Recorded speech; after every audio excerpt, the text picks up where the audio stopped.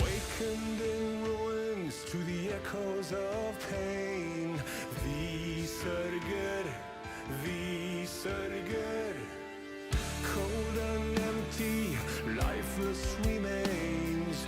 Vi sörger, vi sörger. Fields of the fallen and blood washed in rain. This cannot be all that will be. So you have torn this world apart. You came for our suffering. So we'll bleed, cut us deep, find the death that you see.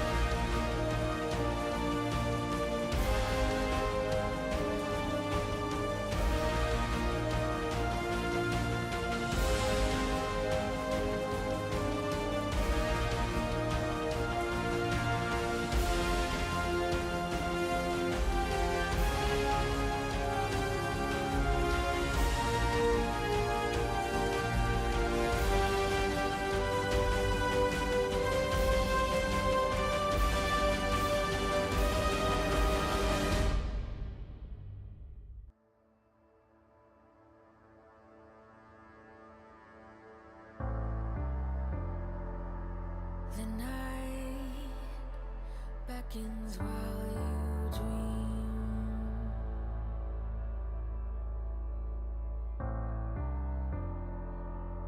A life never lives in peace.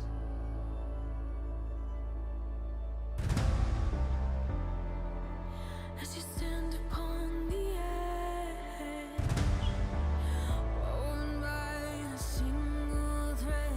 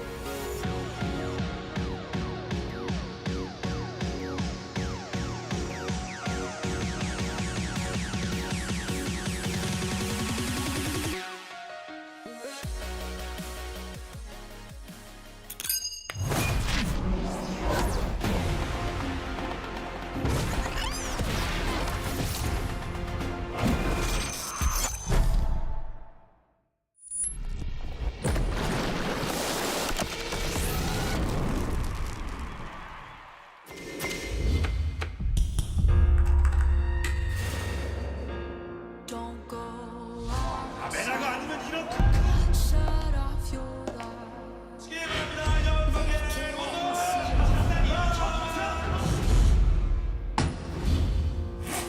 They cannot conquer you here.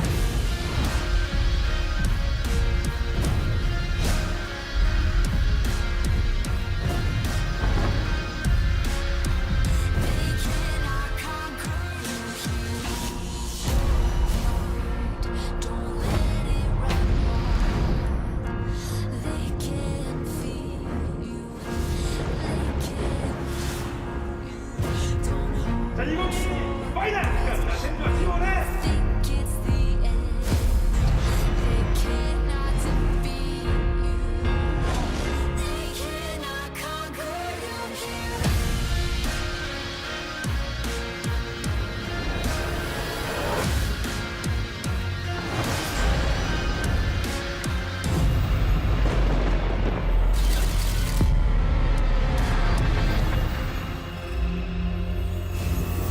They cannot conquer you here.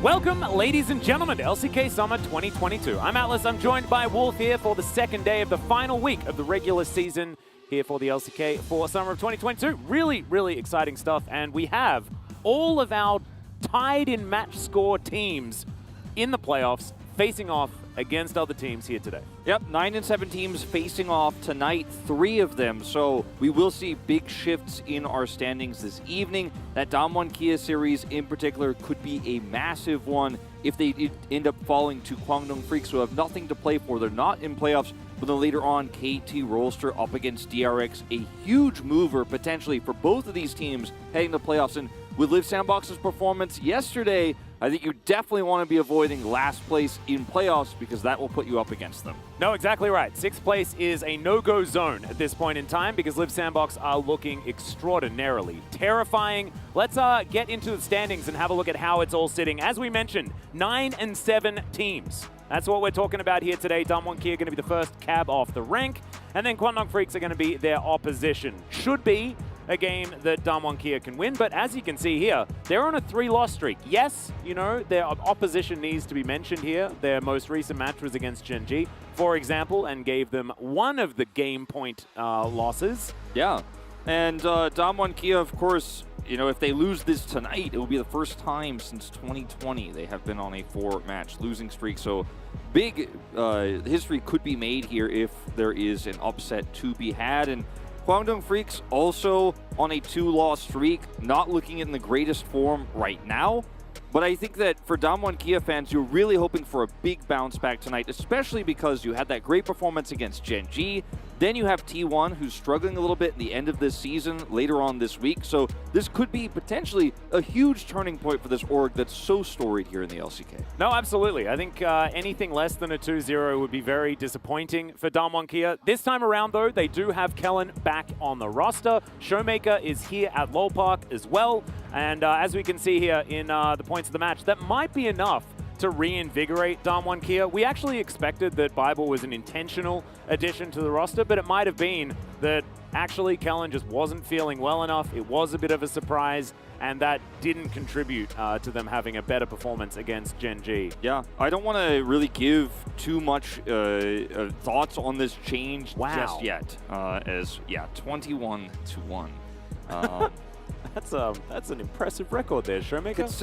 Consider Fate's history across rosters, and then, you know, it does end up being, you know, it's pretty believable. It's just so many games. Like, you would have thought maybe you'd have 3 or 4 at least by this point, but Damwon Kia just shows their dominant history. Yeah, it definitely does. Also, it shows that Fate might be named after Twisted Fate, but Showmaker has a skin for Twisted Fate. So they have a similar playstyle, except one of them has historically done it better. Is that Ghost? I mean, I know he's not on the team anymore. However, he is the Jin. Yeah, I like the reference. I like the reference. Oh, first Herald percent, Wolf. This is now on 12-14. Damwon has some pretty good stats as far as Number first one. Herald. Yeah, worst here for Guangdong Freaks. And if they had a top 5 first Drake percentage to back it up, you don't feel so bad about first Herald being that low. But they also are not getting even half of first Drakes so far this season, or rather in the second round. So those look very weak for early objective control.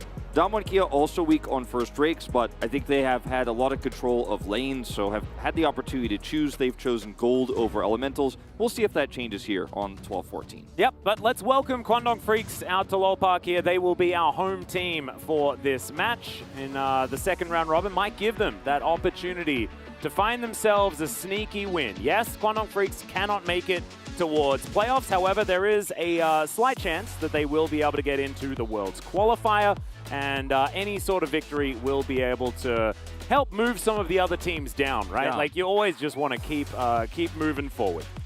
Guangdong Freaks' run through playoffs last season gave them enough points here to where if they are able to maintain 7th place, they might just, depending on who ends up getting what amount of points and who wins the LCK season, have enough to actually enter that final, I don't want to call it a gauntlet because it's not a gauntlet anymore, but our final Worlds qualifier, as you put it. Yep, So, yep. so it is a huge match for them if they can upset Damwon Kia. And I think despite Damwon Kia's waning form, it would be a huge upset if Guangdong Freaks could take them out tonight. No, absolutely. I think every win is very, very valuable. Damwon Kia as well. I mean, they just want to try and avoid that Live Sandbox match, but also have themselves some momentum moving forward. You can imagine after Live Sandbox took the victory over T1 last night in that pretty epic upset, to be perfectly honest, Damwon Kia might be licking their lips, thinking that this could be a pretty good week for them. However, they do need to get through Guangdong Freaks first. This is the squad here, and they haven't necessarily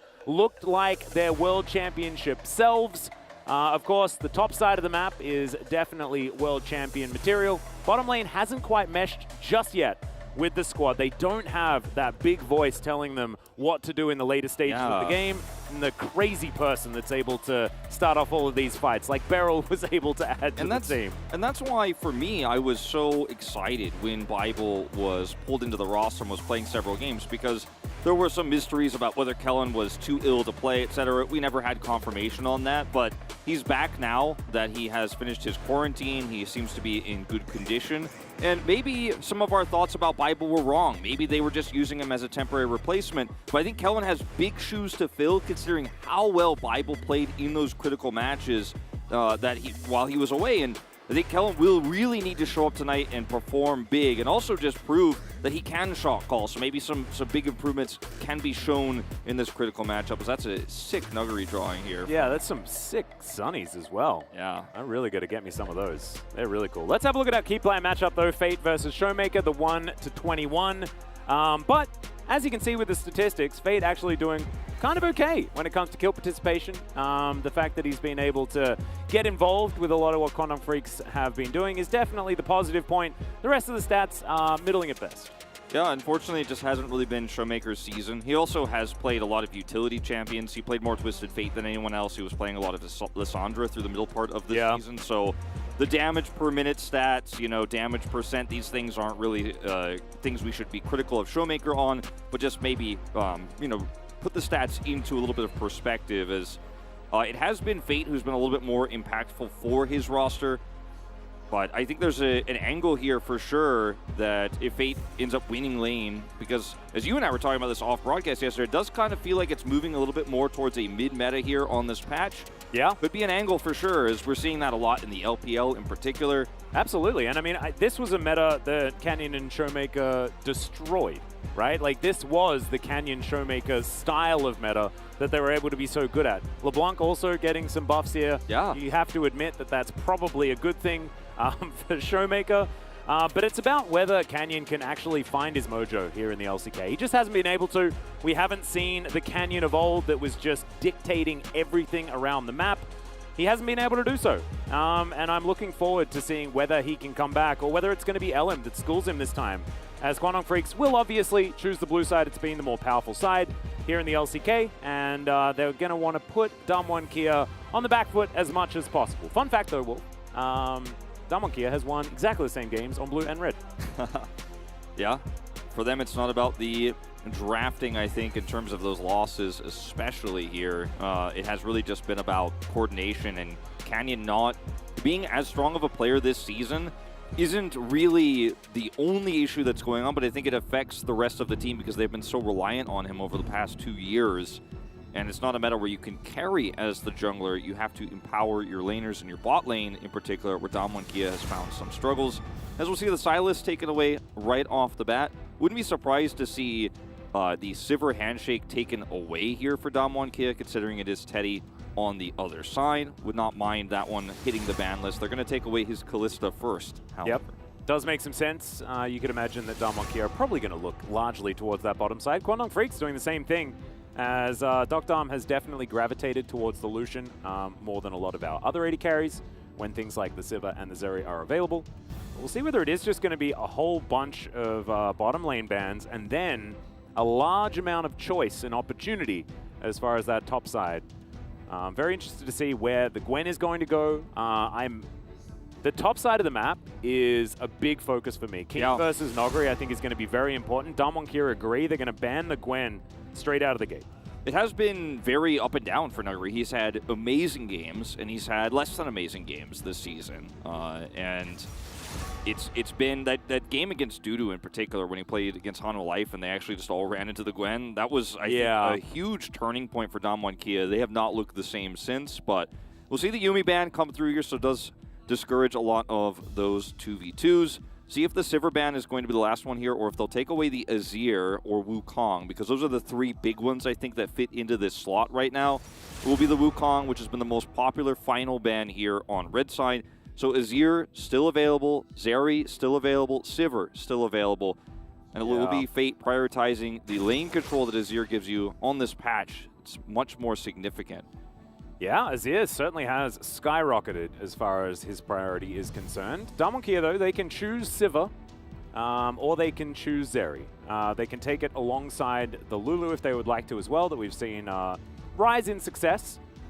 Or they can just lock away powerful top lane if they would like to. But I like the Sivir angle. She's been certainly much, much better in that matchup these days. I think the Lulu takeaway was less strong earlier on this season, but as the sustain nerfs have come through in lane, just having that extra Glitterlance poke is really strong. I think you're definitely considering right now, do you want Poppy as a prio jungle pick here early when Trundle's available, or do you want to take the Lulu? Now, taking Ahri here early is going to hide a lot about your draft. Obviously, Kwangdong Freaks were not going to be able to deny this pick because they've already locked in the Azir.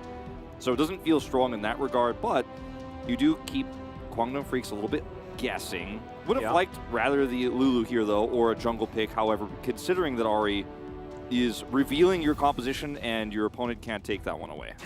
Maybe just trying to stay a little bit flexible. There might be an opportunity for Damwon to have an angle where the Tahm Kench is a possibility. Yeah, that's I think, the best explanation, because if you're Kwangdong Freaks here, you don't necessarily have to handshake the Zeri. There are a few other picks available you could go for, so waiting to make sure it's going to be the Zeri that you're laning into before locking the support does feel wise.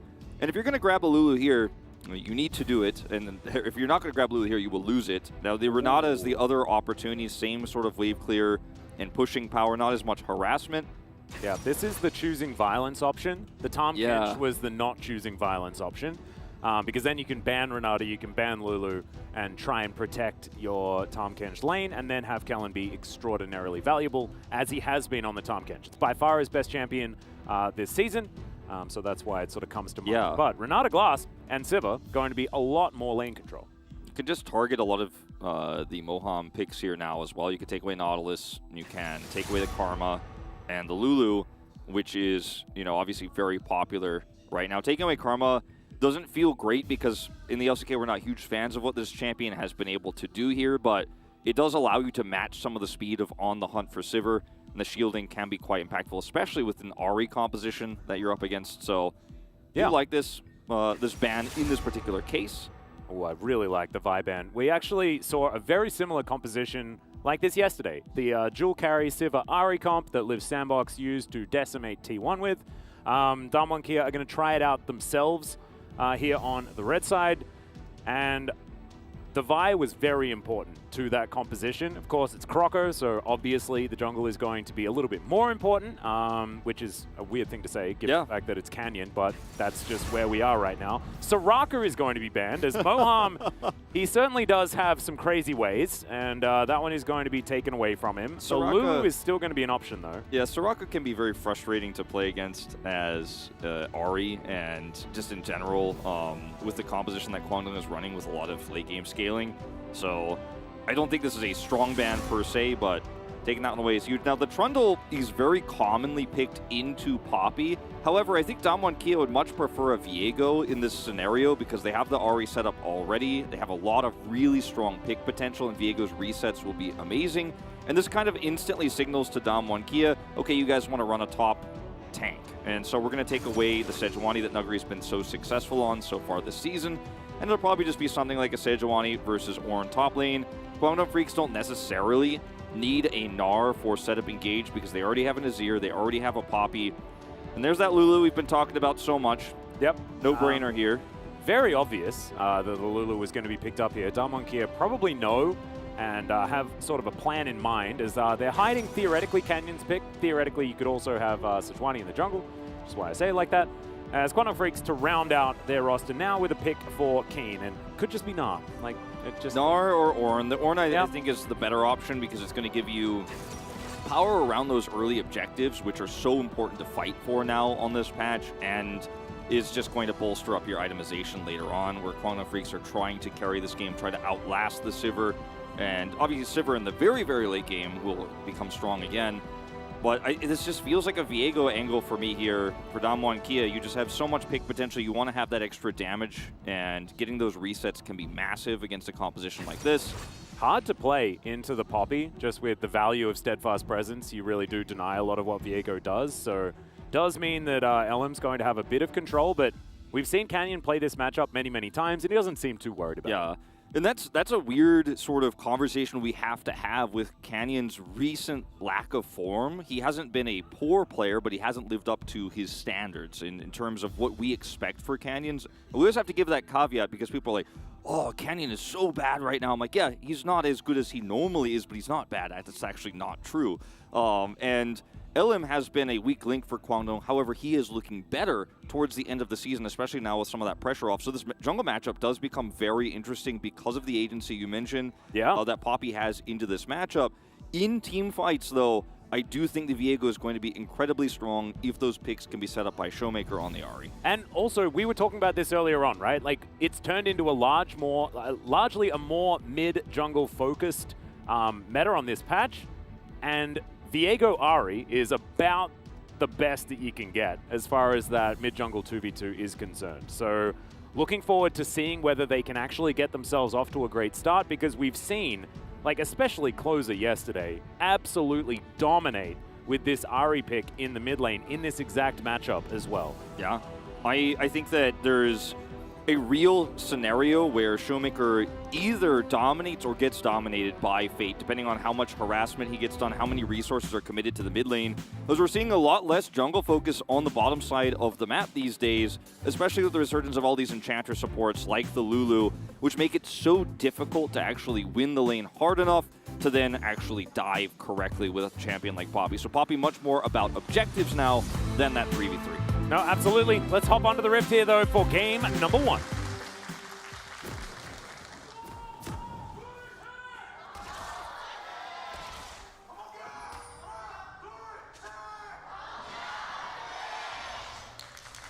Damwon fans feeling the desperation after yesterday's win for Liv Sandbox. Avoiding 6th place has become even more valuable, and with a loss here, things become dire. If they win here, it's about a 75% chance they get 4th, and so therefore 6th is nigh impossible for Damwon Kia. Yeah, also they're rooting for KT to win later on to push DRX further down the standings, which would also pretty much lock that one in as well. which was, of course, a matchup that Liv Sandbox was able to take over DRX as well. So DRX also very hungry to take that win. However, that is in the future. This is now. This is Damwon Kia trying to fight to get themselves away from that. And Quandong Freaks looking to see whether they can put the best performance forward, moving towards a potential berth into the Worlds Qualifier. Exactly. This is still really important for them. A 2-0 would be their best scenario. But again, a tough matchup here, but not unwinnable. We've said the same thing about so many of Damwon Kia's matches the last few weeks is, okay, they are the favorites on paper, but the form hasn't been great. We'll see how it goes. And it feels like it all started with that 2-0 from KT Rolster. There was that crazy Hanwha Life debacle as well, and Damwon just have not looked the same since that moment. And, you know, it's an issue, I think, of confidence, but it's also been a meta that hasn't favored their play style. No, it's the most recent meta was one that they really didn't get their heads around. This has actually been a thing with Zephyr and Danny in the past, actually. Just sometimes the patch doesn't click. Other times it absolutely does, and they look like drafting gods with what they're able to put together. But sometimes it's just how the player's champion pools mesh with what the meta requires of you. And we'll see whether 12-14 is going to alleviate some of the issues that Damwon have had. As Quandong Freaks able to push this one up, level 1 to level 2 in their favor. So feeling good about that one. Yeah. Teddy and Moham just using the power of Zerilulu very well here. 6-game winning streak here for Sivir in the LCK. As at the beginning, it felt very 50-50 in this matchup, but it's certainly looking stronger and stronger, as you can see over here. Yeah. Zeri on a bit of a losing streak on the opposite side. So it's been a matchup where in the past we just saw so many teams give Zeri a huge amount of kills in a mid-game fight that goes poorly, but we're seeing teams be a lot more measured these days, and we get to the late game where Sivir actually can compete because Zeri isn't an item ahead, doesn't have that fast IE poke damage. And so, you know, I think it's really shifted quite significantly. We'll see if Duckdom can perform here once again on this Sivir pick. And also it's going to be another question of, can Damwon get these team fights working in the way that they want them to as well? Because a Viego composition, as we see a lot in the LPL, and sometimes here in the LCK, is Fate. Have to deal with Canyon moving his way over. Canyon's just going to be annoying. Actually does find the Q. Not going to be able to stun up Fate or anything like that for now. Showmaker keeping this wave in a very annoying spot while this is all happening. Really well played by him. Fate running low on mana. And Canyon will just be able to transfer over to the Scuttle Crab, take it out. Definitely really nicely played there from Canyon, too, on the edge of the mist. Making sure he was still hidden. Playing it very trickily, but doesn't lead to anything significant.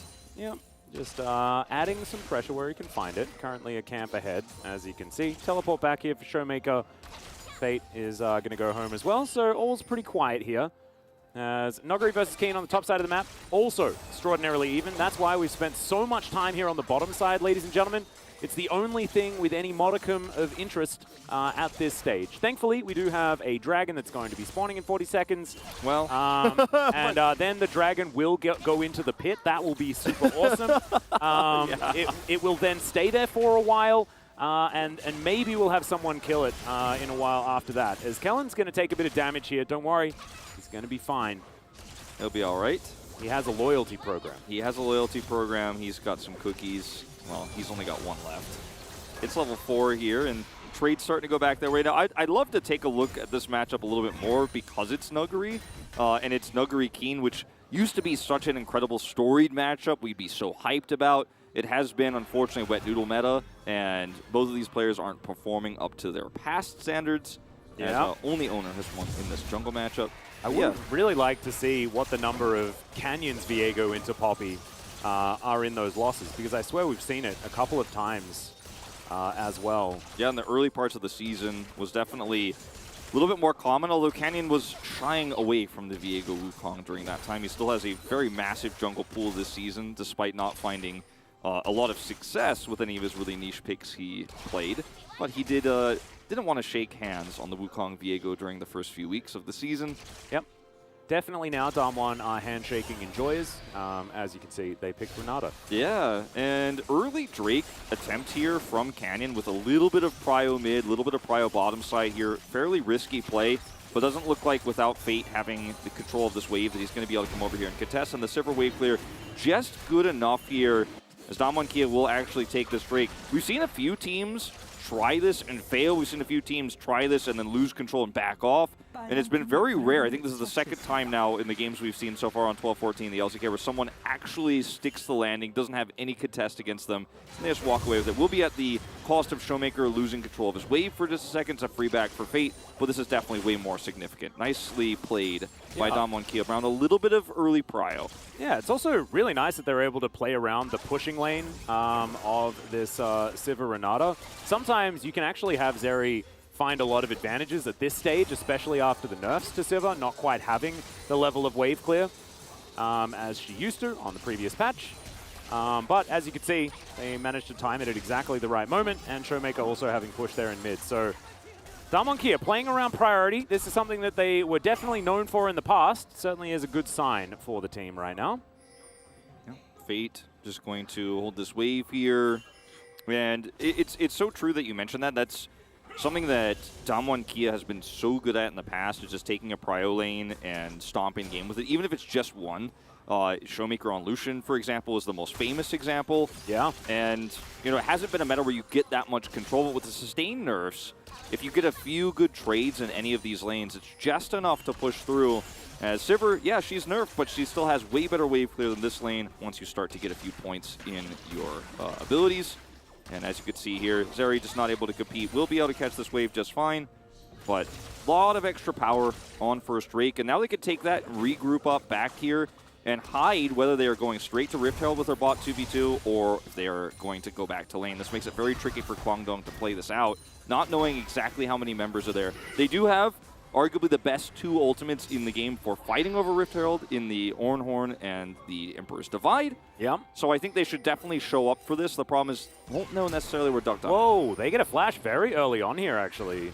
Keen, not even starting the fight, won't have that ability to blow the Ornhorn and then flash forward that we've seen. I think it was Kingen that was the first one to do it, as it's going to come out now. Keen's going to throw it back towards Canyon, who avoids it with the Heartbreaker, and LM not going to be able to chase after him. Nuguri was just lying in wait.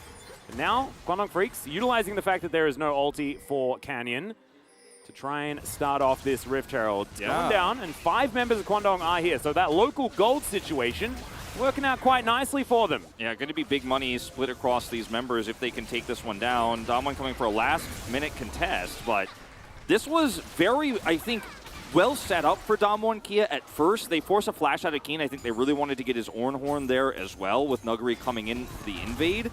But Keen uses his Ornhorn actually then to get control. Duckdom waited on the bottom side, made it look like he had left, and it's like, okay, Kwangdong, you're going to have to bring everybody if you want this Herald. But then he didn't stay in lane, backed, then walked halfway to the Rift Herald. And then once it was taken and they couldn't actually contest, he didn't actually get any advantage here at all, as Teddy and Moham are going to show up here. If he got some solo experience, that's it. And Duckdom doesn't get any value out of his spell shield. Very nicely done there from Moham. Going to throw the Hell Picks down first, wait that one out, then get the value out of the Glitter Lance. Nicely done. Duckdom not too worried about it. And, Teddy and Moham taking some control here towards the bottom side. It's just really interesting to see Damwon Kia make such an aggressive set play to fight for Herald, but still can't quite coordinate the ability to fight for it or to get plate gold bottom side with the Sivir. So Kwangdong Freaks definitely getting a lot of extra money with the local gold you mentioned, but also will be able to crash into 2 plates.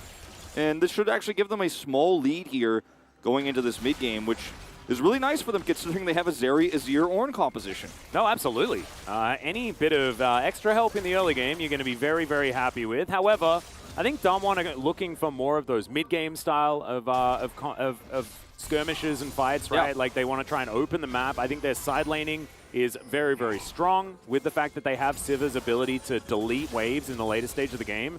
It was control of side lanes that allowed the other RE Sivir comps that we've seen to really push their advantages forward. Yeah, 100%. Looks like Duckdom's going to try to grab a plate down here while the supports were babysitting mid for just a moment. This is going to be a free crash, though, of the Rift Herald for Fate. And, unfortunately, Showmaker, as is just not here, has swapped his Summoner to Ignite because his teleport isn't up anyways. So, will be a huge win here for the mid lane. But Damwon Kia, there wasn't much they could do to defend this anyways, not really losing out anywhere else on the map. A plate goes down on the bottom side, and gold stays even. My issue here for Damwon Kia's composition is that, you know, the big spike is coming around this first item for Duck Dom, and you need to win this fight here, but Guangdong Freaks absolutely can contest this. They do not have their Ornn here. That's okay, so that's going to be one issue for them to contest. But if Keen had rotated down, this could have been a tough fight to take. Now that they have 2 Drakes secured, fighting over Soul Point with that advantage that Duck Dom will have becomes a lot easier. And also, now it's a Mountain Soul as well. Going to be, I believe, the first one that we've had here in the LCK on this patch, which is kind of exciting. I think that rounds out all of the Souls. I think maybe the only one we've missed out on is Ocean. Not sure whether we've had Ocean. Yeah, I don't think so. I think you're right. Which is the least interesting one also. Yeah, I think we're winning. Yeah, no, we're definitely nailing it. Absolutely. So first 2 Drakes going over to Damwon. Of course, they are more valuable now.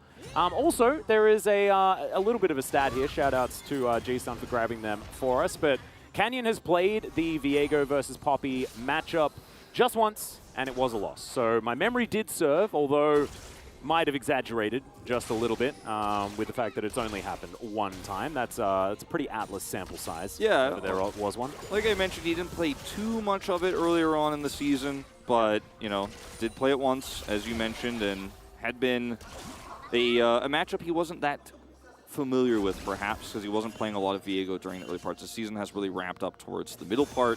Yep. And, you know, either way here, Damwon Kia, in terms of win conditions, now getting the second Drake feels amazing. It's way more significant than the plates that Keen picked up. We didn't really talk about that because it's Ornn who's picking it up. Still significant money, but it's going into a tank's pocket here. It's the tempo lead that Damwon has, the ability to dictate a fight with Kraken Slayer here before Zeri has her second item.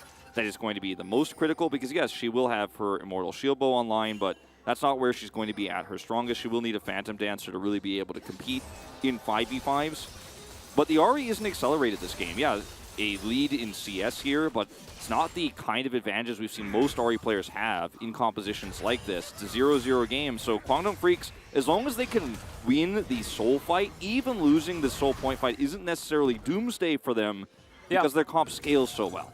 Certainly does. Of course, we need to see which Showmaker we get as well today, right? Showmaker has been very up and down, has been playing a lot of more of these facilitative picks like the Lissandra, like you've been talking about, and has honestly felt a little bit invisible.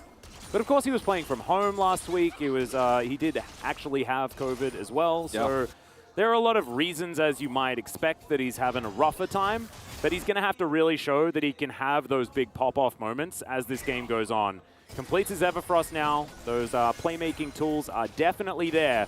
Just whether or not he is going to be able to use them that we really need to wait and see for. Once again, Damwon Kia group up here to steal blue buff right before Herald spawn. Once again, trying to force a flash or Ornhorn out of Keen. They did the exact same set play twice here, trying to prevent that critical ultimate from being usable on the Herald, but this time Keen is just sitting in lane. They, yes, do get the blue buff away, but not going to force Keen to flash, and he will be able to just join up for a Rift Herald fight if Guangdong Freaks should decide to contest. Teddy's already moved mid lane.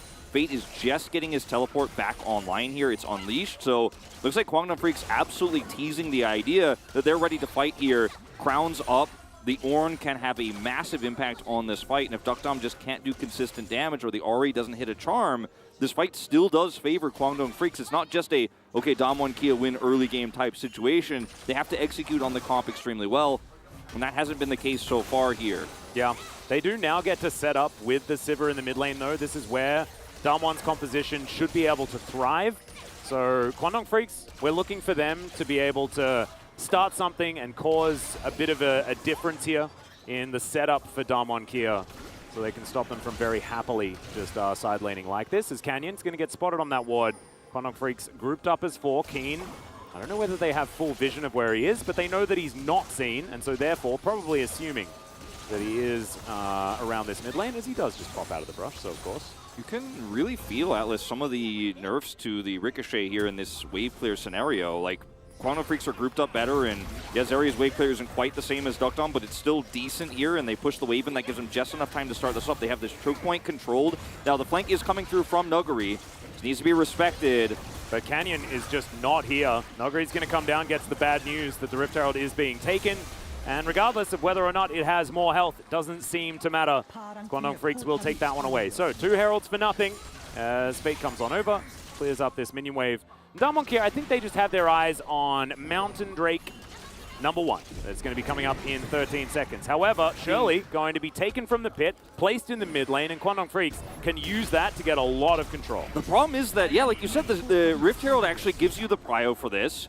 We had a teleport used for Fate to come mid so he could help push this wave in. And now Guangdong Freaks have the faster group up here. They didn't use any of their ultimates to take that Herald, so they still have an amazing amount of control. Showmaker here does have a flank angle, though. Yeah, this flank angle is actually very, very nice. Teddy possibly going to get caught out here. The charm is going to miss, though, as they do back away from this Drake. Nogri just going to Arctic Assault away from this one. And we still have a lot of cooldowns left available. The Drake once again going to be started up here. Canyon, do you have your finger on the smite button, my friend, is the real question here.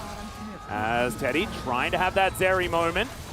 And there is the Ornhorn. They do manage to lock it down onto Kellen, but in goes Showmaker into the backline. Also, the ulti from Kellen was fantastic as the Poppy is torn apart. Nogri frontlining beautifully as Canyon, he's just going to settle on this Drake and they will be able to take it down. Really nice team fighting here for Damwon Kia. And that was so patiently played by Damwon Kia. They knew there was going to be a moment where if Guangdong Freaks held onto that Drake, which has extended its health on this patch, or it has been upgraded, it takes a lot longer to kill. So Guangdong Freaks sticking on this Drake, not able to actually take it down quickly or burst it down. And in that longer fight, Showmaker is constantly threatening charms. Doesn't hit any major ones until the final moment there, but he's constantly threatening and he's pulling Guangdong Freaks into 2 parts there on the left side, and of course the one that's trying to kite there towards the top parts. And then Nugri pulls the trigger on his ultimate at the last possible second. Look at where Guangdong Freaks are. They're on the wrong side of the map. They're trapped here.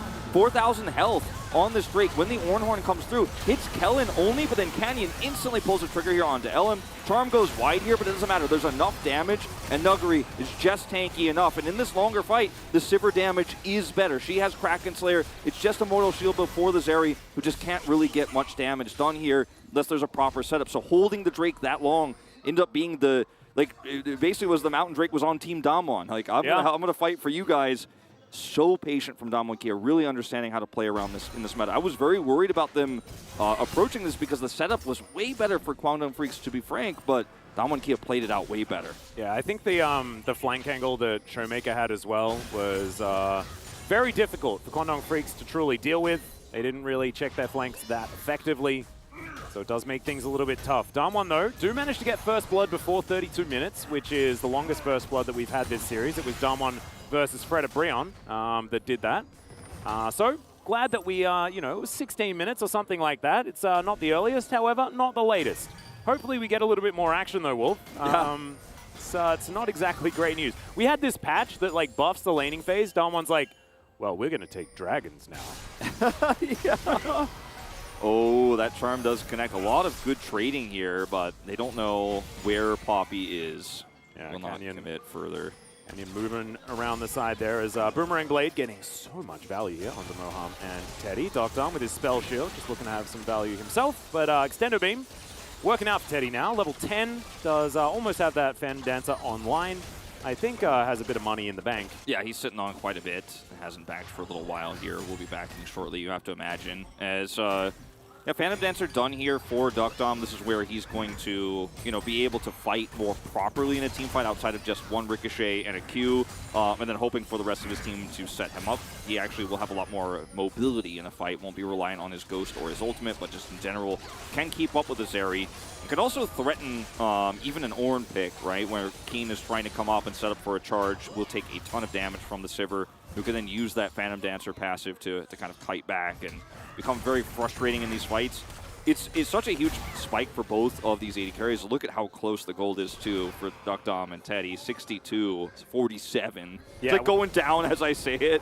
We haven't had any of the either Sivir or Zeri moments so far this game. We're still, I guess, just waiting. Teddy very good at that, historically. Yeah, and let's not forget, too, Duckdom started a cull this game. So, Teddy is doing a very good job so far of picking up some of that extra farm. Yep. And keeping up with this Sivir. So, item parity here. Once again, Nashor's Tooth on this Azir, which can side lane incredibly well if given even just a little bit of space. So it's really important to keep track of whether Showmaker has his teleport available, if he has used his teleport, etc., because the Azir is going to be really threatening side lanes and can push super hard on these turrets. As you can see here on the top side, Poppy bodyguarding here for Fate, so LM is just saying, I want you to push this wave in, and just continue to basically set up 1-3-1 lanes with Zeri in mid. Yep, which is definitely good. They need to have some sort of side lane threat, just with what we were talking about earlier, about Damwon just being so good in that scenario, with Sivir having just way better wave clear, as Noguri, he's lying in wait. He's been in this pixel brush for quite some time, as Canyon's just going to walk forward and break the crown. Nicely done. But Sundisk is going to be put up, and now the rest of the team not going to be able to get over here towards Noguri. 35 seconds on the Mountain Soul point here for Damwon Kia. They don't necessarily have to fight for this one. Yeah, I think they want to keep the tempo up. Yeah, I think considering the waves here and the Sundisk turret, I don't think fighting for this is a great option. Now, if they could slowly encroach their way through, use that Sivir wave clear to actually fight for neutral, definitely could be an opportunity here, as they just don't have... Quantum Freaks had control of mid, but they did not actually start up the Drake. They don't have this choke point controlled. Damwon Kia looks like they're just going to barely slip through the cracks here. We'll be able to look for a straight-up 5v5. Yeah. Kwangdong just spending a little bit too much time in the mid lane, which they do very much like to do. This minion wave going to the nether, as well as now Teddy. Going to take a lot of damage here from Doctom. I like the zoom work. Certainly made it very dramatic there, thanks to Jonah Strong, as Showmaker finds a little bit of CC there onto Keen, but he's not exactly the priority target. Noguri trying to get out of there. Ornhorn is going to come through. Doesn't land the first time, but will connect the second time. As Showmaker comes on forward, Ellen not able to find the stun with the heroic charges. Noguri's doing so much tanking. The rest of Damwon trying to run down here, and look at the AoE that's already been done. Doctom trying to set up, but the Sand Soldiers are fantastic, and Showmaker is not getting the value that he really wants. Hostile takeover is pretty huge as Teddy locks down a kill, but there is the kill on the Ornn.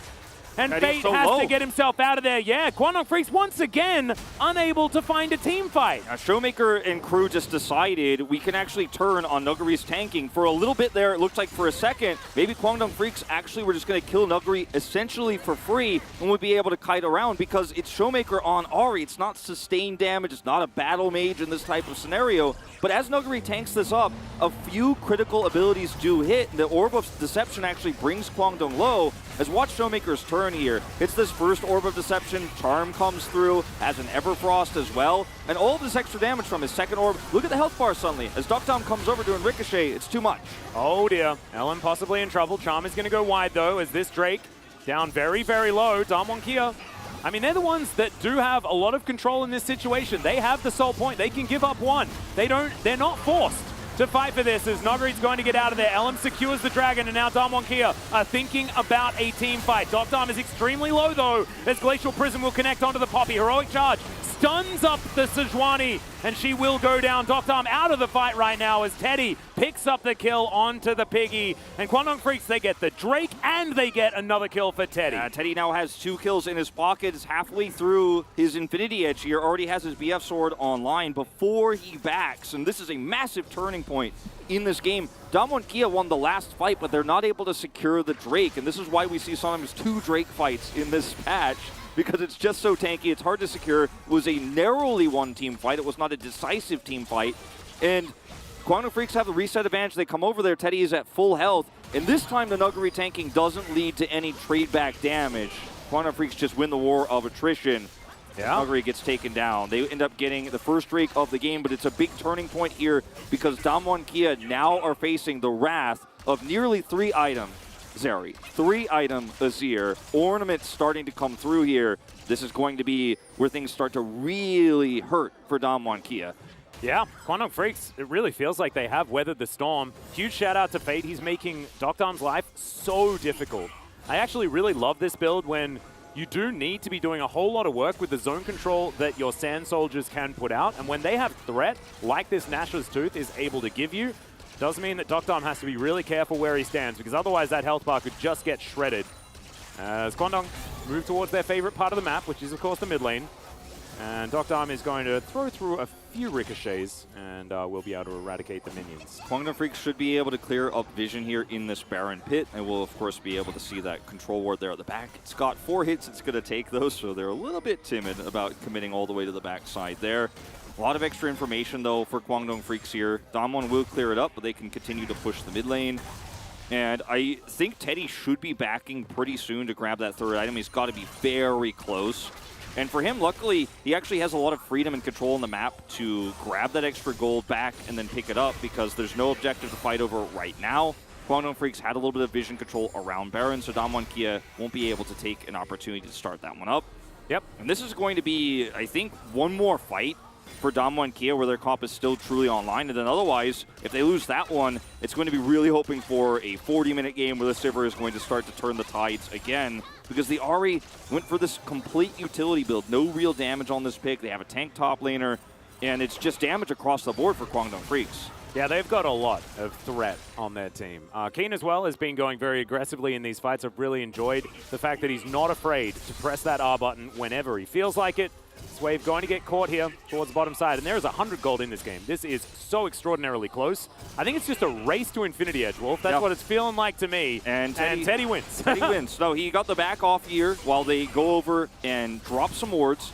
A lot of control wards picked up in the inventories. Look at Kwangdong Freaks. This is a rare sight for Kwangdong Freaks, by the way, to see control wards in everybody's inventory, fighting for vision. All right, we're learning, we're improving. And now they have the items to fight for this too. They don't need to fight for Baron because they have incredible turn with Ornn and Azir, but they could just kind of surf around this mid lane, push these waves through and say, yeah, we're waiting out for whichever objective fight you guys want to take. We could just wait for the Drake to spawn and look for second mountain. And if you guys want to start Baron, good luck with that. And Kwangdong Freaks could just play a laning and waiting game here. And there's just nothing that Damwon Kia could do to take the control of the map away from them without a team fight. Well, Teddy fighting Dr. here. Canyon was cruising around. Keen just acting as bodyguard. As, yeah, maybe the true fight is with fatigue, Wolf. As here's the Ornn. Keen is going to say no to that one. Nice double knock-up. Keen's just trying to do this one by himself. Hostile takeover, though. And the Ornn is just massive. That was very intimidating, even for us watching. However, it is going to be enough disengage here for Damwon Kia to get out of this. And a ton of ultimates just thrown into the nether here for Kwangdong Freaks. Zeri ult, Ornn ult, Lulu ult. So your idea here is fantastic. I like the idea of, okay, we're going to Ornn Horn, get the knockups, follow-up knockup, plus the ability for Lulu to actually add that additional tankiness and get a further knockup on Damwon Kia, but they just walk back and disengage. And now Damwon Kia have some critical ultimates. They can use it in this fight. Only Emperor's Divide of the important ones Kwangdong Freaks have. They lose control of the mid lane. And now Damwon Kia are like, thanks for fighting for nothing because I thought you guys were just going to wait for that timer. Nope, not patient enough. Damwon Kia now grouped up vision control, choke point control. This is not the fight Kwangdong Freaks were wanting to take. Well, Extendo Beam is still very valuable in these situations, but they do need to have some semblance of vision. As Doctor's just going to take the fight against Teddy. Glacial Prism will connect onto Ellen. Great handshake is going to come through as well. Doctor free hitting and the Poppy is going to go down. Keeper's Verdict still available after all is said and done, as Damwon Kia are moving towards this Mountain Soul, and Kwangdong Freaks going to have to try and fight it out 4v5 without Zeri ult. Keen's ult just came back up. Zeri ult almost up here. They can just buy a little bit of time. That's what these Drakes are looking to do. Showmaker on another flank here coming from the north. As Keen does have the ability to lock off that choke point if he would like to, and they do have a lot of control vision. But now the Ornhorn's going to come through. Canyon, are you going to be able to find the smite this time is the question. The answer is yes, as Teddy has to skate over the wall, and now Keen is left to the Wolves, or to Damwon, whichever ones you want to call them. As Teddy, yeah, he can free hit somewhat, but it's still another kill going over to Dr. and Damwon Kia have just become so much more tanky. Canyon looks for his way out, but he can just Heartbreaker. Try and get out of this one, as Teddy's still being frustrating. Doctor's going to turn on him, though. Man, if that was a few more crits, things could have been much worse. As Nogri gets into that front line, and Teddy is going to be taken down. Now it's Canyon's turn to be a fed Zeri, but he might need to rethink it because he's down extraordinarily low. Ellen's going to turn back up into the fight, but it is too little and it is too late. And Damwon Kia, they're 1,000 gold ahead, Wolf. This is the largest gold lead we've seen all game. It certainly is, but critically they get the Mountain Soul here, and this fight for Damwon Kia, was exactly the fight they were looking for here. Finally, Kwangdong Freaks pull the trigger in mid, lose some critical ultimates. Then the follow-up Ornhorn, as it just barely comes up here, is not good enough. Look at Duckdom win out this trade, blocks the extendo beam with his spell shield here, and then he's like, all right, well, thanks for the heal. They end up blowing up the Poppy, and from this moment on, it's essentially over. Horn here isn't going to get any value, and then the follow-up fight is actually so massive. Look at the handshake, blocks the Ornn reactivation, and Keen is just trapped in here, no way out. Then you see the follow-up ultimate from Nuggery actually blocks the Azir from looking for an ultimate here. It's actually fantastic as they try to kite back here. Teddy's like, okay, we can actually do this, Fate. If you can set up a big ult here, I can actually get a triple kill in this fight. The Nuggery says, no, you cannot. Teddy's in this choke. Look at the setup. So good idea-wise, but then Nuggery just says, nah. And I feel like it's a little bit of frustration there from Teddy as well. He just wants there to be a little bit more action this game. He wants to be able to press his buttons and actually shoot Damwon Kia, but his front line hasn't really been there for him. The coordination for Kwangdong Freaks hasn't enabled Teddy this game, and I feel like maybe that had shown itself in that last play. The last cannon minion is going to go down. Damwon Kia without control of mid, but they do have control of the Baron at this point in time. Keen in a little bit of trouble. Sundisk has been put up, and this inner turret is just going to get taken down. Kwangdong Freaks' commitment to the mid lane going to pay off at this moment in time. Bellow's Breath avoids the handshake. This strategy we've seen, very often from Faker this season, where you just set up a Sundisk turret and go broke on the push. Unfortunately, it often leads to you getting trapped, but there isn't really great hard engage here outside of Kellen's ultimate for Damwon Kia to actually punish this, so it will get value. Now they could try to group up for Baron vision control here. Still hoping for a lot right now, Kwangdong Freaks, but the Sundisk turret gives you that extra prio. You might get one more regular team fight here, one more fair fight here on your own terms around Baron, but they just can't push deep enough. They're not able to get full vision. Yeah, not quite. Nuggery just going to walk his way forward. Been frontlining very effectively so far on this Sejuani. A lot of question marks for some Sejuani picks yesterday. We're really seeing it actually have some value this time around, although I think all of us would prefer some more carry-orientated picks.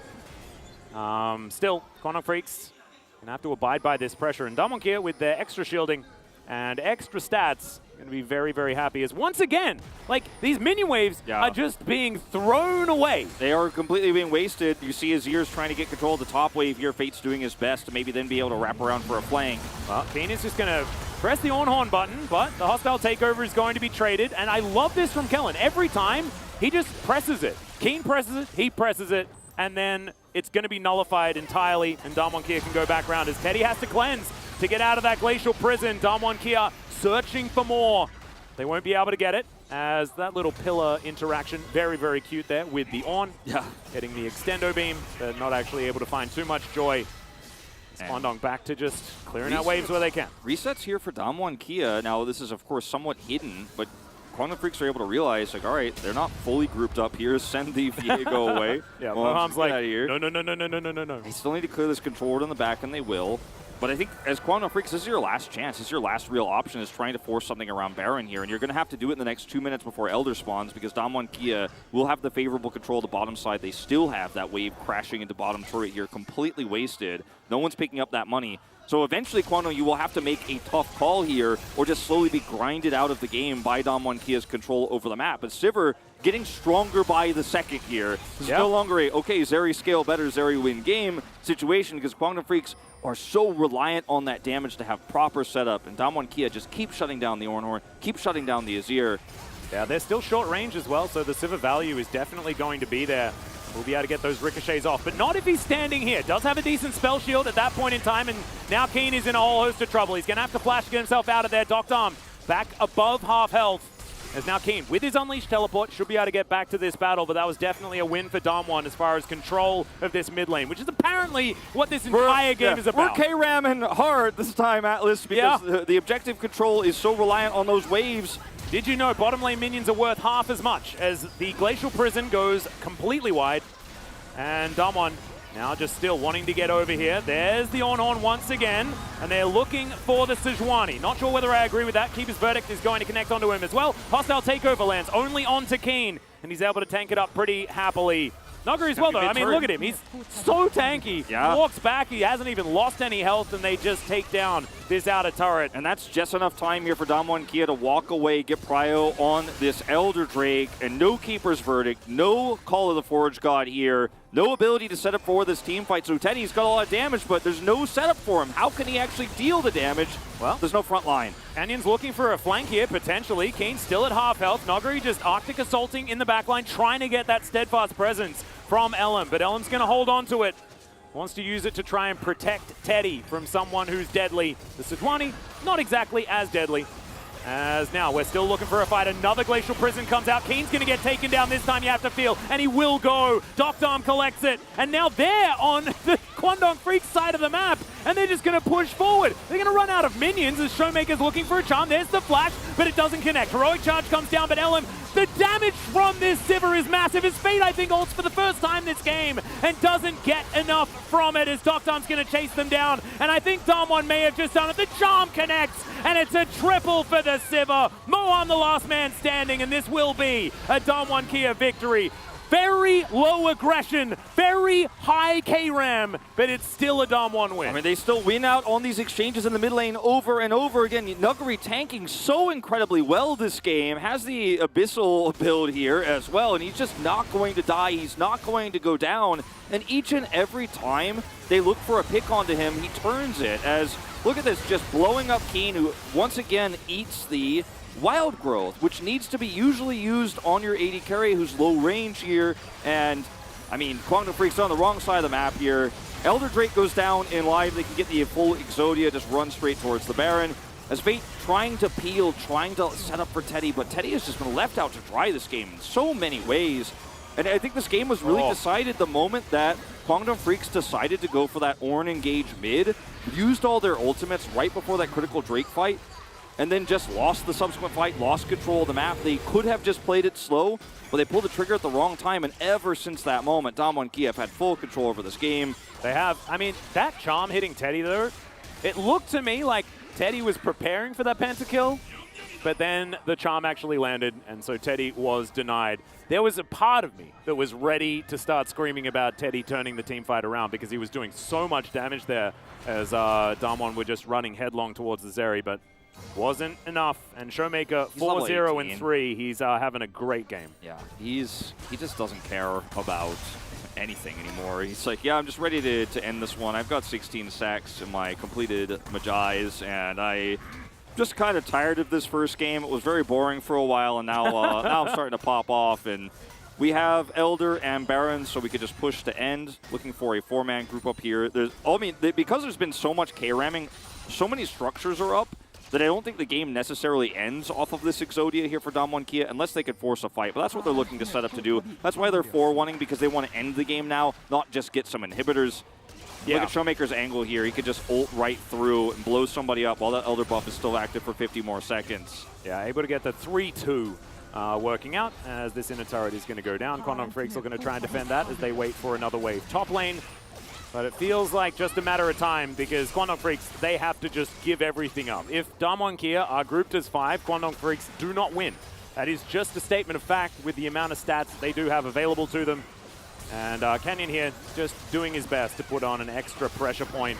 As there it is, we're going for the dive now as Kane gonna have to go golden. Will do so as hostile takeover doesn't get that much value this time, but Damwon Kia just use it as zoning. They will be able to break open the base. 15 seconds on Elder. Kwangdong Freaks have outlasted that one at least. They still have these critical ultimates online, all of them in fact, so there's a chance here if Damwon Kia overextend for a miracle fight. It's so unlikely. Elder buff taking down Damwon Kia. Look like they're just gonna back away. Yeah, wanting to play this one by the book, Wolf. This has been a game that has certainly been extended. So therefore, taking all of the structures is probably the required way of winning. However, this is an absolute blowout as far as the money is concerned. Oh, yeah. I mean, it was so close for so long. And now it's just Damwon with basically a 10k gold lead. They're just using the last part of this Baron buff now to secure 3 inhibitors, and then the game is not losable from there, and they should be able to just kind of walk it in at that point, as super minions are already stacking up in top and mid. But if you just force a fight onto those turrets, then there's a chance for Kwangdong. Oh, the charm's going to connect onto Fate. Orbit Deception does a fair bit of work here as the knockup lands only onto Showmaker, but he is so safe in his positioning. Does still have to use the Spirit Rush. Has Cleanse and Heal available as well. As Noguri here in this mid lane just ushering in these minion waves. Stocked Arm tears apart each wave that heads towards him. And Damwon, I think this war of attrition is about to be won, although they don't have a Baron buff anymore, but now they have free time on this inhibitor turret, and Teddy's back towards his base. Yeah, the super minions starting to get into these Nexus turrets, and that's when the final inhibitor will go down. Damwon Kia, there's no objective to take on the map here. We're at 2 minutes to Elder, 2.5 minutes to Baron, so probably just need to back out. Well, Extendo Beam comes forward. Teddy's just looking for this one, does throw out the ulti. As Noguri, I mean, he doesn't take a lot of damage here, guys. He also has Arctic Assault, so he'll be fine. Just getting a bit frisky towards the end of the game. Yeah, and this is a Damwon Kia that have so much engaged potential. Look at Elam's angle here. Not great. We're dashing in once again onto Keen, who's taking so much damage. These ricochets really doing work, as that is another kill onto Keen. Bellow's Breath going to be used by Canyon, as he does manage to take him over. And now Teddy relegated to underneath his Nexus turrets as Damwon Kia bear down. They will be able to win game one. It's on red side as well, and it must feel fantastic. The 3-loss streak could be over. They're able to win another one in this series, as well as getting away from that 6th place. They're going to try and farm some kills here, as Teddy as well is just trying to show that he wanted to do things this game, Wolf, but he was just denied, and Damwon Kia will win game one. Just phenomenal work from the Soul Laners in setting up those fights. There were certainly some errors in macro for Damwon in the early parts, but they still won those critical objective fights each and every time, which leads to the Drake advantages they needed so badly to make this composition work. But it was Showmaker who set up so much of the damage, even with the utility build that he chose with the Banshee's Veil after Everfrost.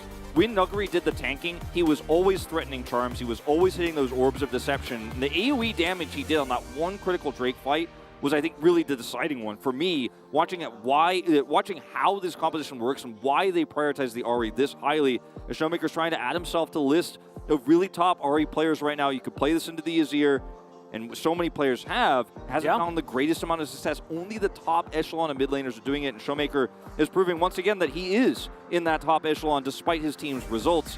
And it was a closer game. I think the Damwon fans wanted it to be, but it was still extremely decisive once they got control. And for Kwangdong, that decisive call in mid, on one hand, I want to champion it because they usually don't make decisive calls like that. They usually slow the game down, fail in the macro, and then just lose the later parts of the games and even game states like that.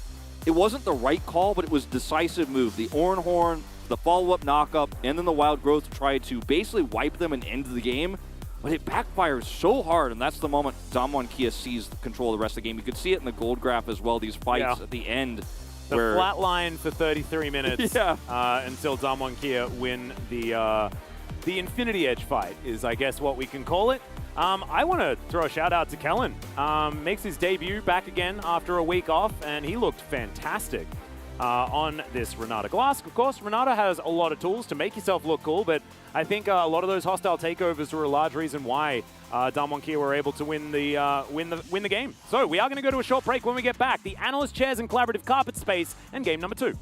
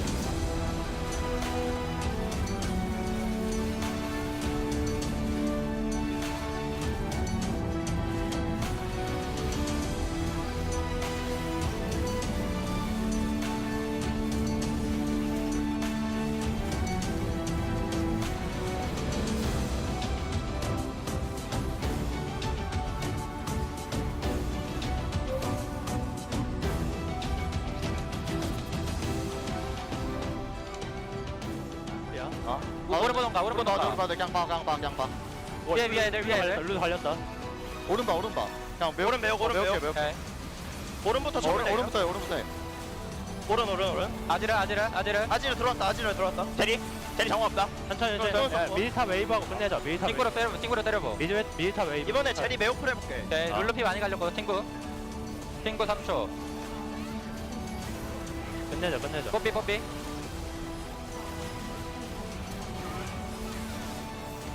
리바 아지르 들어왔다.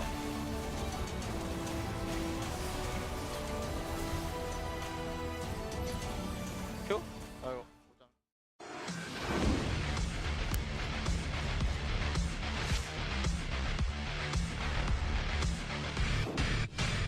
And now, that's there.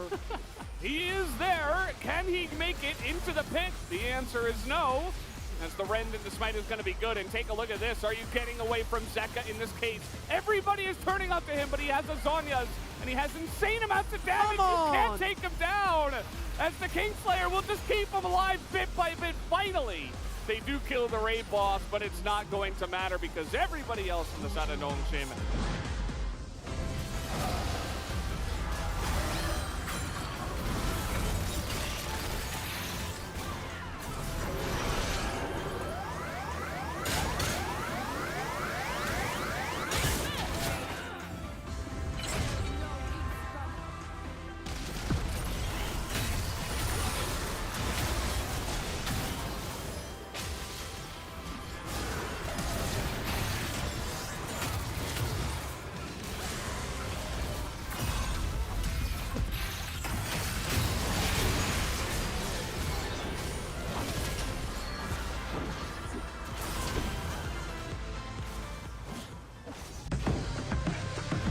Which he's done better than, I'd say, any other AD carry within the LCK.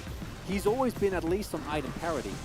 He is very far behind the curve right now. Yeah, not sure why they're here. Bible hits a delicious ultimate onto 3 of them. 천천히 전령 깔면서 다이브박을 생각할게. 스카 하나 타고 들어가서 아진 들어갈게.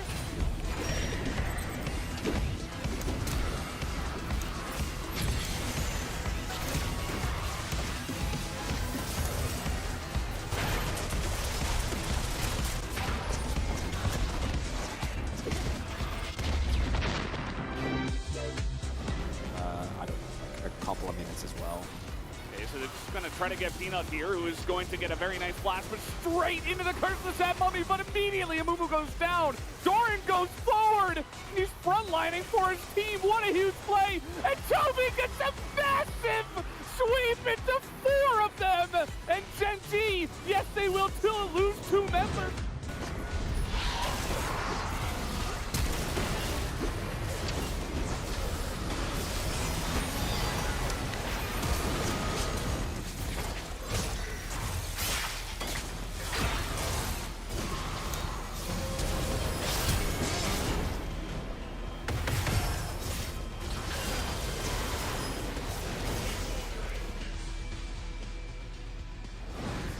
야 죽었다.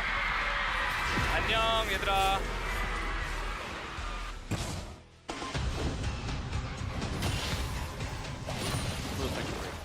Oh, he's just playing with his food now. That's what I was talking about, this top lane. I'm like, this is not very close when it comes to the individual ability of these 2 players to play out a lane. And Rascal is just dunking on him.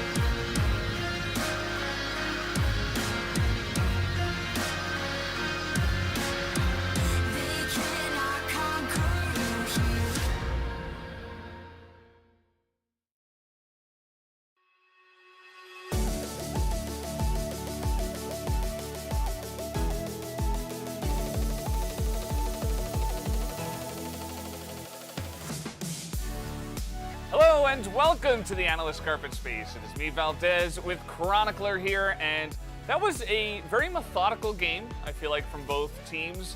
Damwon Kia mostly in control of that one. Kwangdong Freaks doing a little bit of K-ramming there in the middle, but eventually Damwon did take the win, and these drafts pretty standard across the board. What were your thoughts on these, Chronicler? Yeah, main points to take away from this one is that Sivir definitely at this point seems to win out in the Sivir-Zeri situation. I think Zeri, when piloted really well, if she's supported by the rest of her team, because Teddy really tried, then I think it can still have an edge, but overall, not the most interesting comp for either team. Front to back from Kwangdong. The only other noteworthy thing I think was the Soraka ban, which was interesting to see, because Kwangdong have been known to throw a curveball, and I would have loved that if that was actually picked up. Yeah, it was pretty interesting, especially because Lulu was available. I feel like Lulu is stronger than Karma from what we've seen. The Karma allows you to really push the lane, but that wasn't really utilized well. You're not really going to be diving the Sivir and the Renata anyway, but I suppose maybe you can with the pressure from the Poppy, but they take that away. The Lulu gets through, so we have, pretty standard bottom lanes and not a lot of action there. And not a lot of action in general in the game. It was very straightforward. I feel like Kwangdong were kind of looking to choose their spots, whereas Damwon Kia just essentially gave up a lot of the objectives, took a lot of Drakes on purpose, which is eventually going to affect this game in a big way. So let's get into highlight number 1 and check out the Drake Soul fight. Yeah, because what is notable here, Poppy got picked, so this Smite fight is not a Smite fight. It's just Canyon smiting a dragon. And Damwon Kia, and the main point of this highlight is just to showcase Damwon Kia did not care about Heralds. They gave up both Heralds. They made at least a feint trying to get something on. I think could, of course, be optimized by rotating a little bit early towards bot side, trying to get a little bit more on the cross map. But it was very clear for them that they played towards the Drakes. And on the current patch, the local gold for Herald and the extra health makes it very enticing. But with what we've seen thus far, clearly Damwon Kia's call was, no, we don't care. It is only about the Drake. They were able to pick all of them but one up, as of course there was the one fight where they weren't able to. And then you have Mountain Soul, which is ludicrously strong right now, because you went from getting 12% extra resistance to 18. And then you get the Mountain Shield on top of that. It was really hard to get through. It was really rough, and we were talking about this a little bit. It wasn't really a super tanky composition from the side of Damwon Kia, but it didn't really matter because it became one. Everybody became tanky. Everybody had over like 100 armor, 100 magic resist just by default, by having like one item with resistances on it in your case of items.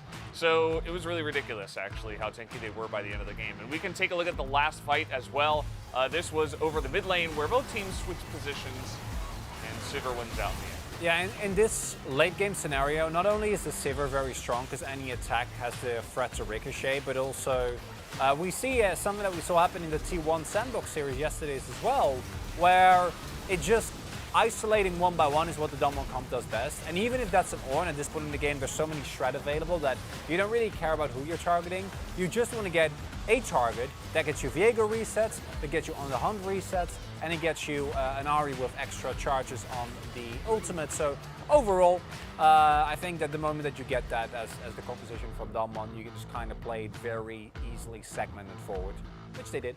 Yeah, it's kind of crazy to me that we had this patch of 12-14, and now, especially these two teams, I think more than other teams, are kind of just like, well, it's riskier to play the lane, so we're just not going to take any risks now.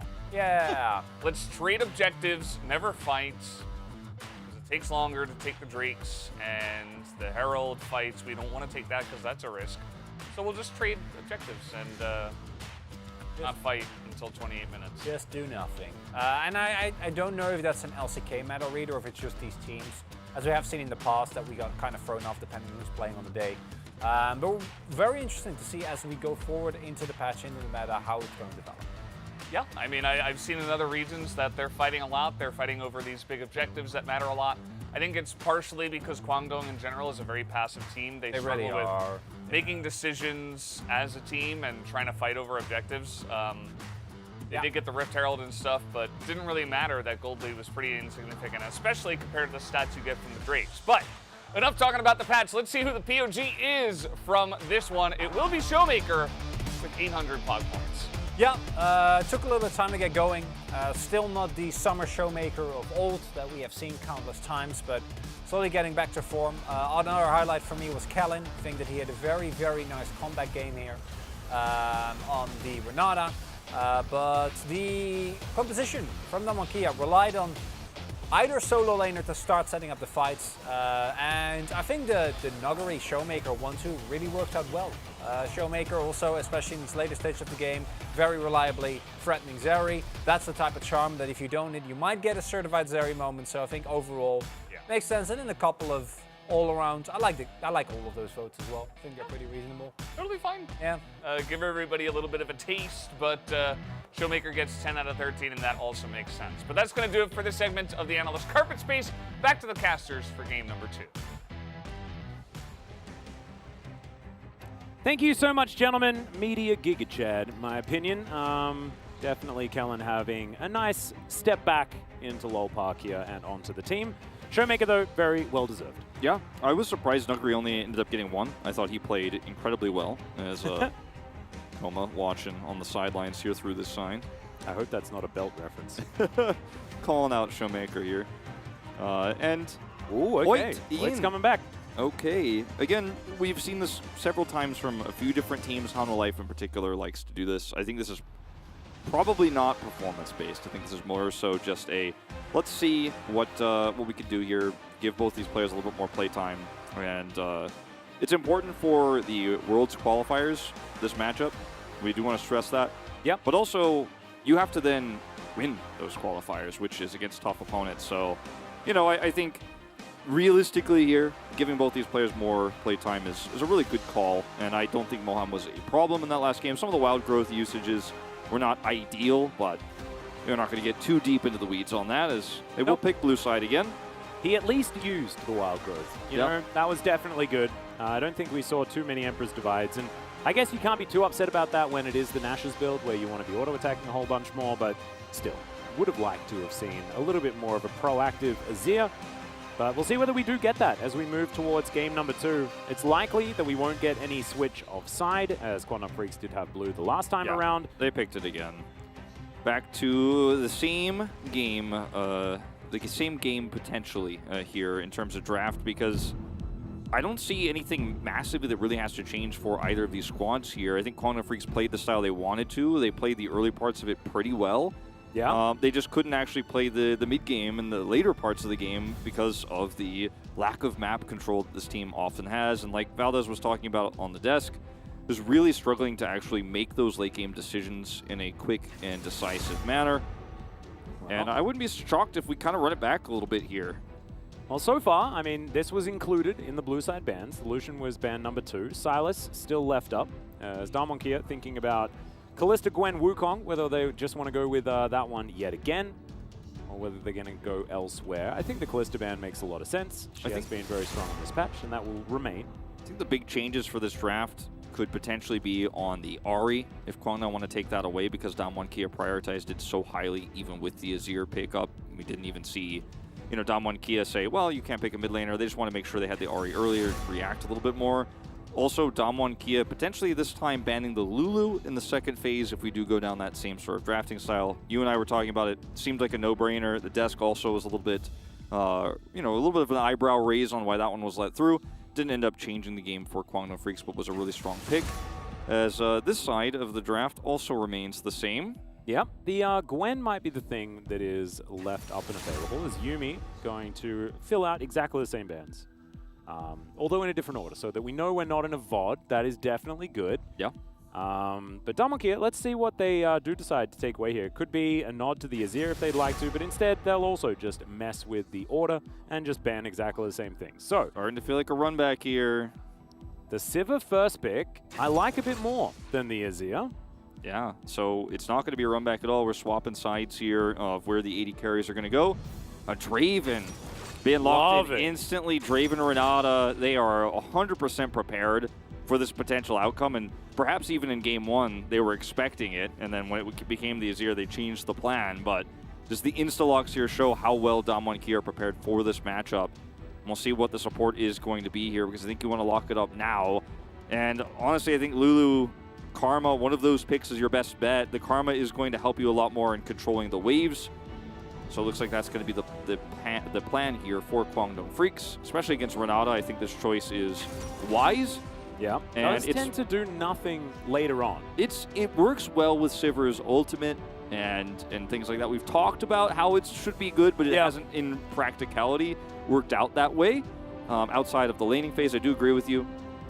As we talked about a little bit in game 1. Yeah. Jungle priority here, you know, I mean, I think I'd rather see something like an Azir still here for Kwangdong Freaks, but looks like they want to take away the Poppy, which has been so huge around objective control, as it is swapped to a Trundle at the last possible second.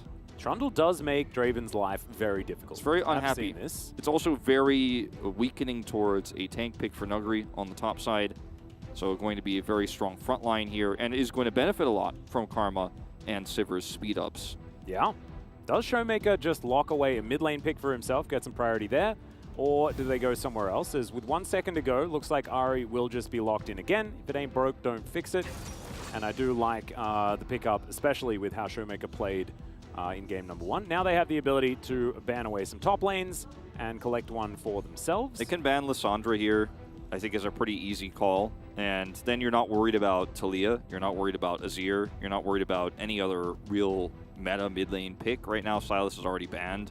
Ryze, not too strong in Kwangdong Freaks' composition, although I wouldn't mind it. So, seems like a pretty straightforward setup here for Damwon Kia. They'll take away the Azir despite it not being a problem for Showmaker in the laning phase. They just know it works really well with Kwangdong Freaks' comp. They already ran it last game, and it is going to be a very strong scaling pick nonetheless.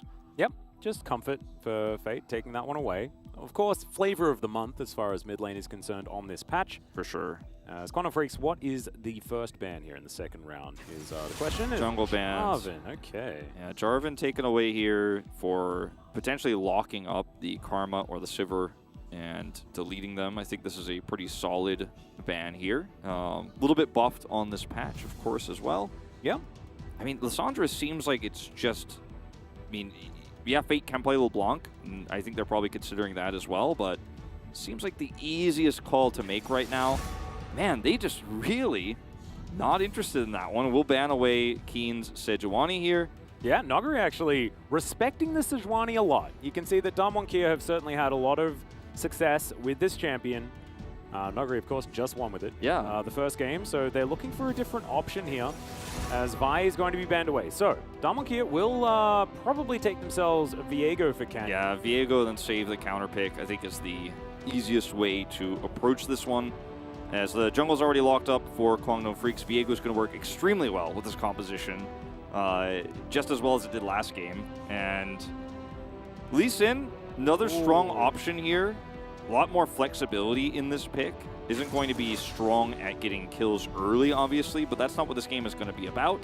This is a Draven, Renata into Karma Sivir, bottom lane. Don't know what the mid matchup is going to be just yet. This is an extremely into Ahri. safe pick here. Yeah, we've seen a bit of the Gragas working out quite well. Keen historically has been good at the champion. Also, Dove played some fantastic Gragas in yesterday's series for Live Sandbox, so looking forward to seeing whether Keen can mirror that one. There's now Hoyt to lock away mid lane here for Fate. Yeah. Or prove your joking theory that it is going to be the Karma mid. Is the LeBlanc, this is one I was talking about earlier. Fate has historically been so fantastic at this pick. You know, it hasn't led to a lot of success on the teams he's played before, but it's buffed on this patch. He wants to play it into the Ahri. They wanted to save this one for last year. And I think it's a wise pick, and they have a lot of burst damage with the LeBlanc, with the Sivir later on. And it's the counter pick for the Gragas. We've seen this very rarely here in the LCK. You just try to win that lane super hard. I like Camille. I like Camille a lot. Means that Sivers run real fast. Doesn't really matter as much. They banned the Jarvan for a very similar reason, but Hextech Ultimatum, you can't even flash out of that. Yeah, Hextech Ultimatum into Charms kicks the setup with Renata as well, where she can just ult and then you can isolate a single target within a choke point. Does feel very nice. Ton of burst damage with this Draven too, and the laning phase is going to be so interesting to see because it's more about Sivir Karma wave clear versus how many trades can Draven take, how many autos can he get off on these champions. Otherwise, he's going to just be out wave cleared here, and we'll be sitting closer towards his side of the map on the turret. Yeah. But I think the pick potential here for Kwangdong is quite high, right? There's a lot of targets in the backline they can burst with this LeBlanc. The Draven is potentially going to be under threat. The Renata is going to be under threat. The Camille, you know, one that you can definitely clash with and feel okay. If we took the nameplates away, I feel like I would slightly lean towards Kwangdong's draft, but after watching Game 1, it's hard to go that way. Yeah. I think that, you know, Kwangdong definitely have a lot of tools. In the team fights, they have way less damage, though. And the 1-3-1 potential from Damwon is absolutely huge. But they have proven as well this season that 1-3-1 has been very difficult for them to pull off. So I'm very interested to see whether they are going to be able to actually play that sort of style. With the fact that, you know, Whirling Death can try and pick someone out when they are inside the Hex Deck Ultimatum, things like this. Setting up for potential cash-ins in the mid to late game is going to be something that they will be capable of. But still, I'm definitely a little bit worried here for Damwon Kia because it's not as much of a standard draft this time around. This, however, absolutely is. And Teddy on a late game win condition, now that he's not up against a fellow scaling bot laner, I think you're feeling very good if you're a Kwangdong fan. Yeah, Damwon Kia definitely tougher to execute, but I think they have it in them to do it. Yep. We'll see whether Canyon gets spell shielded with the kick. Let's hop into game 2.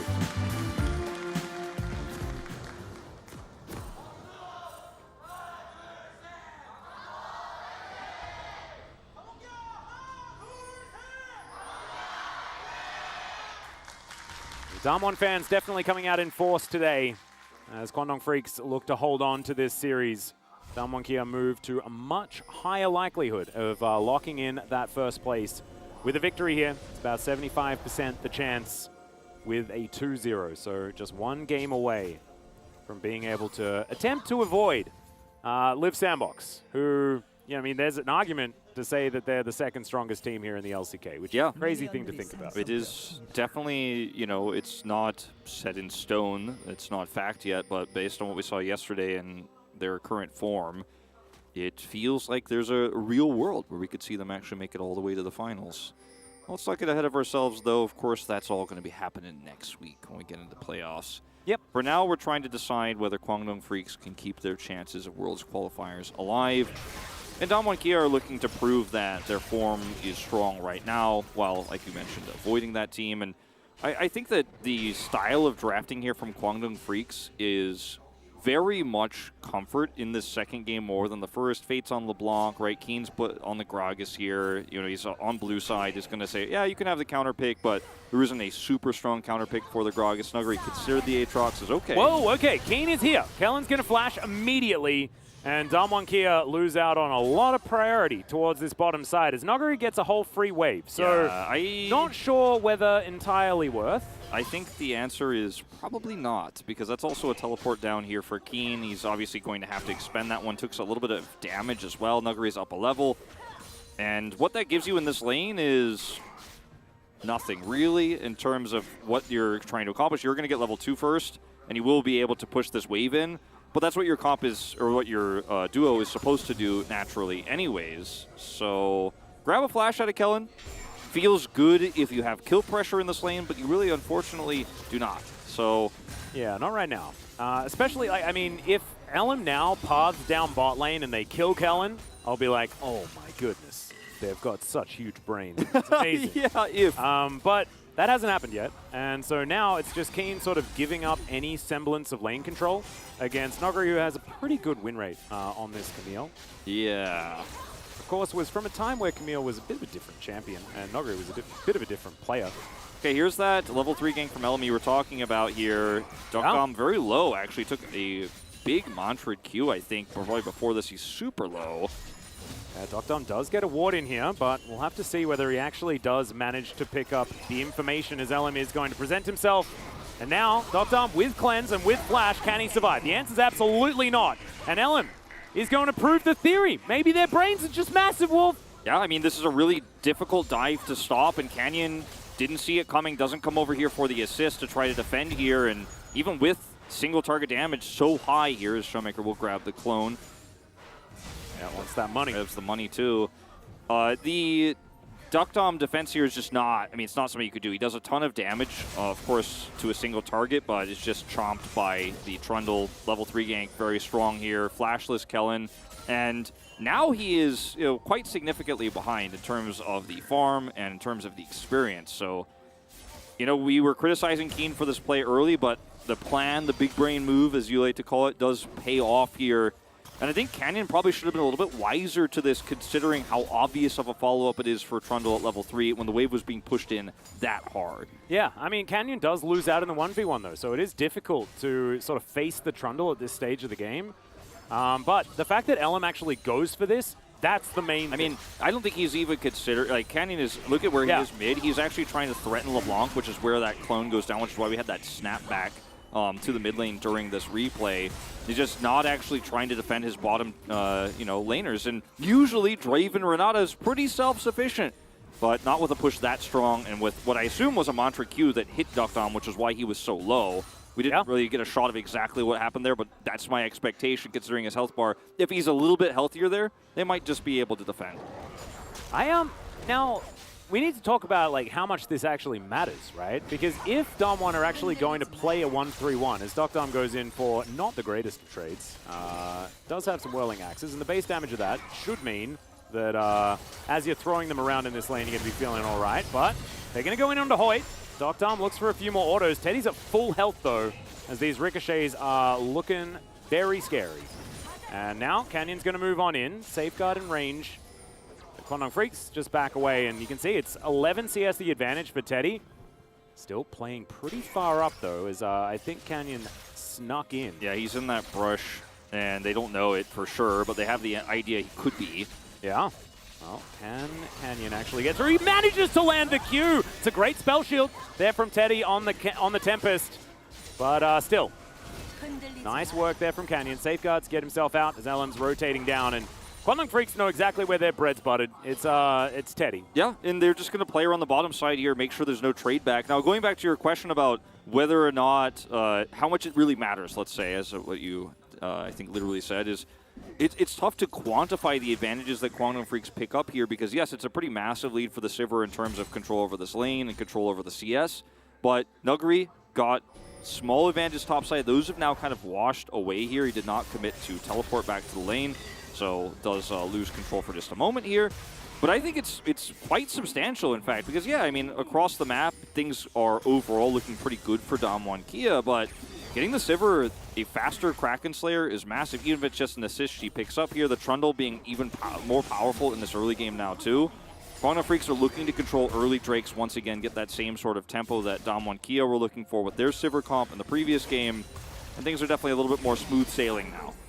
Well, Nuguri's going to have to rely on his passive shield there to try and even out this trade. You can see this 1v1 certainly looking like it's going in Keen's favor right now, as Tactical Sweep is going to attempt to get it back towards Nuguri, but without any mana, Keen's going to go home and is going to be able to teleport back. So no harm, no foul. He's been able to pull himself back towards about CS parity outside of just that one wave from the early game, so hasn't been denied too much here. Of course, Camille in the early game not going to quite be able to do that.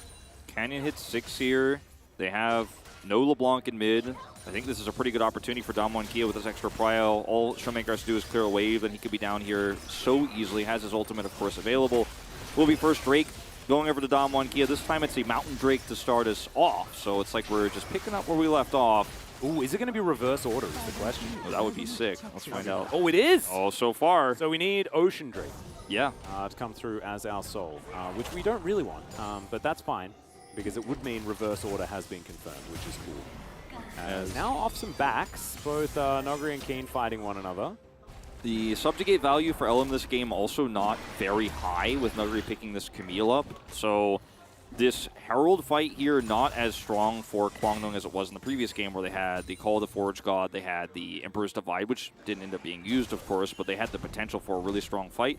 But Dam1 Kia, with all the resources committed bottom side there, they're not able to group up fast enough here. Teddy and Hoyt rotating over, like they're threatening the idea of rotating over if Dam1 Kia were to come over and contest, but they will not. And LM's just going to pick up the extra gold himself. Yeah, just going to take that one. So Rift Herald will go over to Quantum Freaks once again, looking very similar to the last game. Chain connects from Fate, very nicely done. As Kellen and Hoyt battling, as Kellen's going to flash for a handshake. Not sure about that one, as Hoyt gives him the thumbs up.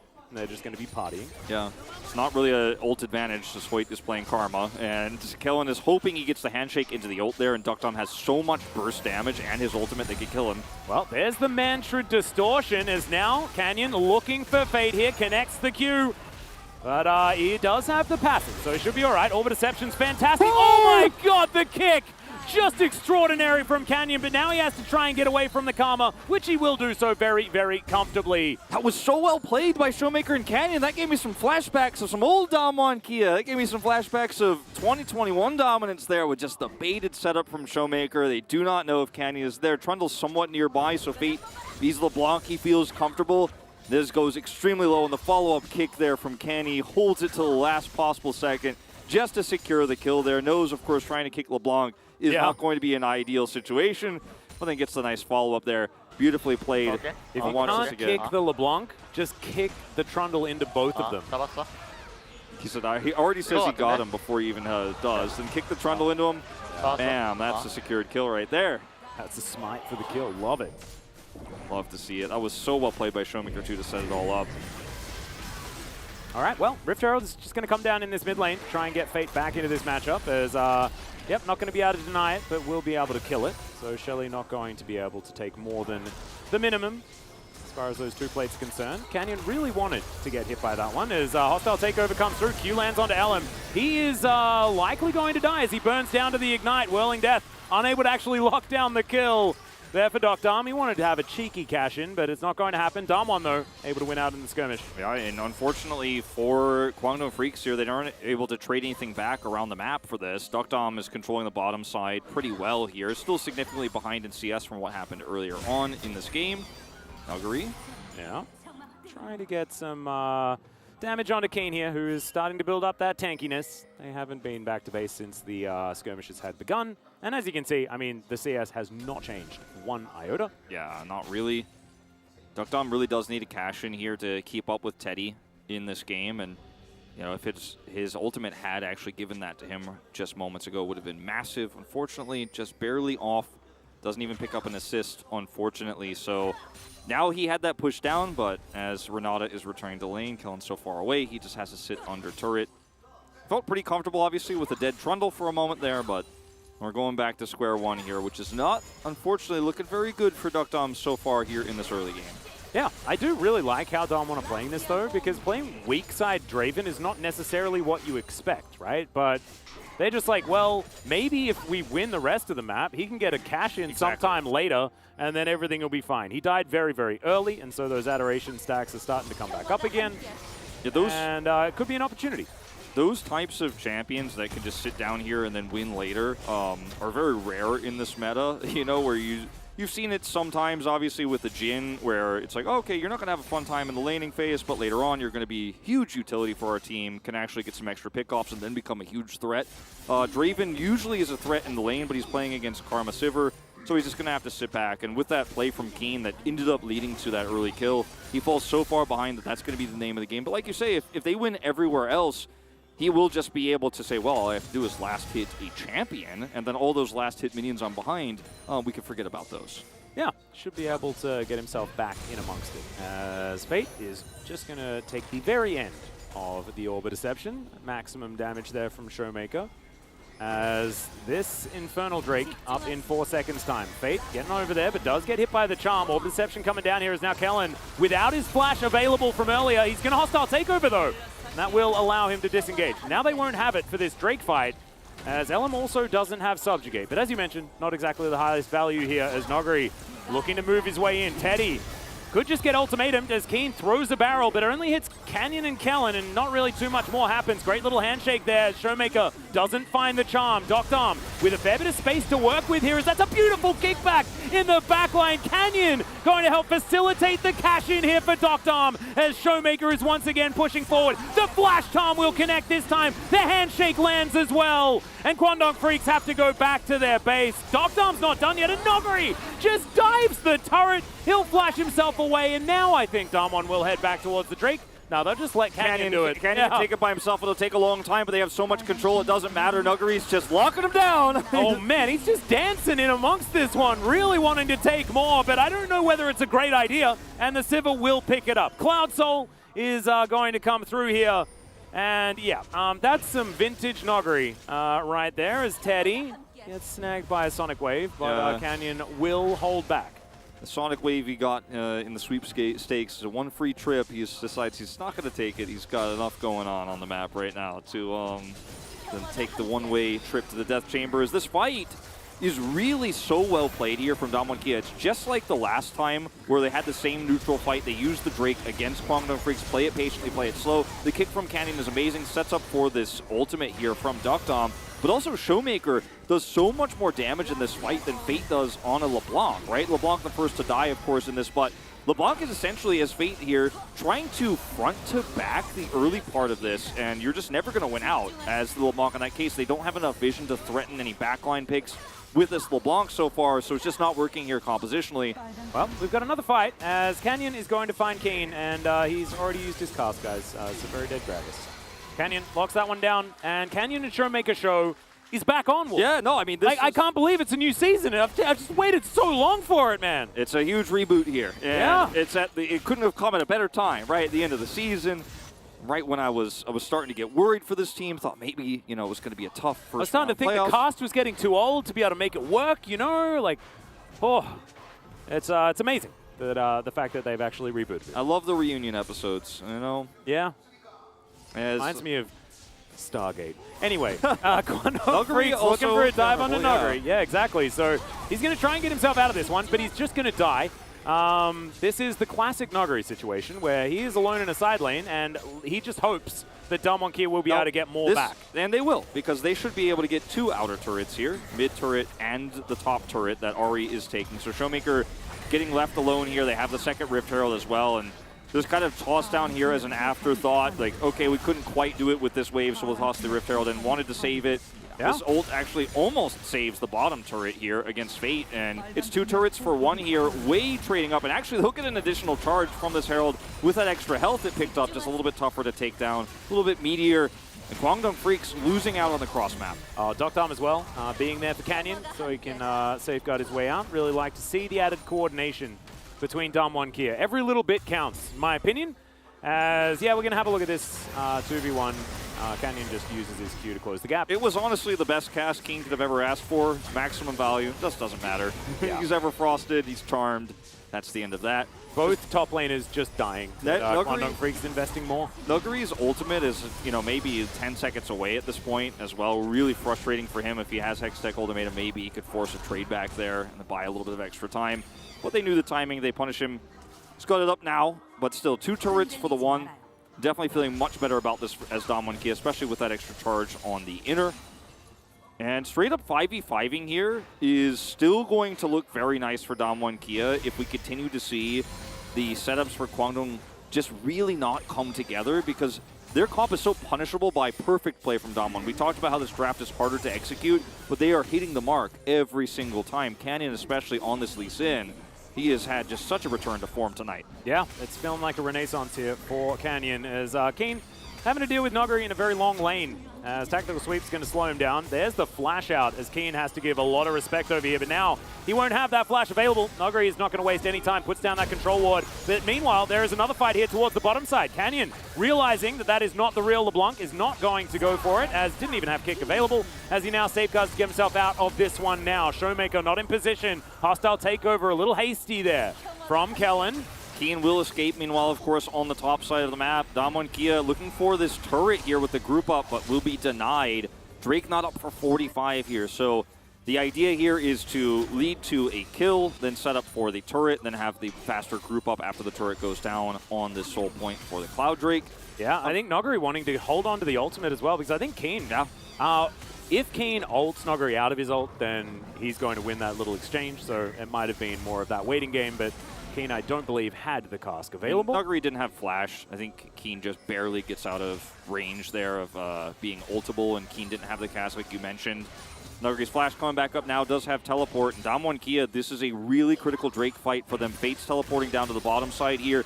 But again, in the front to back, Ari much stronger here and is ahead right now, arguably in items as well, picking up that crystal for the Void Staff. Quantum Freak's going to start this one up first. Damwon Kia, I think, absolutely will contest. Yep, they're looking to try and rotate down. Showmaker with that Void Staff now completed. Like you were talking about, he's going to teleport in. They're on the flank angle, and this Drake is taking a long time to go down.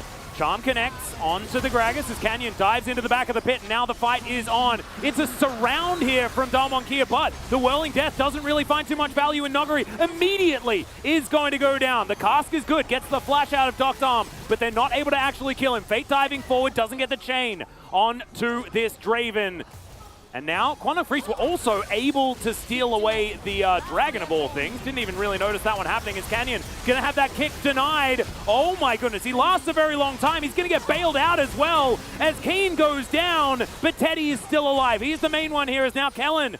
Gonna take a lot of damage from Fate, but Showmaker's now looking for it. The charm goes wide. He's still got a Q available. Presses the W for the movement speed, but doesn't quite get there. And so Damwon Kia, I think, almost win the fight? Yeah, they win the fight, technically speaking here, but they do not get the Drake, which is very incredible when you consider how it all went down, and I'm sure we're going to be going into replay of it right now. As despite the setup here for Damwon Kia to steal the Drake away, Canyon comes over here, kicks the Trundle, still actually taken. Yeah. As he just casually walks over and smites it afterwards. And then this choke point is really hard for Damwon Kia to go into. Dukdom has to flash, of course, and they're just trying to use Orb of Deception to win this fight. And then Quantum Freaks realize, like, okay, we're running out of abilities here. We're very low on health. We've taken so much damage. And Canyon has to flash this pillar. Almost knocks them back with the Blast Plant. I think if he does, this could have been even more devastating for Quantum Freaks. But at the end of the day, it's a trade up in gold for Damwon Kia, but they do lose control of that Drake tempo. Yeah, the battle Lee Sin actually working out towards the end there. I was actually a little bit worried for Canyon's gung-ho attitude, but being able to take the extra kill certainly did work out. Damwon Kia have just shown such great team fighting in this series. It feels like I have gone back in time, and I'm like, we should be, really looking forward to some more Damwon Kia team fighting. And Canyon Showmaker, have you guys heard about these two players? They're working so well together, and it's despite a little bit of shakiness from Nuguri throughout the rest of this season, he's looked pretty good overall in this best of 3 as well. And it does feel vintage here. We'll see if it's going to be enough to stick the landing, as Quantum Freaks do not have control over the map here, but buying so much time with that Drake take because LeBlanc has been significantly behind this game. Showmaker has made a much larger impact, but Fate, once he gets his second item online, will be able to threaten the backline a little bit better. There are still some angles here where Teddy can actually, in the Supreme late game, if they can get there, do a lot of damage with Ricochet. There's a lot of engage opportunities. But, I mean, right now, I just trusted Damwon Kia's 5v5 after what we've seen in those 2 critical team fights. Yeah. We saw last game, too. No, you're exactly right. I think that Damwon are certainly looking better. However, I don't know whether they're looking good enough, right, for us to be like, oh, yes, this team is amazing. And also, we have to remember... It's Guangdong Freaks. It's Guangdong Freaks, yeah. Who haven't necessarily been the greatest. But watching Nuguri play Camille certainly makes us pleased, right? As far as the idea of what Damwon Kia are doing here. Also, Canyon having so much better of a series than we've seen in like any other time Honestly, this season, yeah. right? I was like thinking, I'm like, since last year, like Keen gonna have to flash to get out of the way of Showmaker, who did invest the ult, and there's the cast to throw him back. He's underneath the turret now, which is not exactly what he wants, but Everfrost is going to be put down. And he's coming over. Yeah, he's rotating. He's got on the hunt. Nuguri is extraordinarily low, and he will just get ricocheted to death. And now Showmaker, this is not the alcove gaming that he wanted, and Teddy's going to pick up an extra one. Just and a suddenly, huge whoopsie. Yeah, suddenly a huge whoopsie turns into a big spike for Teddy. He's going to pick up so much money here. Now has 4 kills under his belt, and big whoopsie, really well played by Keen. Casamin buys so much time, and the 2 side laners are down for Damwon Kia, so there's no cross map available. There's no side lane control here. Guangdong Freaks looking for a top turret here and control over Baron. Look at all the wards they have around the Baron pit as well. There's not a single place they don't know about, and they're going to push this wave through. Respawn coming through from Showmaker and Nuguri. They both have teleports, so Guangdong Freaks know this and won't be able to realistically start Baron. But this is a Sivir getting closer and closer to that late game. Still 40 CS up on Dukdom, despite the cash-in. He's only gotten 1. He's looking for another later on. Despite the cash-in, he's significantly behind in items here, and is not going to be able to compete. As this is Keen. Nuguri's so low. Cask is perfectly played. Body slams him under turret. Man, And it's just calling out no no flash. better. Yeah. calling out no flash, 야, and he 카밀 knows 볼게, it's 카밀. rotating down. And also had the 아리 sweeper 높으래, there 높고, 높고. available so that Teddy knew exactly what Noguri was trying to do. Beautifully done. See if he says anything else. Nope. Definitely going to be mostly the comms, I think, from Teddy at that moment as he's locking him down, making sure he gets those kills, calling out for it. Close to his IE now. Yeah, Fate dives on top of Canyon here. Half health just for that one rotation.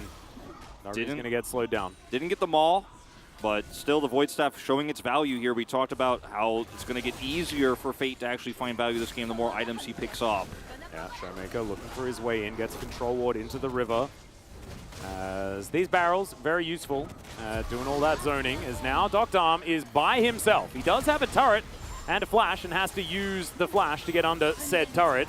And now Damwon Kia on this Drake now. Canyon caught on the flank, but the Mimic Chain is going to connect. There's the kickback. He has to use it very defensively as Canyon doesn't have smite, so he can't lock down this Drake as Damwon are trying to start the fight on the opposite side of this one. They do manage to lock down the Lee Sin, but the Gragas is also taken on the other side. Hostile takeover 100% avoided here by Kwangdong Freaks as Noguri's going to secure the Dragon. So at least Damwon Kia gets Soul Point. It was an unorthodox way of doing it.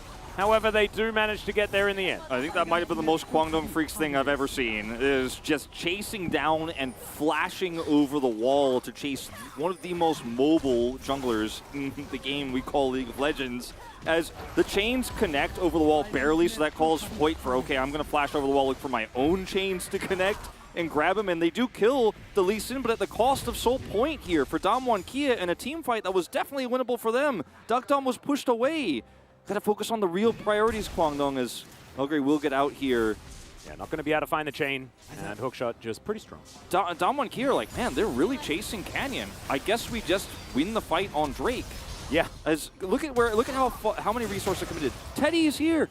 He's not doing anything. He's literally doing nothing. And this is a secure of the jungler, but you can't actually win the fight, basically 2v4 on the other side, and that's what's going on over here as Keen is trying his best to set up for a big body slam angle, but he's just instantly caught and deleted. Nothing LM can do to save him, and that's an easy Drake lockdown as the rest of Kwangdong Freaks don't have the tools to collapse back in anymore. Meanwhile, there is another fight. Dom is going to be put on a leash. He's looking for the bailout opportunity. That's why he was chasing after Hoyt, but he's just going to die. That is the 6th kill going over to the Sivir.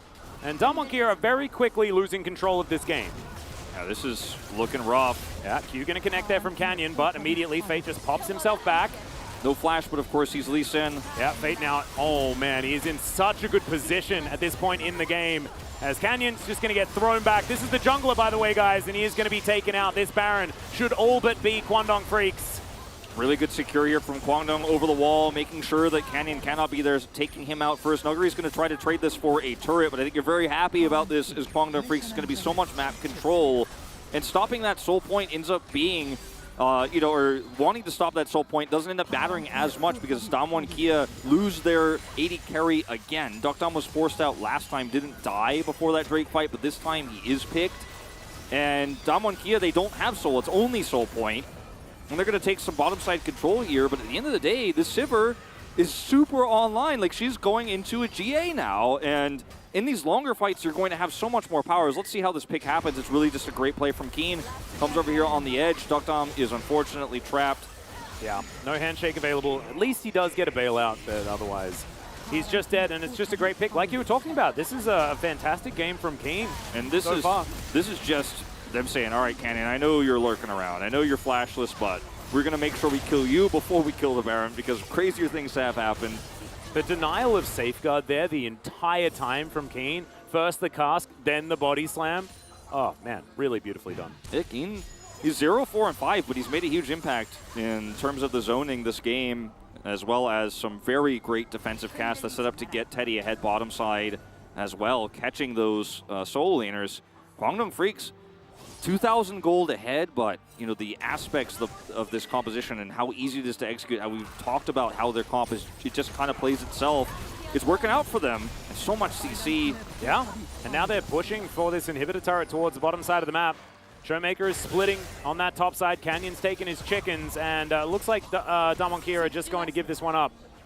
Kwangdong just going to move on over as well. Keen can feel pretty happy about tanking this for as long as he likes, as Damwon are now moving away from their Nexus turrets that are likely just going to get taken down. This is a very weird decision to make, and they lose a Nexus turret. Handshake does come through. Noguri looking for Fate, and he will go golden. Keen diving on forward. The cast is going to connect as Noguri looks to lock him down, and he does manage to do so. Canyon now diving forward. Can they get any of these kills? They need to kill Teddy. He's still very, very high health. However, he can't actually free hit in this battle, and Damwon Kia have taken way more from Kwangdong Freaks this time around. Yeah, Pillar goes up here just to help them get out, but it's only going to be the inhibitor that goes down, no second one.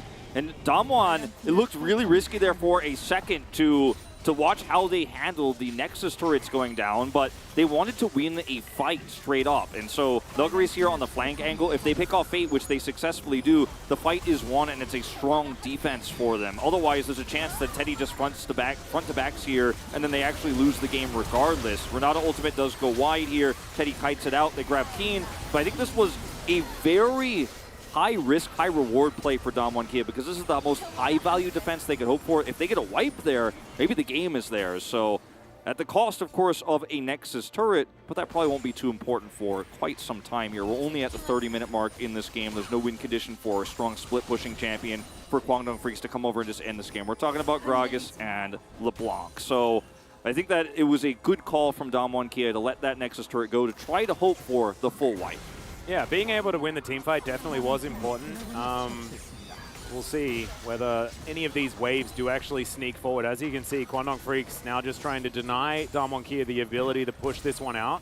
I mean, they're just grouping up as 5 here, and Damwon Kia will have to win another fight, or that does go down. They've escorted 2 super minions here to the base. And with only 1 Nexus turret, these definitely kill it. And so therefore, Damwon Kia do have to stay in their base.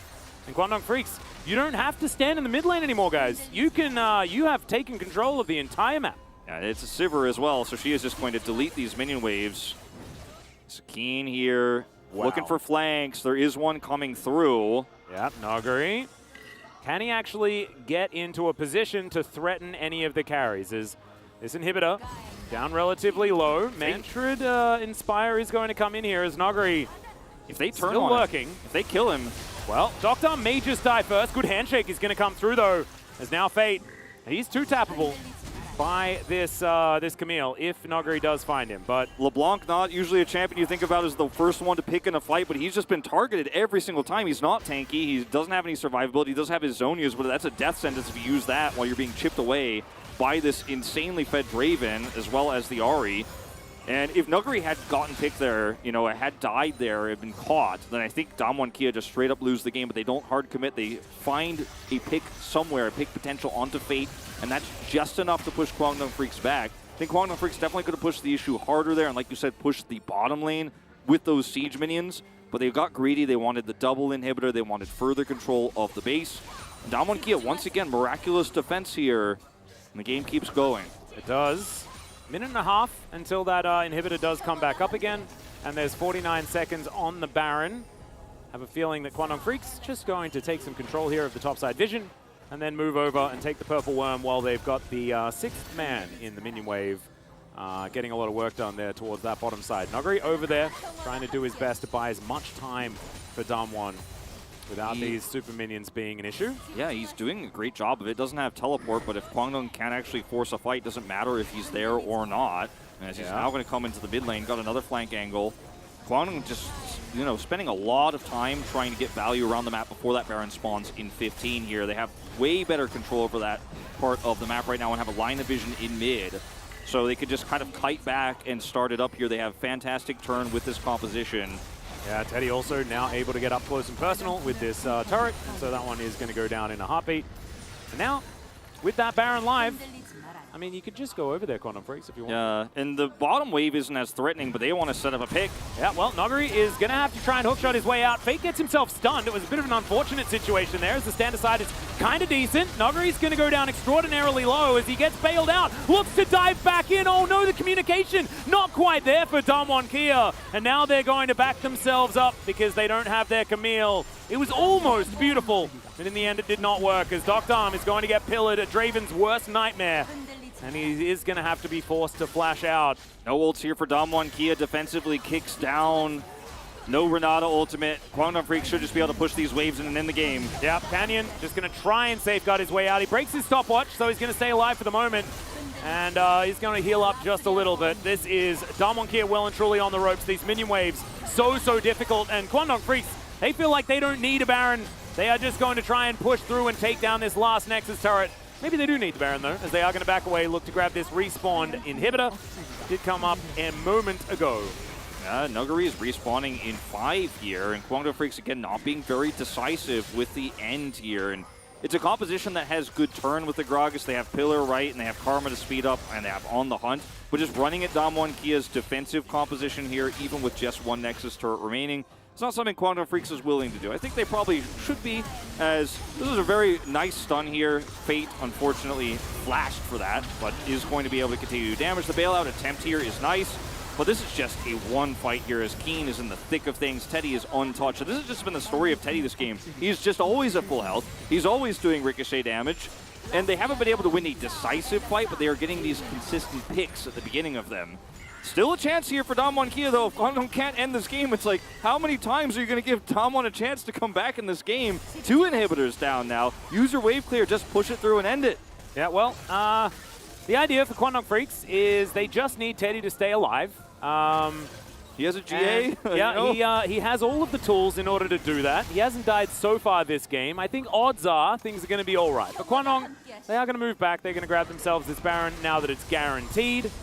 It's all about dotting I's and crossing T's here in this lower range composition, as Damwon will just get themselves a Cloud Soul for their troubles. Yeah, just going to be an attempted steal here from Duckdom as well, which was a little bit close for comfort, but will, of course, not secure the Baron. They will get Cloud Soul, but Cloud Soul defensively against this Baron not going to be too impactful. And because there's no real side laning angle for Nuguri this game, they can't cross-map. They just have to take a defensive fight here.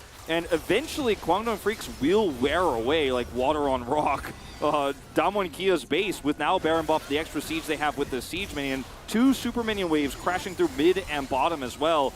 You have to engage as Damwon. You have to find an angle. Otherwise, your Nexus just will eventually get worn down. Yep, and these minions will get here. Damwon Kia certainly feeling the clock weighing them down, as that Nexus turret is also on its last legs. Showmaker can move on over. Guangdong Freaks use this as their opportunity to break the last bastion of hope. There's Canyon diving on forward, manages to get the drive-by onto Teddy. He's down to his GA. They're trying to get him, but the rest of his team are hanging around. Teddy will be taken out. Damwon Kia, are they going to win this fight? Oh my god, they have 1 Nexus turret, Wolf! One Nexus turret and a dream! 1/4 the Nexus turret, really, Atlas, and that's going to be the wave deleted here. Now, Damwon Kia have a lot they're going to have to push through before they can end this game. There's a ping. There's 2 pings towards the base of Guangdong Freaks here, but they get basically a full wipe, and it's LeBlanc that's left remaining, so there's no backdoor angle here whatsoever. But look at how clean this is from Canyon. Takes the taxi onto Hoyt here with the safeguard angle, so he cannot be stopped. He's got his own GA. It was so beautifully played. Then they get the GA out of Teddy, and there is just no way he's going to be able to survive or get out of here. Look at the damage. Look at the stopwatch. And Damwon Kia just waited and waited and waited. And you can see why Guangdong Freaks were so timid about pushing to end here, because one mistake and one insane play from Canyon, watching it in his first-person view just makes it even crazier. His camera's not even centered as he pulls it off. And now Damwon Kia once again buy more time in this game. 70 seconds, 90 seconds on these inhibitors. And they got that Cloud Soul starting to feel a little bit more valuable now. Nuguri's got his GA. And suddenly this game feels winnable. Damwon Kia take a gold lead.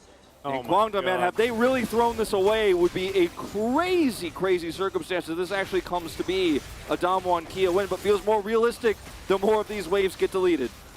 Yeah, Damwon now know their win condition. They must kill the Fountain Laser at any opportunity that they can get. I don't know how many times Canyon can pull that particular play off, because he needed Hoyt's participation, but he's going to go for it once again. Teddy going to get kicked into the wall. This time the spell shield does come through. Takes a bit of damage there, but the hostile takeover will mean the end of Keen. And Duckdom locks down that kill first. Fate dashing forward. Damwon Kia now just feeling real good with this Cloud Soul that they have available. And okay, Fate not going to get hit by the charm. Teddy's still alive, so Damonkia still need to be very, very careful. If they overextend, they die to like a few ricochets. Yeah, and also they don't have Baron or anything like that. They have a faster group up here. Nuguri has a nice flank angle. There's no bot wave, so they know he's hanging out over there.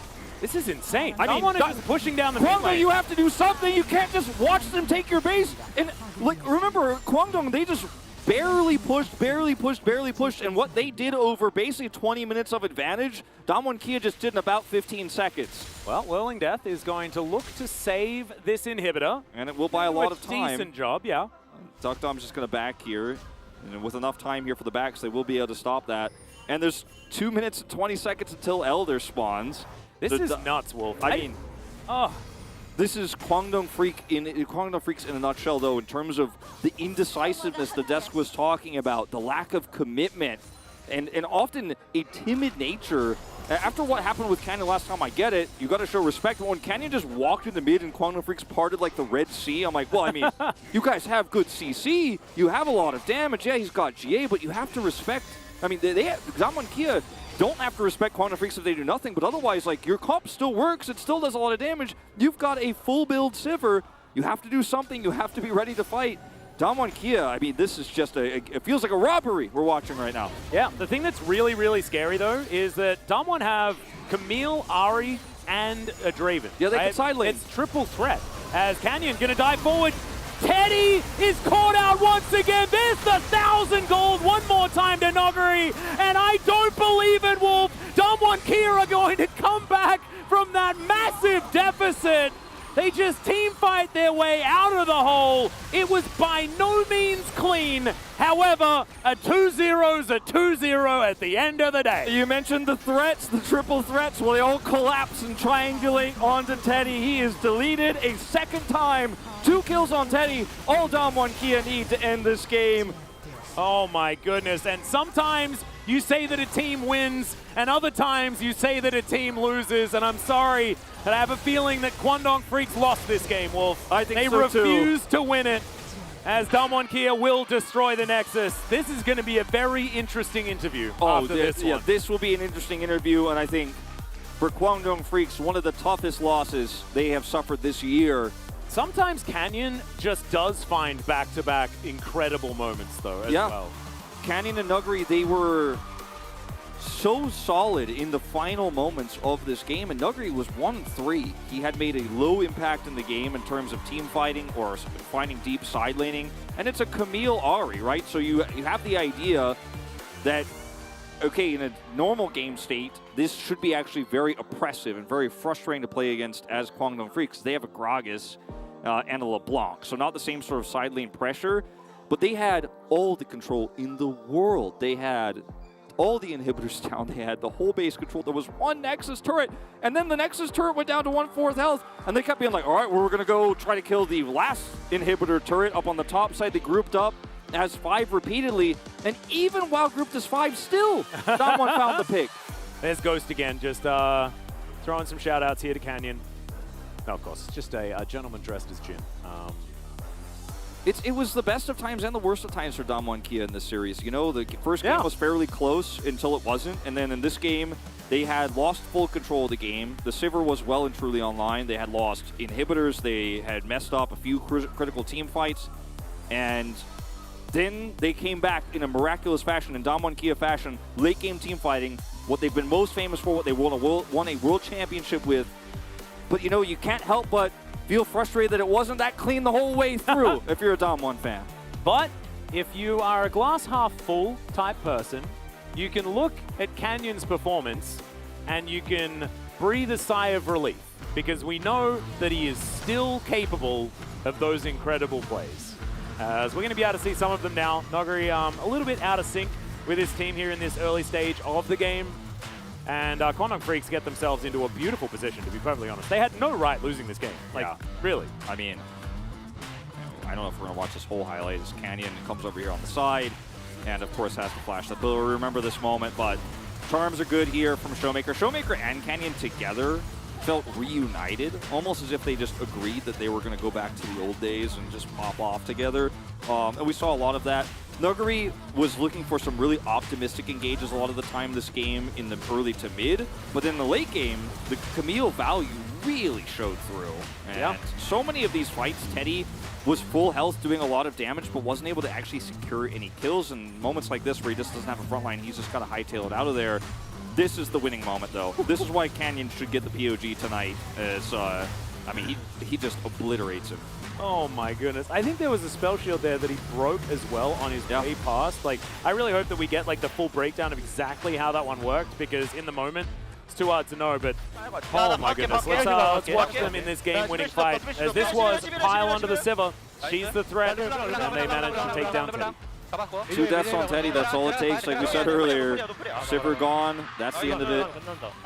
You can tell the expressions here from the Damwon Kia players, the voice is a little bit muted, not a ton of excitement here at this moment in time as they're just focused on ending the game. Yeah, how did we win is what they're saying. Dr. is very, very confused. But of course, you know, he had a bit of a rough one here in this game, so not super excited about the Dr. Draven right here. But I think the rest of Damwon, and especially Canyon, oh my goodness.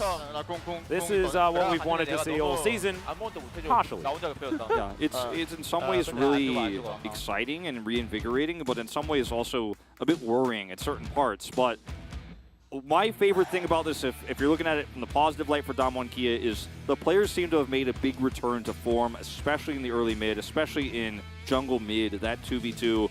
We saw a lot of power with Canyon and Showmaker, and if they can channel that into that first playoff round, maybe there's a chance for a run to semis. Who knows? If Damwon Kia can keep leveling up, there's not a whole lot of time left to do that, as we're sitting 1 week away from that playoff match, but still a chance. There definitely is. Also, they have to get through T1 as well for their final match of the season. That'll be in a couple of days' time. Very exciting. But to break down that series, let's throw it over to the gentleman on the carpet space to go through it.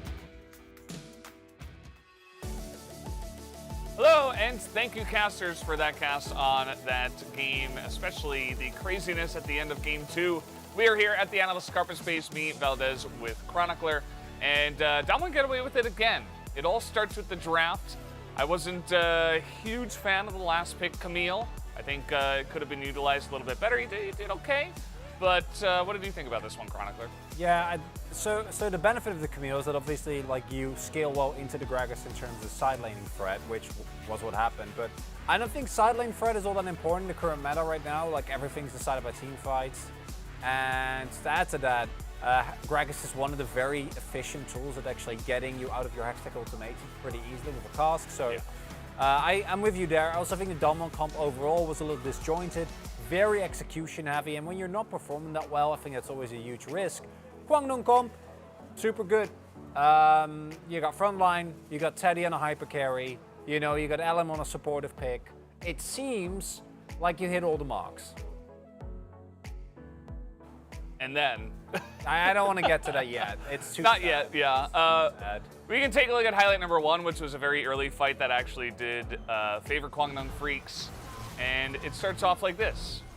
And I think overall Kwangdong played this game for the large part just extremely well until they didn't.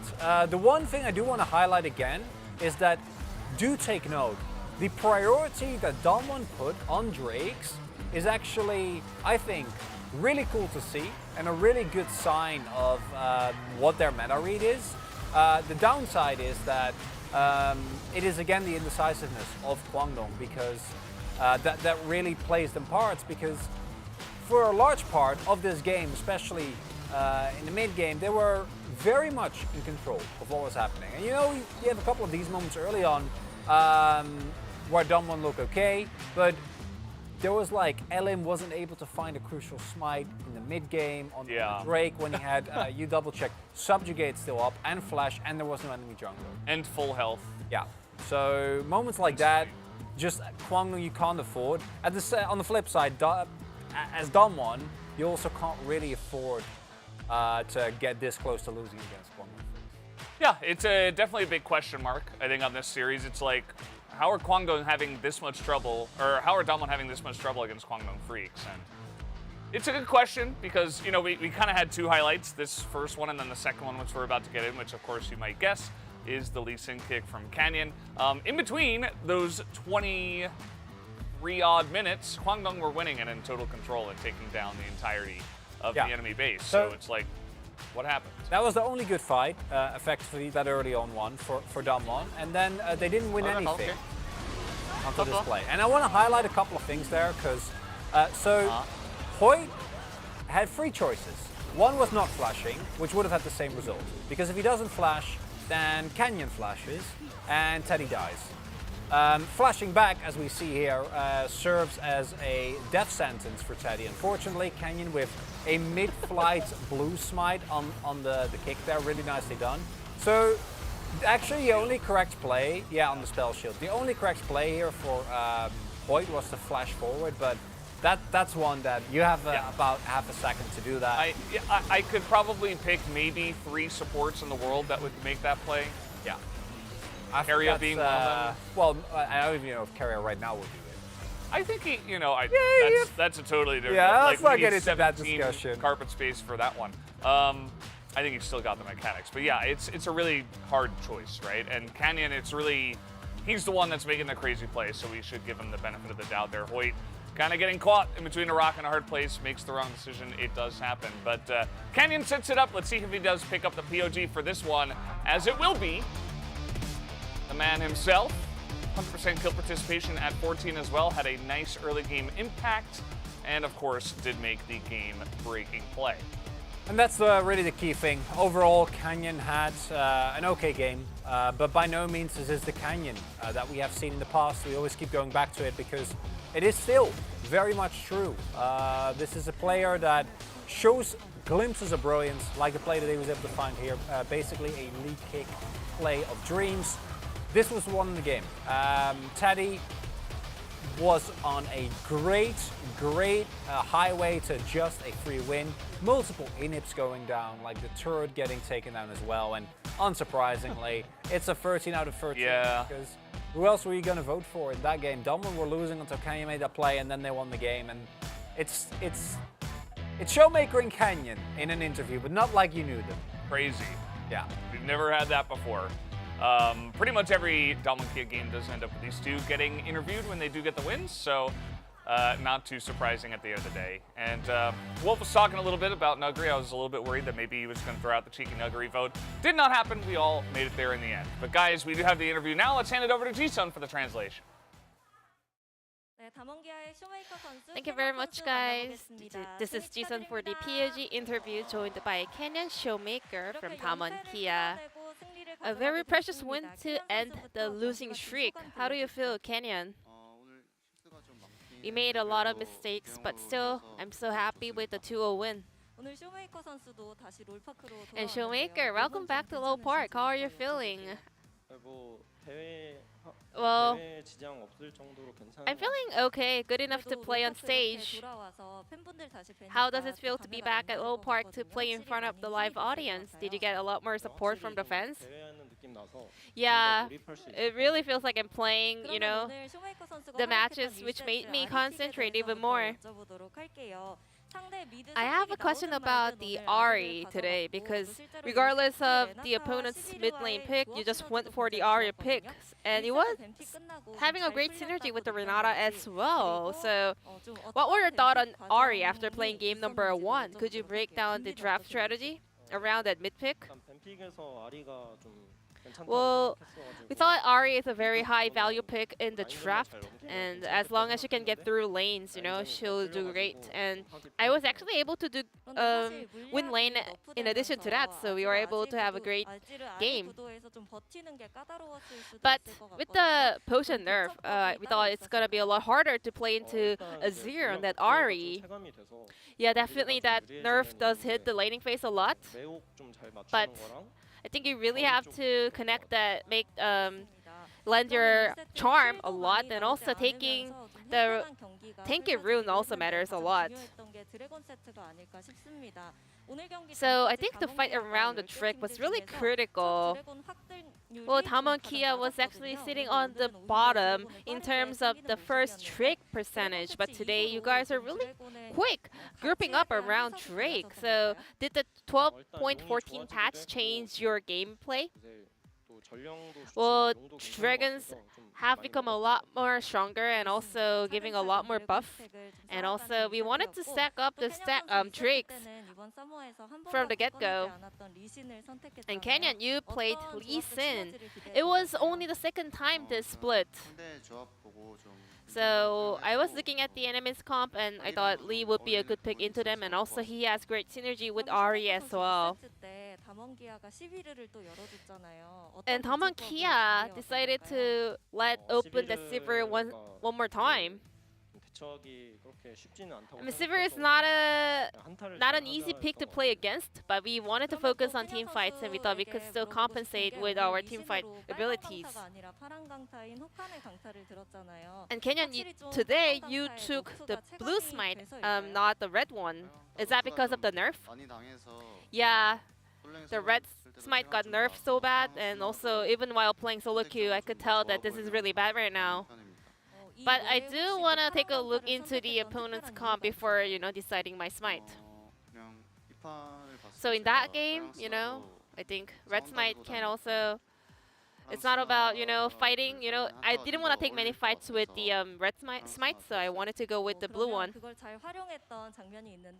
And we had a perfect play together with the blue smite. So let's take a look at the replay over here. Could you break down this play for all of us?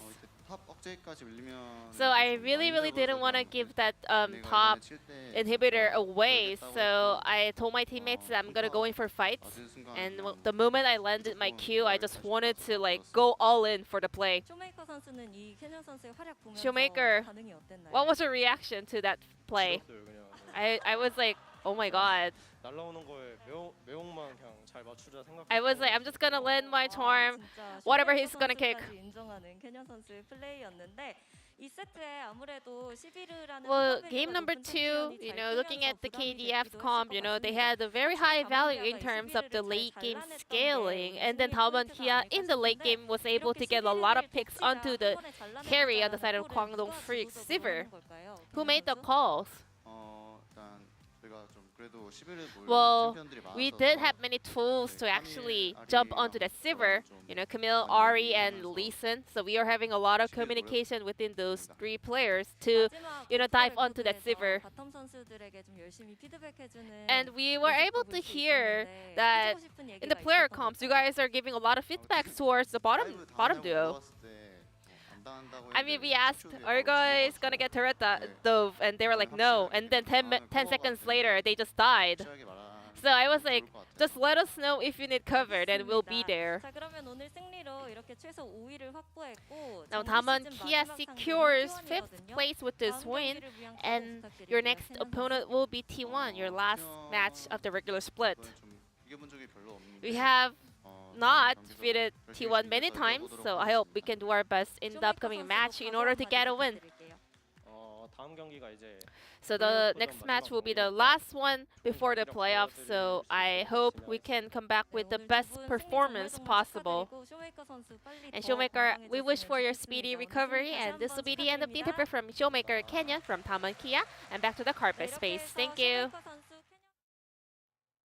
Thank you, Ji-Sun, as always, for that awesome translation. As it's good to see Showmaker's back. I hope he feels better. Let's take a look at the standings as well. As you can see, Damwon Kia, they do get the win. It is a 2-0 as well, which is going to be very important for trying to secure as high a seed as possible and to try to avoid Live Sandbox as much as possible. Oh yeah, Damwon with this are in a great position. Game score looking good, got the crucial win, and as you kind of highlighted towards, the next game is so important. And both these two teams have known their great days, have known their lackluster days, and currently they're tied in terms of game score or in terms of match score. So super big one coming up, really exciting. Fight to the death to try to avoid Live Sandbox as much as possible. We'll see who can have a better shot at that. After this break, we'll see you guys for the second match.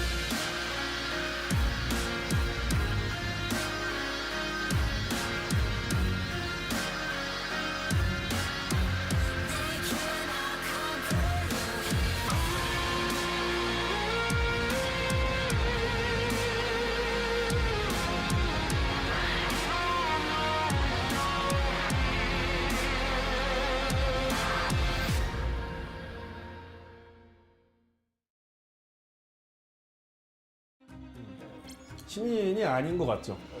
네, 저도 많이 놀랐어요. 왜 루키즈에 있는 거지?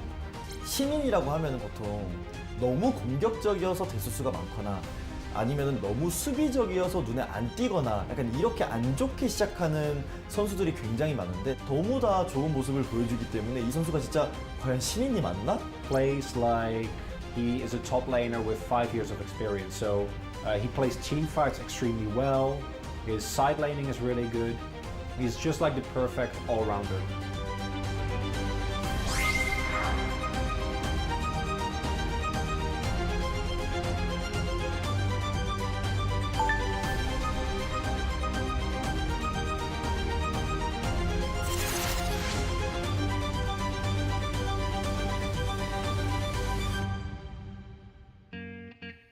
인상은 어땠어요, 제우스 선수? 어제요? 제우스 같은 경우에는 너무 어려워 보였어요, 처음에. 딱 이제 지하 1층 연습실이었는데 지하 1층에 내려가자마자 다 게임을 하고 있는데 버섯머리여가지고 갑자기 나한테 와가지고 형 안녕하세요 하는데 처음엔 귀엽고 되게 무섭게 생긴 거예요. 그래서 저는 한 일주일간은 아무 말도 안 하고 있다가 그러다가 점점 자연스럽게 친해진 것 같아요. 이게 현중이 그 트레이드마크 한숨이 있거든요. 약간 이런 한숨이 있는데 막 그런 거 치고 막 키보드 세게 눌러서 좀 쫄아 있었던 것 같습니다. 그냥 약간 눈치를 좀 줬었던 것 같아요, 다른 사람들한테. 키보드를 세게 누른다고? 키보드 그러니까 키보드도 세게 눌렀을 때도 있긴 한데 그걸 다 기억하고 말했네요, 그 친구가.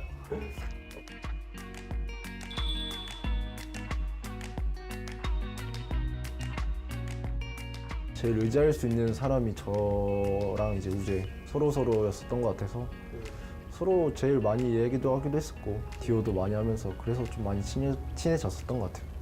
T1 연습생들은 항상 유명해요. 항상 너무 잘하는 선수들이라서 되게 유명한데 근데 뭐 T1 연습생 중에 탑 잘 치는 2명 있다 뭐 이런 얘기가 들리더라고요. 그래서 그게 제우스랑 버돌이었고 본격적으로 되게 가까이 와닿았던 게 롤더넥스트에 출연을 하면서 그 팀에서 막 소문이 돌았어요. 막 롤판 프로듀스 그걸 한다고. 솔직히 원래 그런 거에 좀 적극적인 스타일은 아니었는데 다른 선수들도 다 나간다고 하고 팀에서도 이렇게 권유해 주셔서 아 그래 그냥 할 것도 없네 그냥 나가보자. 났어 이거. 제우스 아주 더 들어가면서 한 명 제거 나머지까지 잘라내는 모습. 지금까지 버텼는데 야 이거 안 가네 제우스가. 딜이 안 나와요. 네. 당시에는 이제 한타를 되게 잘한다. 한타 할 때 넓게 볼 수 있다. 전황을 터널 시야라고 하죠. 근데 캐릭터밖에 안 보이기 마련인데 제우스 선수는 그런 게 없다. 그런 평가를 팀 내부적으로 들었다고 들었고요. 성장 속도도 그때부터 좀 빨랐던 것 같아요. 저도 그때 좀 확실히 알았던 것 같아요. 이 선수 좀 잘하는데? 좀 크게 될 선수인가? 저 선수 언제 데뷔해서 좀 보여줄 수 있을까? 이런 궁금증을 갖게 하는 그런 선수였던 것 같아요.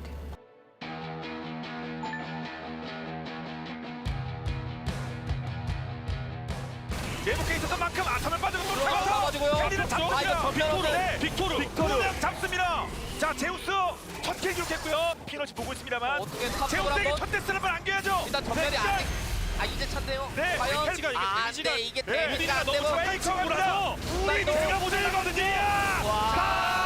제우스 다제거 죽여버린다. 더블킬.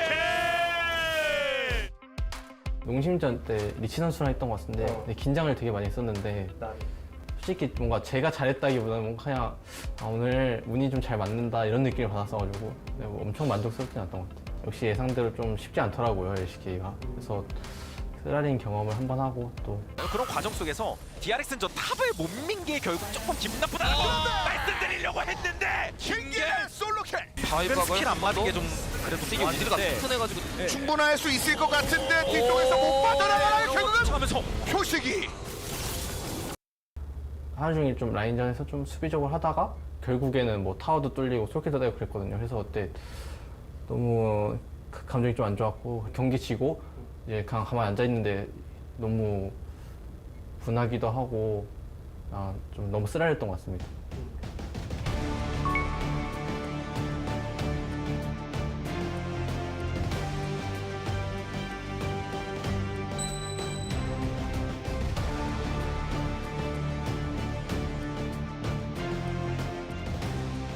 불안한 건 있었던 것 같긴 해요.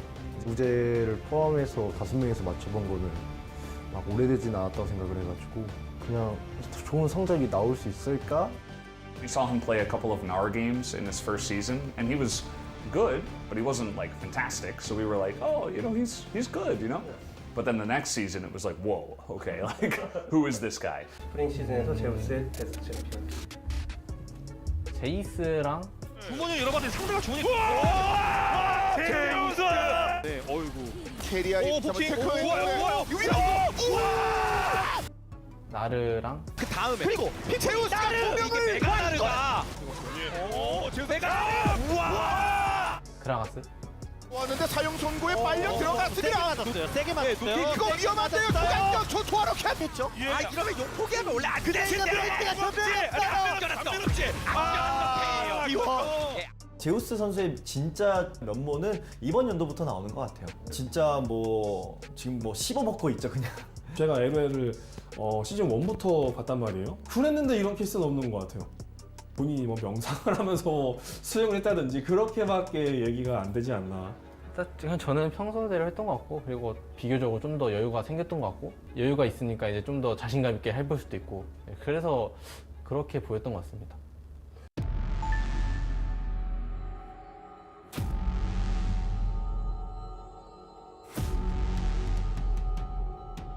는 좋은데 3명 오고 있거든요. 3명 불도 끄고요. 스킬이 먹자마자 그 전에 먹기만 먹고 독박 먹고 생각하자인데 몇 명이 차 있지? 도망가야 될 것 같은데요. 네 맞습니다. 이게 이게 생각인데요. 이거 롱가만 걸리면 만화 없거든요. 카밀이 돌아요. 카밀도 돌아요.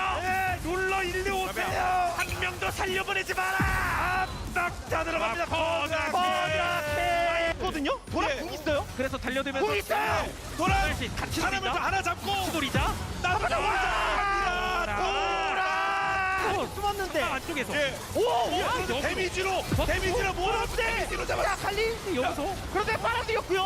빨아들였고 열고요. 빨아들였대요. 눌러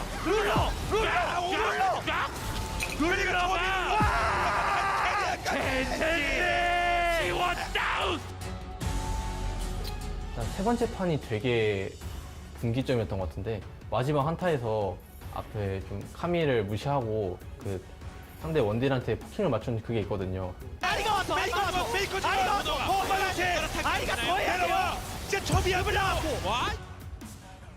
이런 상황에서도 그래도 집중 잘해서 잘했던 것 같다 하면서 되게 만족스러웠고, 그 다음 판에서도 좀 아크샨이 나왔거든요. 그래서 좀 이거 엄청난 도박이다. 살짝 당황하긴 했어요. 제가 아크샨을 플레이를 안 해봤었어가지고 제가 비에고였는데 이거 어떻게 해야 되냐라는 생각했었는데, 탑적으로 초반부터 잘 파면은 그냥 편하게 우재도 캐는 잘하기도 하고 편하게 이길 수 있을 것 같다 해서. 일종의 좀 진검승부 매치가 되는 것보단 이거 비에고 우거거든요. 거예요. 아니 아크샨을 잡으면 잡히면 안 되는데요. 현준이 형이 이거 그냥 가면 될 것 같은데? 해서 왔는데 잡아가지고 와 이거 탑 진짜 그냥 기분 너무 좋다 해서 분위기 좋게 그렇게 이겼던 것 같습니다. 그냥 좀 편했었던 것 같아요. 그때는 과정 자체도 저희는 좋았다고 생각했었고 다 자신감도 있던 상태여가지고 무조건 이길 것 같다라는 마음밖에 안 들었었던 것 같아요. 그때는.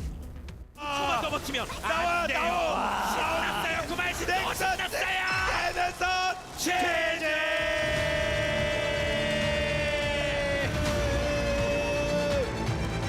바로 오늘이 T1의 새로운 역사가 또 한 번 쓰여지는 날입니다.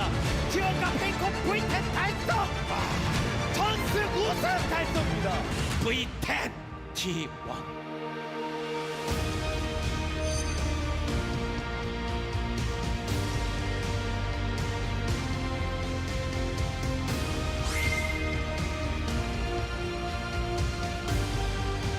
끝나고 보니까는 진짜 엄청난 기록을 세운 것 같다라는 생각이 들었고, 이게 사실 실감이 잘 안 났는데 저한테 있어서 엄청난 경험이고 다시는 이제 잊지 못할 봄이었다라고 생각합니다.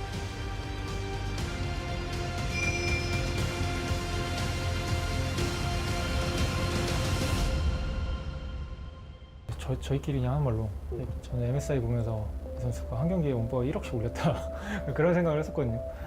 그 정도로 뭐 사실 이 선수는 장면 하나를 집어서 얘기하는 게 의미 없을 정도로 너무 대단한 선수가 됐죠. 제우스를 상징하는 거는 솔로킬이 아니에요. 상대 드리블하는 게 상징입니다.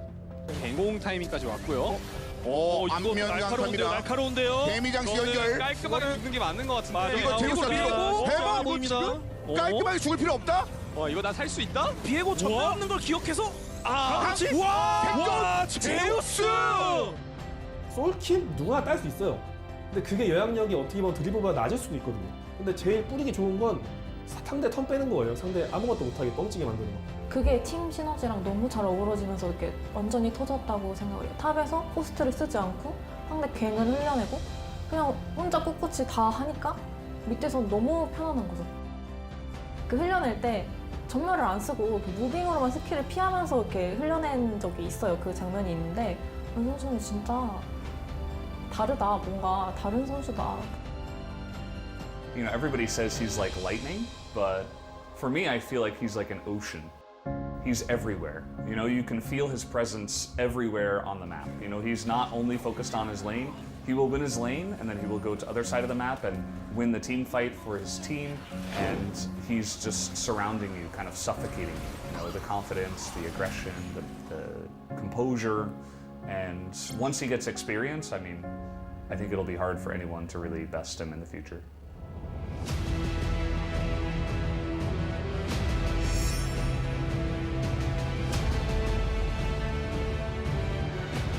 나중에 좀 저 선수는 좀 뭔가 특별한 힘이 있다? 네, 그런 선수가 되고 싶은 것 같아요.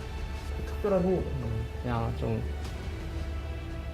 저 선수만이 좀 할 수 있는 그런 플레이라던가 팀이 좀 지고 있을 때 그냥 든든하게 해줄 수 있는 그런 선수가 되고 싶은 것 같아요.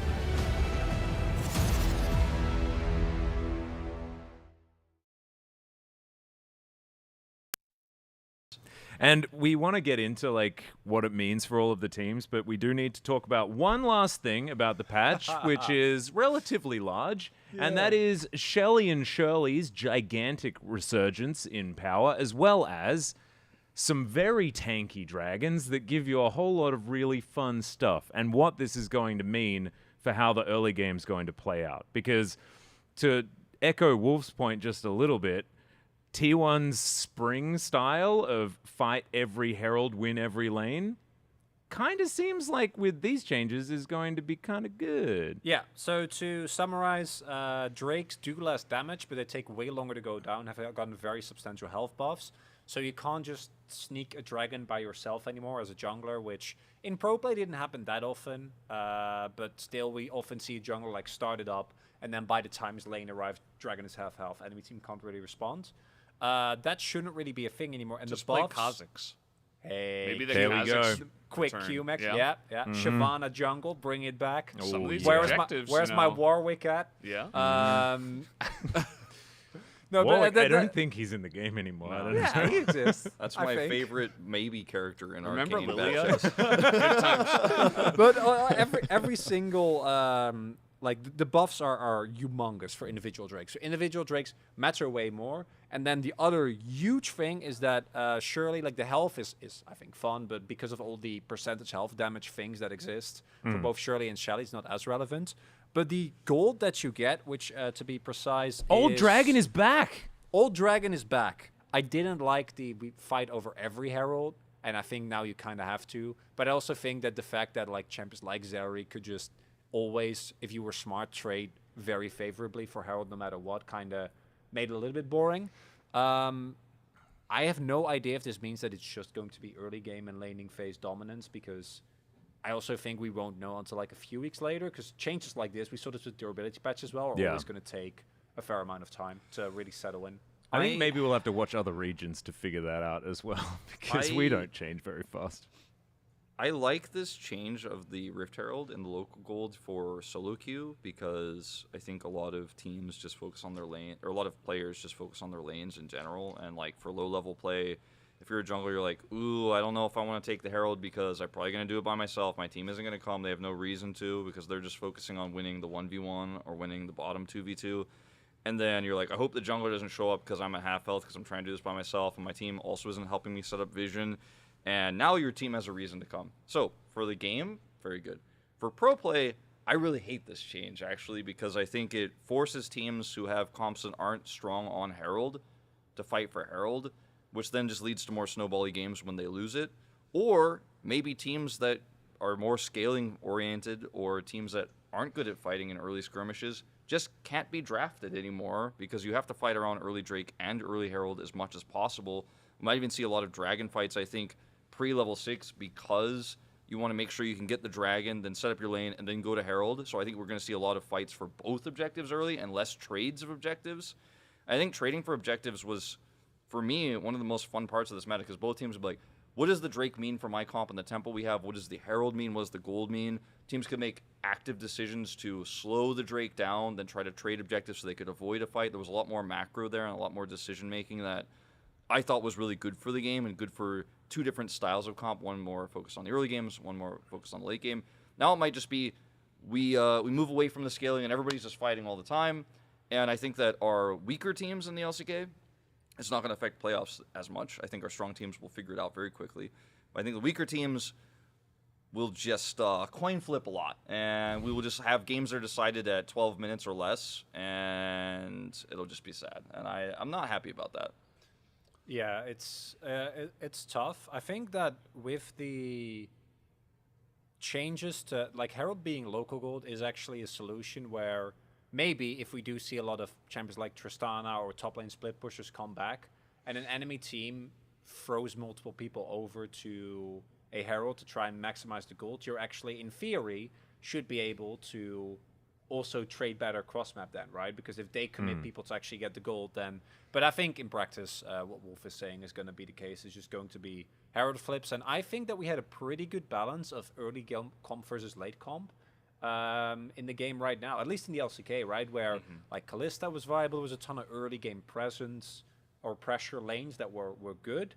But also we saw a lot of scaling elements. And I'm a little worried that balance will be kind of shifted, and then it will just be Gen.G or whichever team.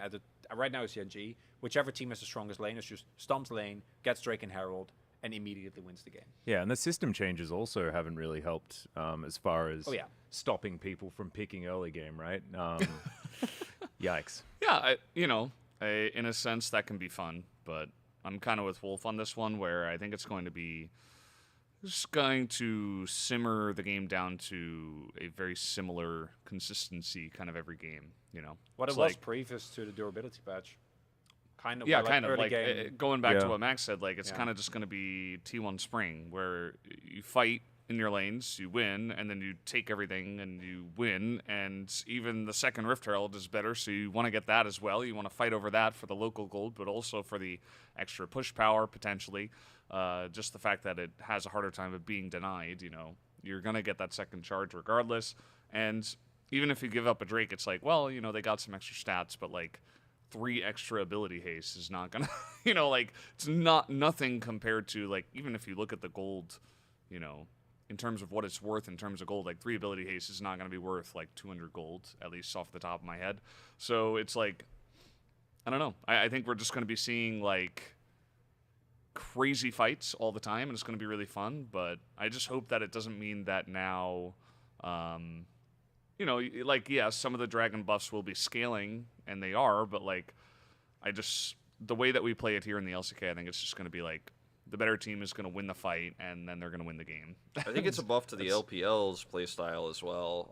But we're not here to talk about Worlds in this episode. Not yet. I think that there could be a resurgence of poke in this meta because of how important the Drake and the Herald are, and like, you don't want to take it necessarily because your fight or your team fight comp doesn't want to like just run in there and fight it. So you're Zoe like, buffs pause champ. Zoe, maybe Varus could come back. Lux, I think, could be really strong. Even Xerath, like these kind of enchanter bottom lanes where you're poking and putting the pressure on Karthus. Like, these types of champions, I think, could be good at slowing down these takes. So then maybe your top laner gets a little bit of extra push, grabs an extra plate, while the dragon fight is happening. Stuff like that, I think, could be fun. We just don't know yet. Yeah. And it takes so much longer to do Drake. That's the thing. Like, you were talking about like the fact that Either you, know, give it up or you totally commit. Like, yeah, and it's like 5 minute in-between. spawn, 8 minute spawn, right? And so like trading for objectives, Wolf, you were saying like that becomes more difficult. Maybe with the fact that you can prevent Dragon from being taken early so easily, with the fact that it takes so long and so much commitment. I think there's going to be an intense fight for either, depending on which team wants it or a trade. I actually think that due to Drake being a lot more durable, like doing it actually at 5 minutes is going to be a lot harder. Yeah, you're we're not going to have like Olaf taking it every exactly. game. You know? And maybe that means that we will see trades, and in that way, like we talked about, I do agree with like specifically the ability haste, for example, looks pretty lackluster. But getting instead of 6, getting 9% bonus armor and magic resist on a Mountain Drake, like that's bonkers value, right? I don't think it will be enough to offset what a Herald will offer. But I don't want the meta to just be Kalista and Pantheon and like nothing else. Because I think what you were talking about with the poke champions as well, that assumes that the poke champion gets like an item, right? I'm worried that we won't even get there. That like it's literally it's a level 6 spike, it's the Herald fight, and if you don't win it, then But you have to win it very hard, right? Because like if you want to get like maximum gold, like if it's going to be 1,000 gold, everyone has to be alive. Yeah, but that's generally like you're expecting that we're just going to have like a 5v5 5-zip wipe. Remember Spring? Yeah. I mean that's how. I mean, I remember dragon fights back in the day when games were just over when a dragon was taken. Like there's a reason why we have elemental drakes now. Hey, at least we have elemental drakes that we actually get to kind of talk about, because right now I can't remember the last time we've ever like made a color point about like, well, you know, they got that extra resistance from the one mountain drake they picked up. We don't even discuss it. It's like not even a thing. It's like, okay, which one is it? When we see the first two elementals, we're like, which one is not the soul? It's these two. And then we're like, okay, the soul is important later. And we're like, which soul did we get? And that kind of RNG element means that if you commit to drakes early and it's a bad soul, now at least you get some better stats out of those. Cloud is still just a tragedy, but Ocean is still a tragedy. I was going to say, still like, a tragedy. Wolf, but, how dare you? You are. No, Ocean is you are still on a the tragedy, post-it. but like, at least those individual elemental drakes feel like they're worth it to commit for early, even in their own stats more now than before. Even Ocean got buffed. I mean, it got buffed. Yeah, the 1%. But it's still, the same. It's still the same thing. No, due to the sustain nerfs. Every other form of sustain got nerfed. So actually, by proxy, now it's actually a bigger buff. Got me valuable because your opponent will have less sustain by default. Yeah. I don't think it'll be. All right, that's a big brain way to try to look at it. Like, I still think it's not that important. No, I mean, I still think it's the worst one. Yeah. But I didn't think about it that way. You know. Maybe it'll help. I like your line of thinking. Maybe it'll help. I'm not an Ocean Drake fan, so I want Hex. I'm an Ocean Rift fan because it does make the Rift very pretty. As if come on. I mean, that's the main thing. I mean, Cloud Rift is the best. We know. But still. Now the rifts don't matter because the game is over at 8 minutes. Hey. We won't even get there. Like, maybe second Herald. The drakes fight, won't be taken. Still We have happening. games now where drakes are not taken until like 11 or 12 minutes. Unless it's Fred Brion. Well, unless if it's Fred Brion. I think so we're now, moving like, away they're from stronger, that, though. but it's more difficult. So. We were moving away from that, but who knows what's going to happen now with all the extra health the drakes have. Yeah. It can end up. Maybe it'll end up being good. Maybe it'll end up like shifting the balance a little bit, but late game is still viable. Maybe because of the laning phases, like Azir is now the king. If you're Chovy. So now you were talking about how Ocean Drake buff could be good because there's less sustain. Does that actually, in a weird way, because sustain is worse, make sustain champions better? No, because sustain champions across the board also got nerfed. They're also nerfed. Yeah, there's like because you have less sustain now, you need it more. So now you need a Yumi, and maybe if every think sustain this way, is Valdez. if every sustain is not sustained, maybe some sustain is sustained now. Did you ever think about that? Yeah. Does heal value go up big time? Yeah, I don't want to think about it anymore. Let's go on to the next. Let's go on to the next part.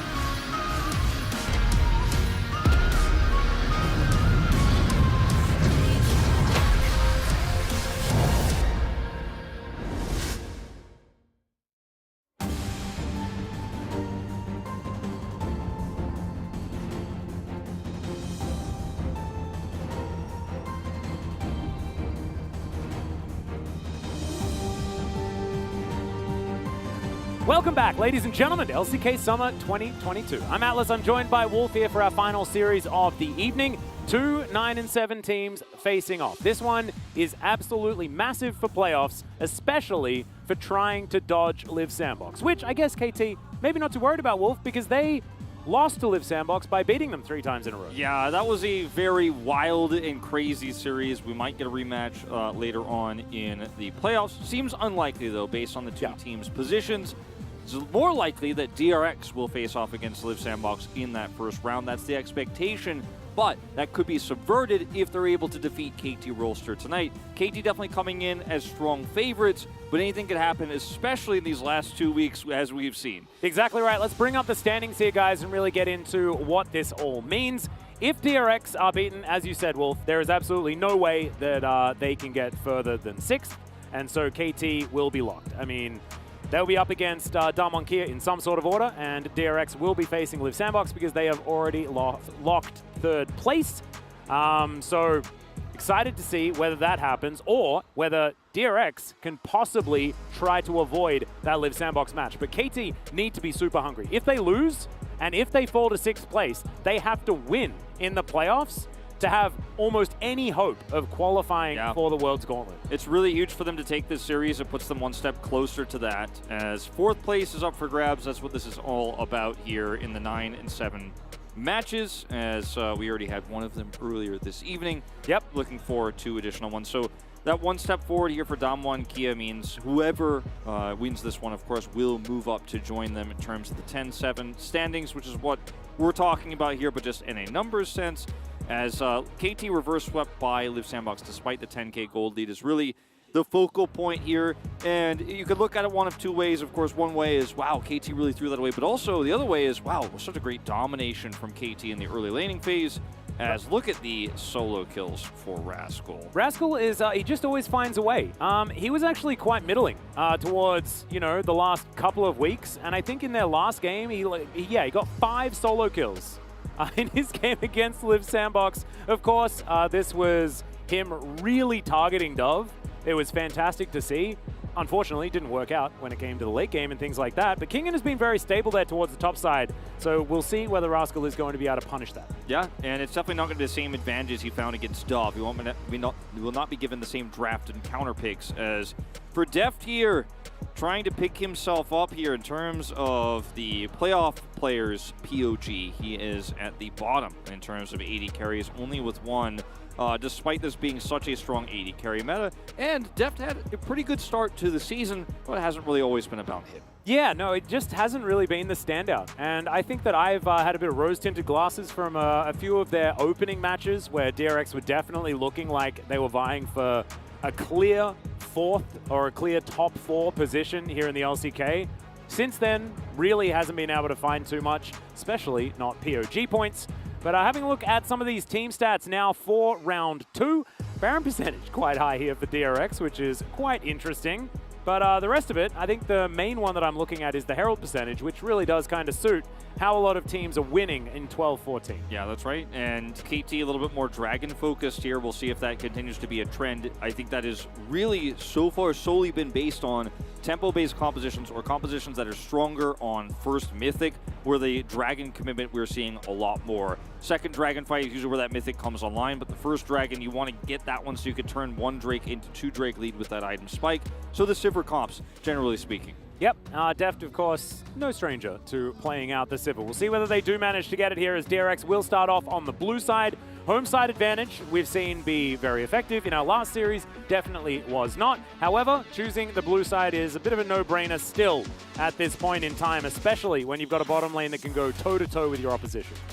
This is such an important match for this team. They had a top 4 spot secured in the first few weeks of the season. They figured out the meta faster than everybody else. They had some one-dimensional drafting, but it was still so successful that I think we gave them a pass on it quite a bit. And then as the season progressed and patches came through and more strategies evolved, it became more about the 3v3 on the bottom side of the junglers pairing down there. If Deft didn't have his Kalista, it didn't find the same impact, and now we've moved even further away from the bottom side of the map.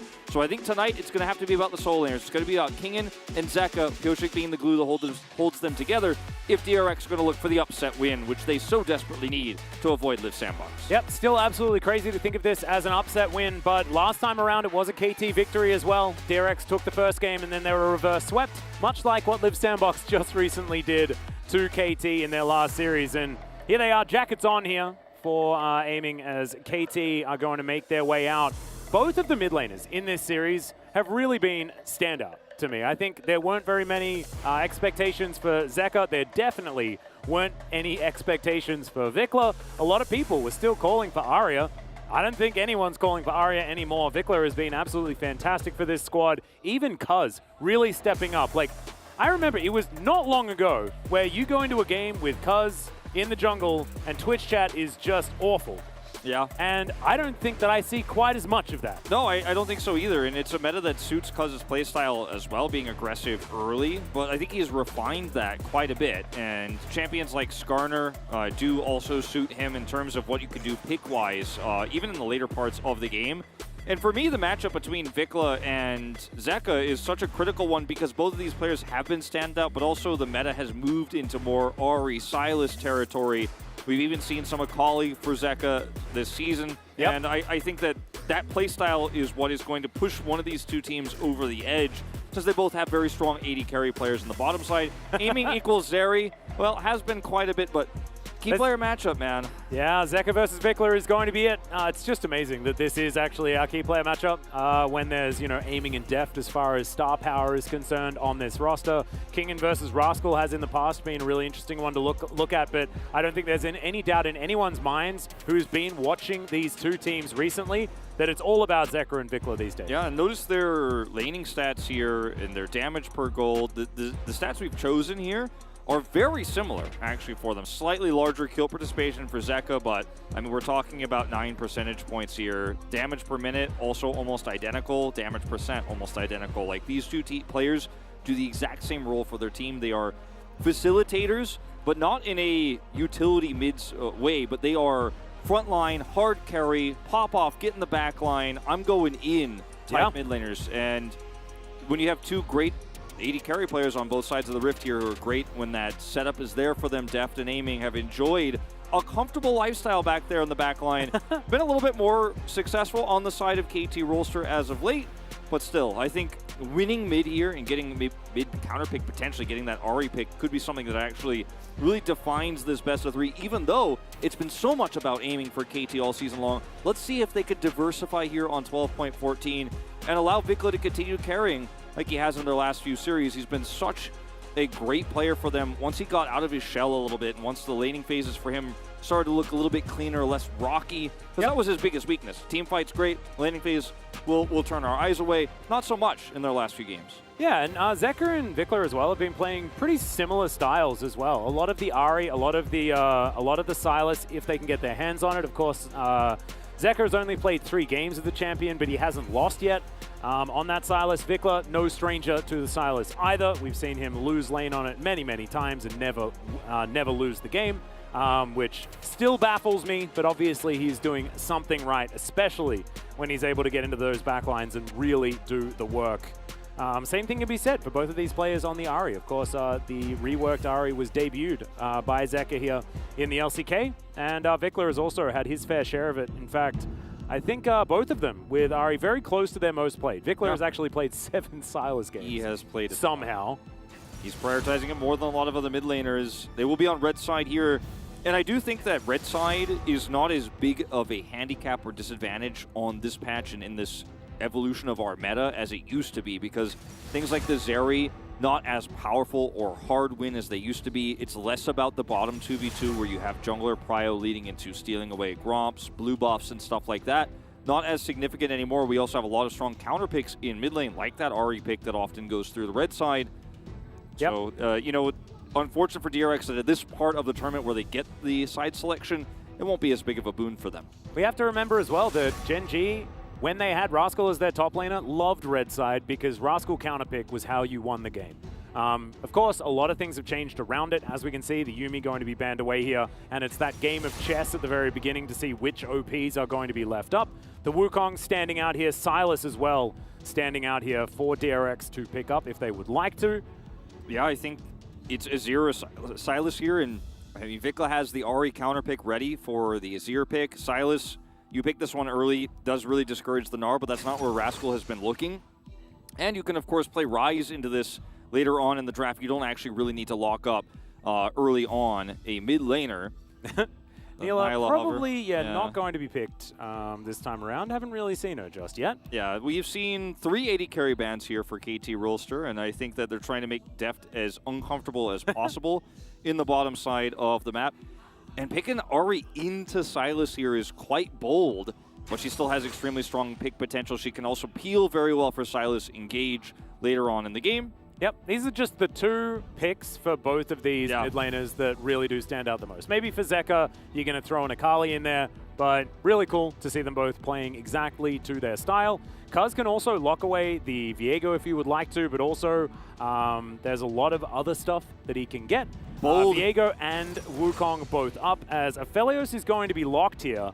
And let's see what Deft is going to answer it with, because Deft's Jinx is up, and there's also a bevy of supports that he can throw alongside it. Yeah, the Jinx counter pick here feels very obvious, and KT have made such a bold choice here, picking the Aphelios, banning away the 3 meta bottom laners that we're looking at here. The Lucian, of course, banned as well, saying, yeah, Deft, let's see how that win rate's looking on this champion, as they'll get Wukong.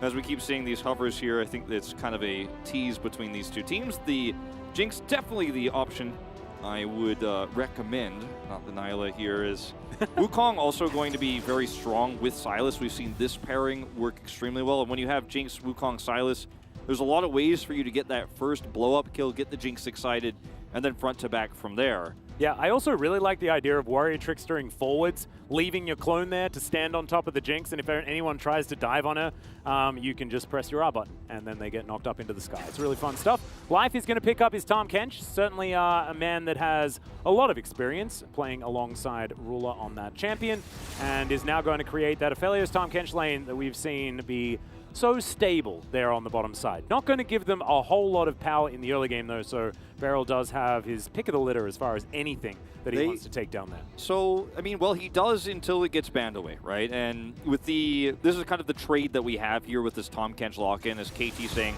yeah, we are a little bit limited now in terms of the jungles we'll be able to pick, and you are going to be limited in terms of the supports you can pick. I don't think Thresh is what you want to be banning here as KT Rolster, even though it's historically been a strong pick with the Jinx. Something like a Rakan or a Nautilus here for multifaceted disengage and engage is going to be, I think, the better option, because this comp does kind of go in hard and you need to get a pick, you need to secure it. But they'll take away the Ornn, which was a strong pick for Kingen. Historically here was one of the first players on the Ornn to actually find great success in the early part of the season. And it also takes away some of the mid-game team fighting for DRX. Yeah, it makes me feel like maybe KT are aiming for something like a Viego instead of heading down the Trundle route, as the Sejuani will be banned away. And of course, you lock in the Sejuani, and then you can deny any sort of tank-tank matchup. All right, Rascal could be playing this. That's the beauty of KT. Certainly does. They can just lock away Lee Sin and ask you where it's going. Yeah, it certainly does discourage the Gnar quite significantly here with both the Sejuani and Ornn banned. Feels like the nerfs to Gnar were enough to get rid of him, and I'm kind of okay with it, because we saw enough Gnar, to be honest. Yeah, I think we've had enough of that. The Trundle will be picked here instead, which I think is a stronger pick into the Wukong matchup, and is stronger, of course, for the early game control. As Rel into this composition, it's a Beryl special. It's one of the ones he, was very good on in the early parts of its release in 2021, but I like the Rakan a lot more here because it is going to be able to escape a lot better. It's going to be a lot more flexible into team fights, as Gragas here, a very strong blue side jungle or top side pick, because there's hardly any counters to this pick right now.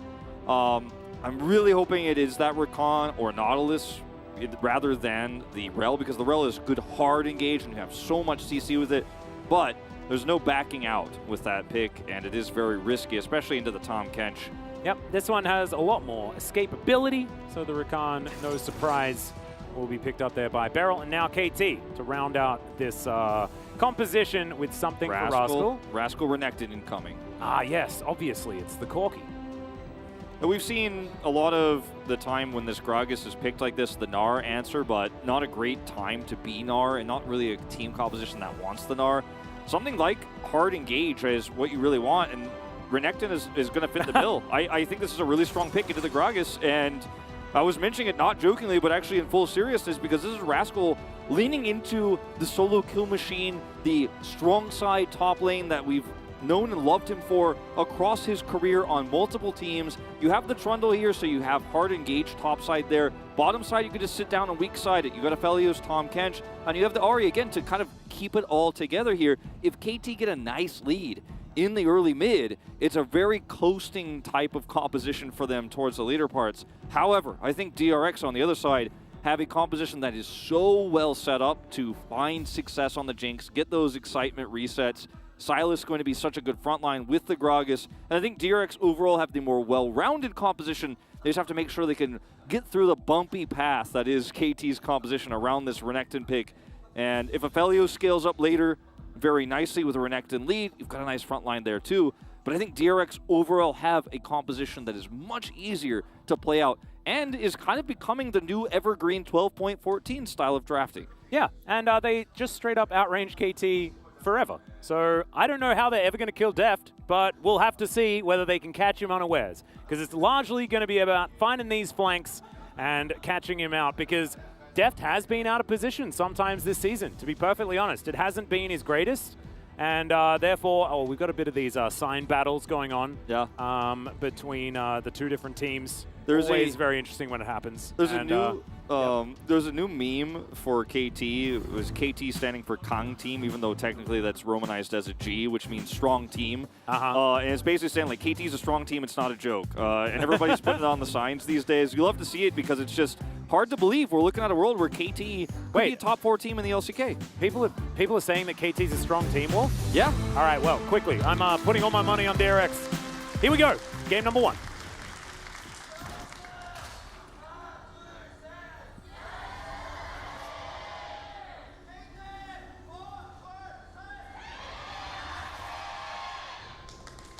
All right, very loud. The KT fans, I think they might be agreeing with you there, Wolf. As, of course, I guess you were just reading their signs, so it's not even your opinion. I mean, I think KT is a strong team, actually. Oh, right. Okay, they were, in fact. I won't use the E word, Atlas, but, you know. I refuse to say anything positive or overly positive about KT, lest Emily Rand gets upset at me. We could just stick to the facts, right? It's a 9-7 team. Yeah, no, exactly right. Aiming has a lot of POG points. Yeah. He does a lot of damage for his team. Is largely reliable due to the fact that he dies less often on a lot of these picks. His Aphelios has phenomenal stats. Life, his Tahm Kench should need no introduction. And KT's, like, Rascal, sometimes you just give him a pass for picking Renekton, especially R5 Renekton, because he's very good at this champion. Yes. So I still think it's very suspect, but still. We'll see how it goes. So I was going to get into that, and I'm glad you mentioned it, because it is one of the 2 picks right now that we see against Gragas show up every now and then where you're trying to just win the lane and actually get an advantage. The other one being the rare Aatrox, which we don't see even as much recently, but it has been hovered many times. We've seen it in the past. But the Renekton pick here has made a big resurgence because when you run out of top tanks, it's very easy to say, all right, well, we could just look for an engaged champion top, or we could play the Scion, which was the other option. But we're trying to look for a little bit more power in mid-game. We want this Renekton pick. Dominus, you know, a little bit buffed on this patch, but is strong in mid-game fights in general. And we saw Zeus play this pick with Prowler's Claw. I think it's not the right option. I think it's not the right option in this draft either. But if they go down that route, in the mid-game, you can, of course, get on top of Jinx a lot easier. Go play to the Ruin King, and you have the ability to lock her down. There are ways to snowball that. But it's a very popular pick in the LCK, despite not having an amazing win rate at this moment in time. And it's clearly working in scrims. So let's see if Rascal, he's one of those players we do trust, as you were saying, on this pick. See if he can pull it off. He's just a die-hard Renekton picker. We've seen this many, many times. It's like, actually, we have a lot of the parts of what makes up that old Gen G special, which was Azir, Jinx, and Renekton. A whole bunch of picks that don't really feel like they work together, but they do. Vikla! As, Vikla is just looking to kill Zeka here. Zeka's going to have to go home. Yep, you're playing a little bit fast and loose there, Zeka. Silas feels very much weakened on this patch because of the nerfs to sustain, and, you know, with right now Vikla's sitting on a pot here. He's got his Doran's ring. He's going to force this early teleport. He can just continue to do this, continue to be annoying, doesn't need to back here necessarily despite having a nice little tempo advantage. He's still sitting at half his mana bar, and with Doran's ring, that's going to stay you know, towards the middle part of the resources. And Zeka, as long as he doesn't find an angle here in order to find a good trade, Vikla can continually just use his Orb of Deception here. And yeah, the pot is picked up here from Zeka, but Playing into this ranged Ahri, Electrocute procs coming in like clockwork from Vikla. And it's feeling like a very nice start so far here for the Ahri. No, absolutely is. Decent little lane there. As we saw very recently, Nephelios pick up a victory over the Jinx, so the streak has been broken, at least. As Deft is going for a bit of a cheater recall here. Beryl standing on a ward. This is absolutely not what you want to do, as he's going to have to try and grand exit his way out. Does do so, but they get the flash out of the Rakan. Really nice work there from KT, setting the trap. Yeah, really well played. Having that extra ward vision is so valuable. Beryl in a bit of trouble here if he wants to try to pick up the experience in this wave. Yeah, they actually want to try and kill him. All right, there's the dive forward from Life, and they will just pick up first blood onto Beryl by himself. Extremely greedy there. Gravitum is still up. You're going to get hit by the dive. Now Deft is like, well, I don't have a support. Yeah, well, he does at least have flash available. So he's able to walk his way out. Doesn't need to use it just yet, but look at this. Zoning him away from all of this farm. As now Chains are going to connect onto Vikla. Charm was there as well, so that stopped a lot of that follow-up as Cuz is just being so frustrating. The Trundle really working out. Pick's doing exactly what it's supposed to do, as Rascal might be a little bit close for comfort here, but just wants to cull the meek, wants to get himself this plate, and he will do so. Kingen not able to find the body slam in time, but does get one there. Slicing and dicing, trying to get out. Rascal does have flash. He may have to use it, as Kingen will take a drink. He's looking for that body slam one more time, but he won't find it. That was so well played by Rascal. Just goes up, doesn't auto King and ever, only focuses on hitting the turret to grab that plate, getting the most minute of advantage. And then, as Kingen chases him, he knows he has enough resources to get back and has flash. So even if flash is used from Kingen, he could follow flash, and he should get out no matter what. And so doesn't lose, it actually forces the Gragas to lose minions, as this is just another Gravitum follow-up. It's just very strange that Beryl would stay allow there. that. Yeah. He didn't have flash, of course, because he expended it in the previous exchange. And that's Life picking up a kill here. Does take it to make sure they secure it, but it zoned Deft for a moment in time there of experience. But Rascal is picking up such a huge lead in this lane as Kingen, with that chase, lost some CS. And Rascal is just really putting the pressure on. This is exactly what this counter pick is looking for. Yeah, that's exactly what this comp wants to do, right? You want to create yourself some early advantages. You can imagine that playing around this Herald going to be very important here for KT, as well as Rascal is just smashing down this turret. Yeah, that's another plate going into his favor here.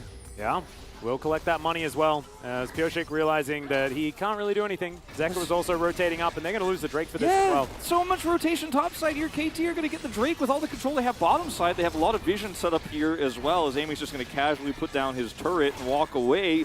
And this is just prio in every lane. And if Zeka had not gotten that really nice trade where he walked past the minion wave, forced Vikla to flash, this mid lane could be even worse than it is now.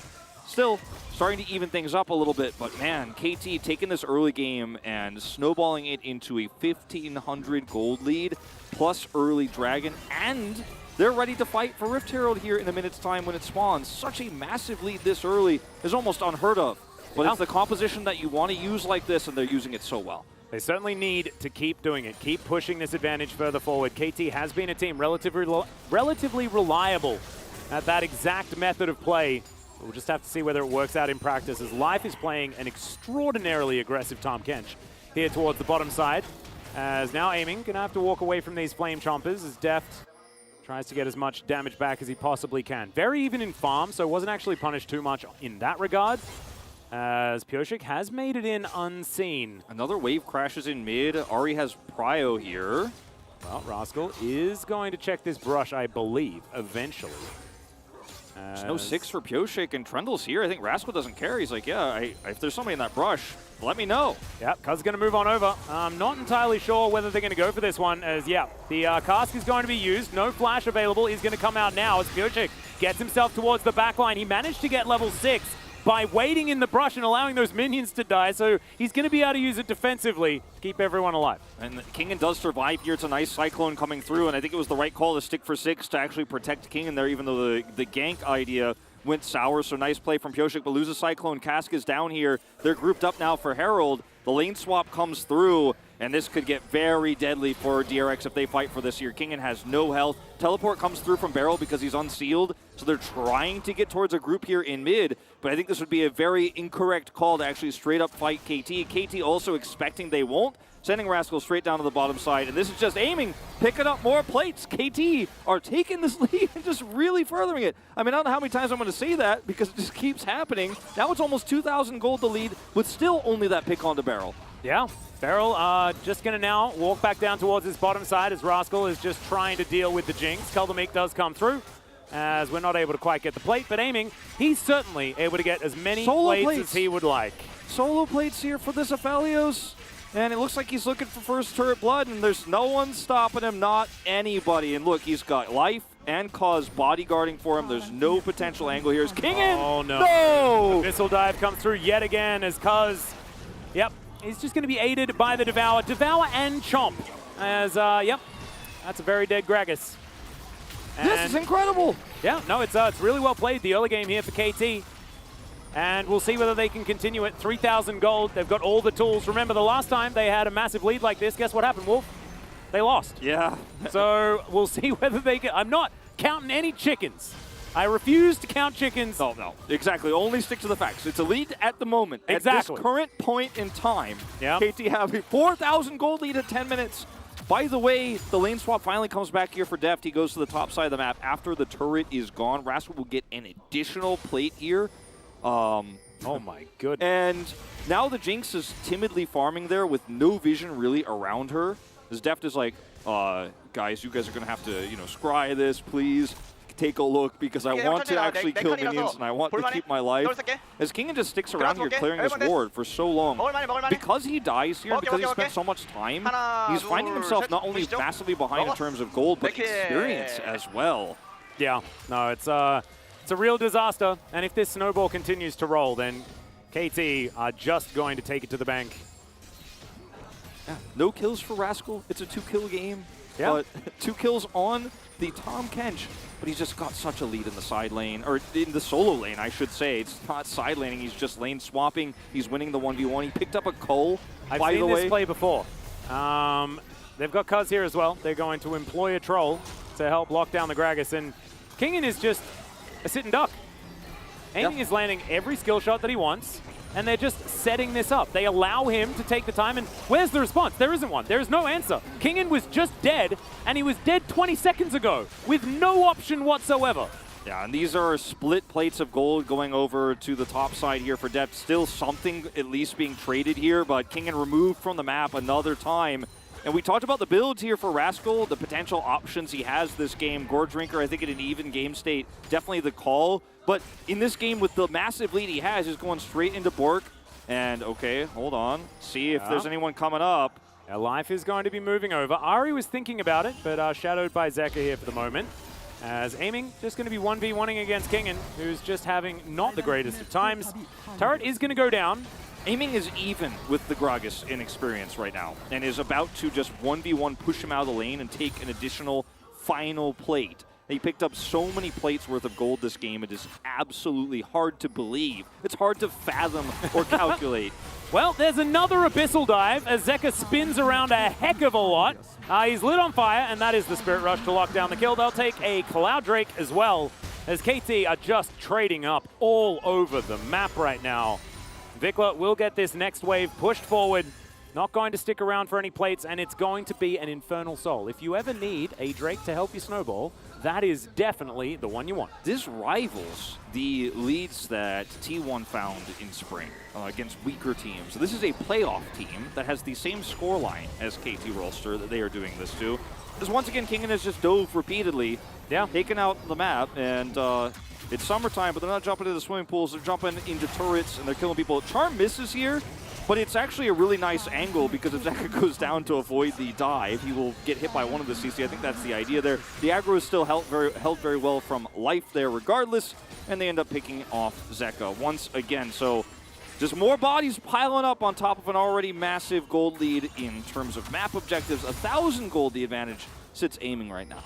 Yeah, 600 gold, the lead in the mid lane as well. The Silas, as you can see, up against Vikla's Ari right now, not having that mid-game turnaround that we can sometimes find, as Beryl is going to look for a bit of a knock-up onto life. The rest of KT able to move on over. Cyclone hits onto 2 as Deft still looking to get in here, aiming Gale Forces to get himself out of the way. He is so huge, but he gets devoured. The monkey's going to fall down. Beryl's going to be taken out as well. Zeka is trying to be huge in this fight as Deft is fighting it out. Aiming eventually gets taken as Life is dashing back in. This guy is a madman. Kingen eventually takes him down, but Vikler and Cuz should be able to get the work done. And guess what? Rascal's in the bottom lane. He wasn't even here. That wasn't even here. He's just got his unleashed teleport. He's like, can you guys hold that fight till 14? Can you hold that to 14 real quick and drop a ward? I'll be there. I'm about to be unleashed. Oh wait, you guys won the fight. Guess I'll just keep pushing this turret. Takes out the whole damn thing. 600 extra gold in this guy's pocket. He was already up 1,600 on the Gragas. That's another turret mid. And the fight is won by KT just saying, all right, we have the extra shielding for this Tahm Kench. It's going to buy enough time. Jinx gets excited. Doesn't matter. We're going to win the longer fight. Ahri comes down. And now Zeka massively behind as well as Vikla picks up his 3rd kill of the game. And at this moment, it looks kind of dangerous, you know? Pioshik's sitting on Cyclone. Don't know if we want to be walking to this one. Deft is nearby. But then look at the Tahm Kench here. Just, okay, you guys are trying to kill the 80 carry. Well, what a silly idea. I'm very tanky. Aiming has the shield. Barrel goes down. And Vikla isn't here until the last possible second, takes Deft out, and then they win this longer fight. As once again, Life comes back in. He is insanely crazy on this pick. Yeah, but actually he's correct in what he's doing. So this was basically a 3-person fight for KT until Vikla comes down. Rascal was never there.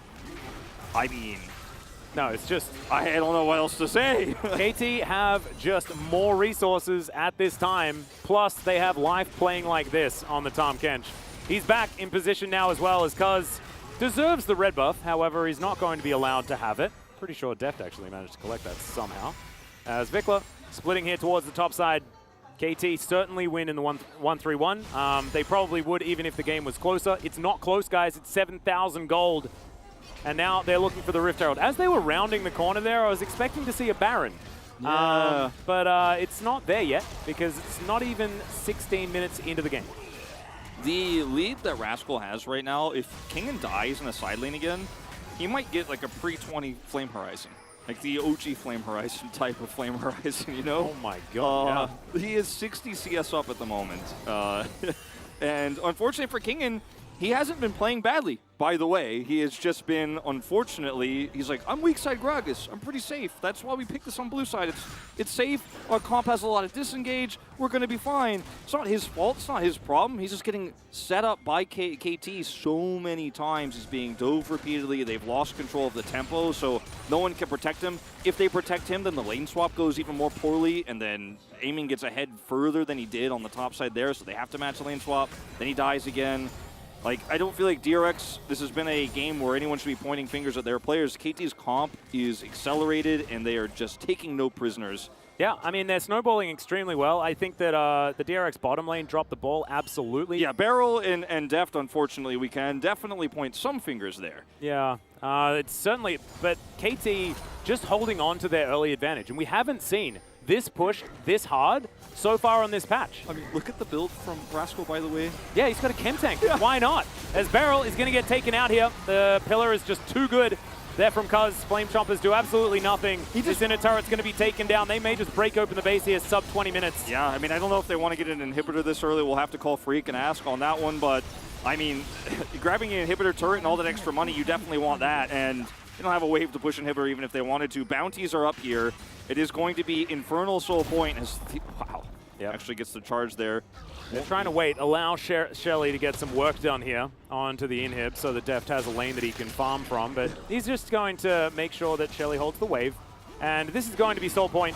There is absolutely no way that DRX can get over here. Not even sure how there's a ward in that pit, to be honest. I don't think that DRX have been allowed here for a long time. Soul Point at 18 minutes as well, one of the fastest we've seen on this patch. It's just like clockwork. And in isolation, by the way, do not try this Rascal build at home. It is not good in a normal game state. It is not good in a solo queue game. But when you're this far ahead, the extra resistances plus the chasing power is insane for snowballing this game or steamboating it as KTR right now. I like it more than Prowler's Claw. Yeah. No, I mean, in any game state, to be honest. I agree. Like, you might as well go Dead Man's Plate next. Yeah, get that extra speed.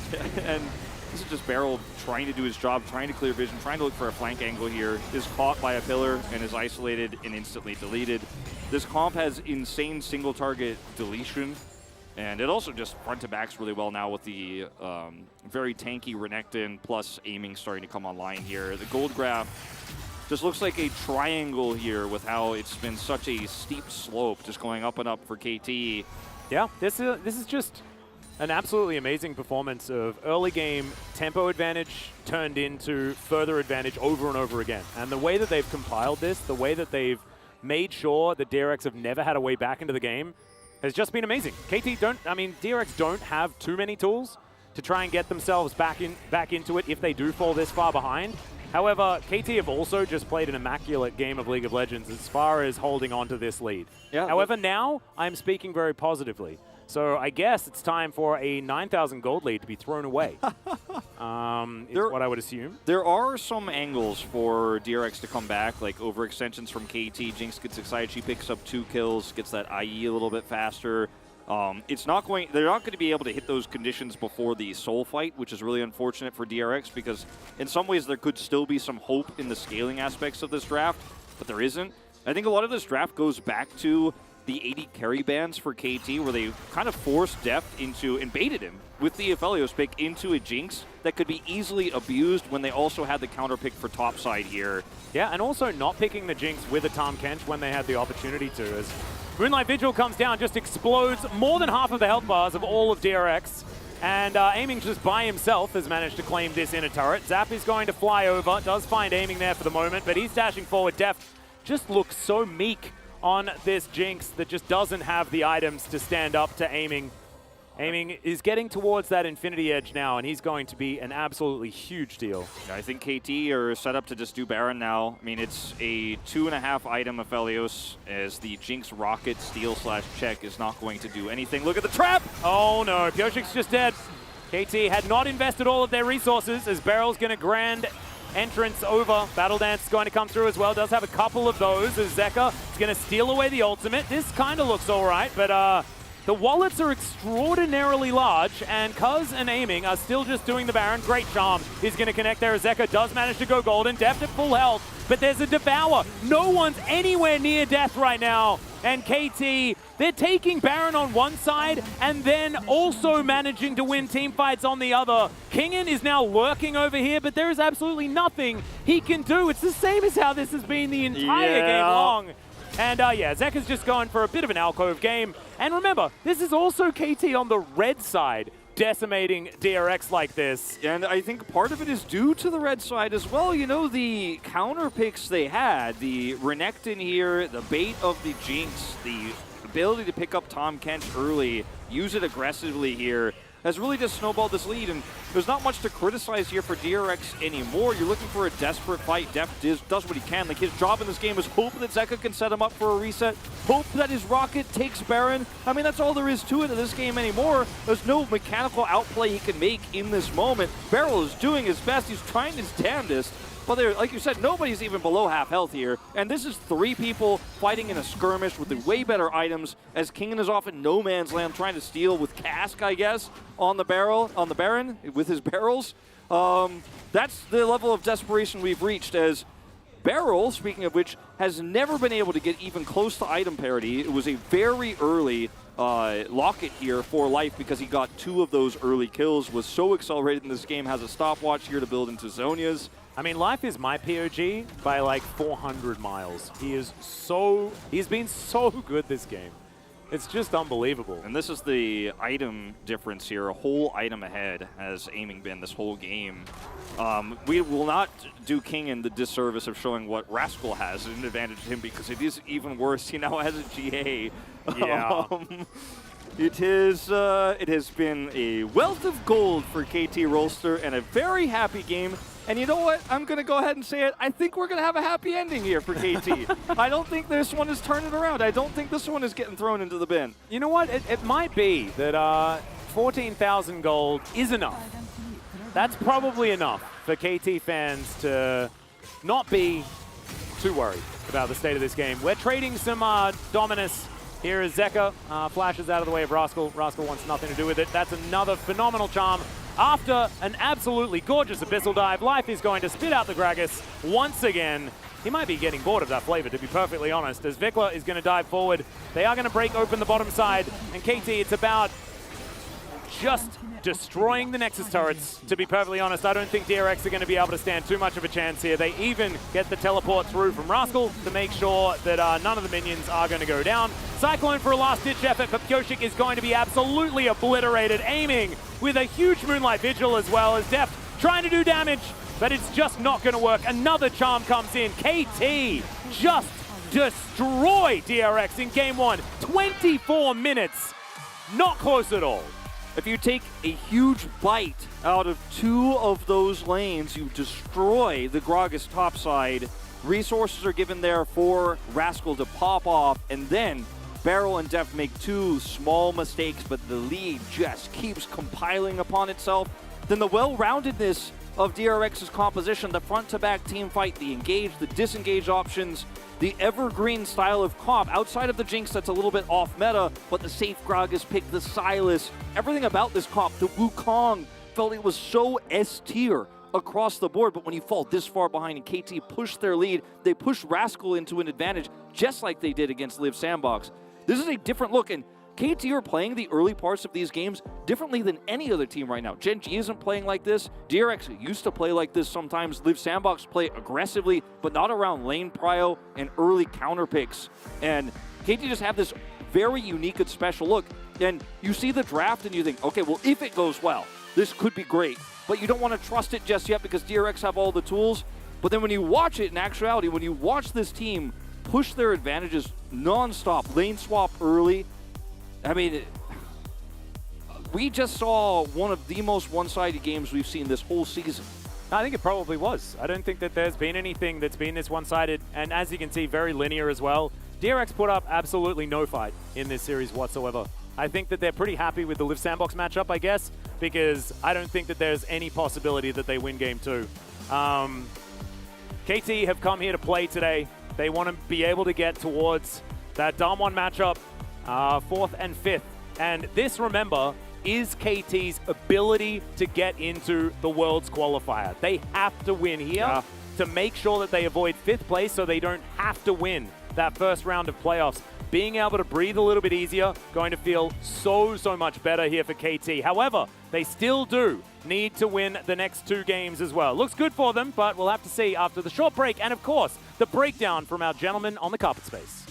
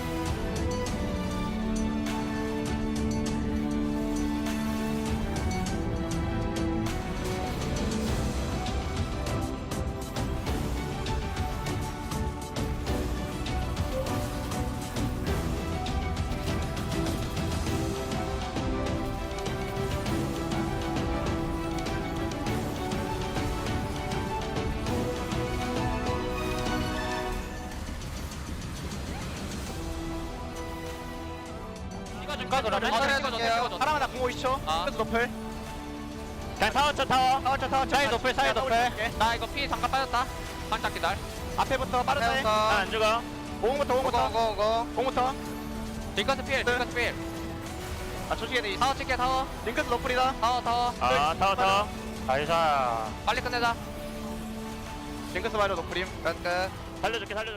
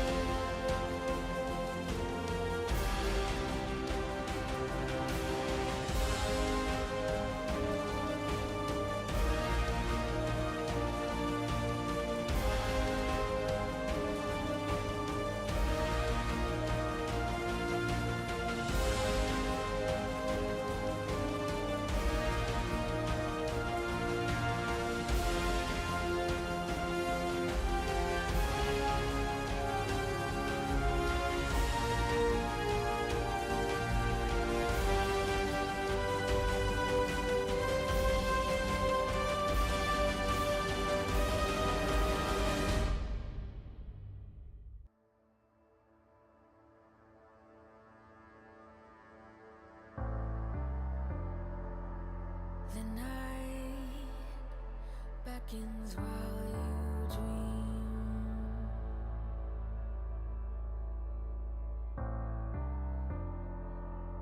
A life never lives in peace.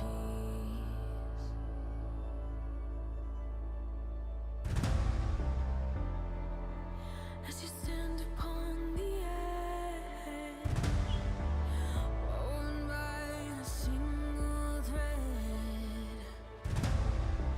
and fate may fall down upon you, while the devil is knocking right at your door.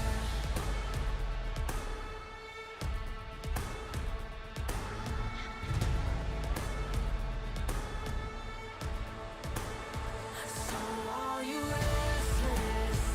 Each night you hear the drums roar. Awaken, awaken, the voice begins to call you while you hunger. A taste of destiny you're searching for. Awaken, awaken, the fight is at your door. Take up the cause.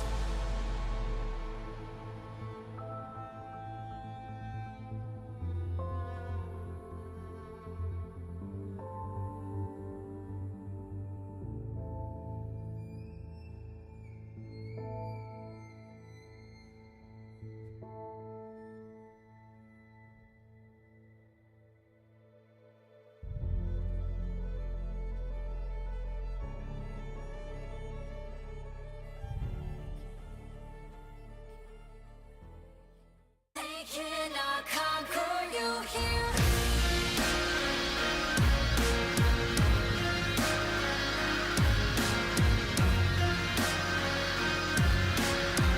They cannot conquer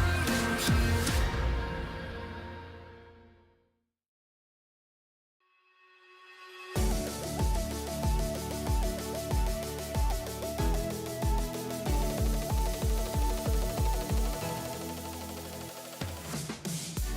Hello and welcome to the Analyst Carpet Space. It's me, Valdez, with Chronicler, and that was an Omega Stomp. Kind of looks like the games we had yesterday in the second series, but this time it's KT over DRX, two teams that on paper should be relatively evenly matched, but I think that KT have certainly leveled up in the past couple of weeks. Yeah, what this is showing to me is that KT is saying that, you know, Damwon, KT, we'll see, but we belong up there with Sandbox.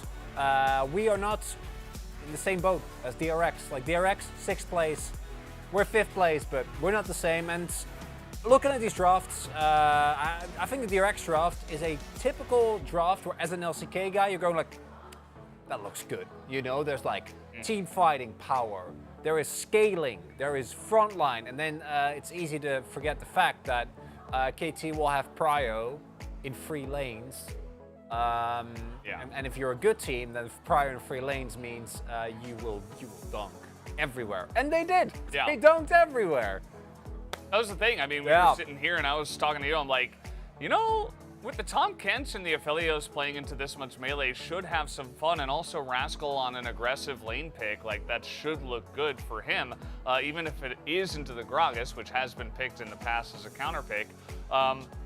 And you know, it wasn't just Rascal, as you mentioned, it was all 3 of them. Also Vikla having a fun lane in the mid lane when generally his laning phase has not been great, but playing the ranged into melee kind of composition, especially, well, I say composition, matchup, it certainly seemed to help him get through that laning phase a bit better. Yeah, what was really key for me is that I think the Gragas versus Renekton is like the best matchup that they had, because that's the one where at the very least, like the Gragas in 1v1 is okay, but you lose early prio, and losing early prio by itself is not the end of the world, but because the map was literally exploding around them with like, there were a couple of dives where Rakan, like Beryl, went out on the map, and then Deft got dove, and then that led to a really early big lead for the KT bot lane, and then they swapped into top, so there was just, if the map collapses that hard, like matchups don't really matter, it doesn't matter what you're playing and how good it can be in theory in team fights, never gonna get there. And I'm really impressed with KT. I think these type of drafts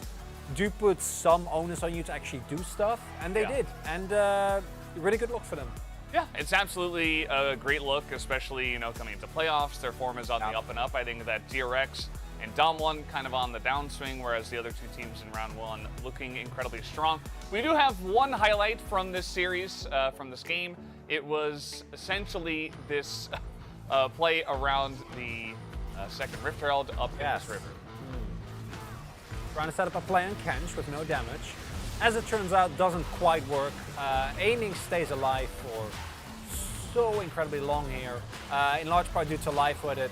Simply monstrous game, and we see Deft is like desperately trying to get excited, which even if he does get the kill, Vikla still kills him. But then maybe that could have been, no, that was not something. Wasn't gonna work out. Life, really nice sidestep on the chain lash. And like, even if he does end up dying at this point, as the casters screamed in desperation, Rascal was pushing bot. He's not even, he wasn't deep necessary. They don't need the Crocodile. He's off in some side lane, getting an entire turret, dropping a bunch of minions into the nether, and overall, KT just, this is what, like 14 minutes into the game? Yeah, the gold swing for this was enormous. Yeah, and before that it also was bad. It was a bad time for DRX.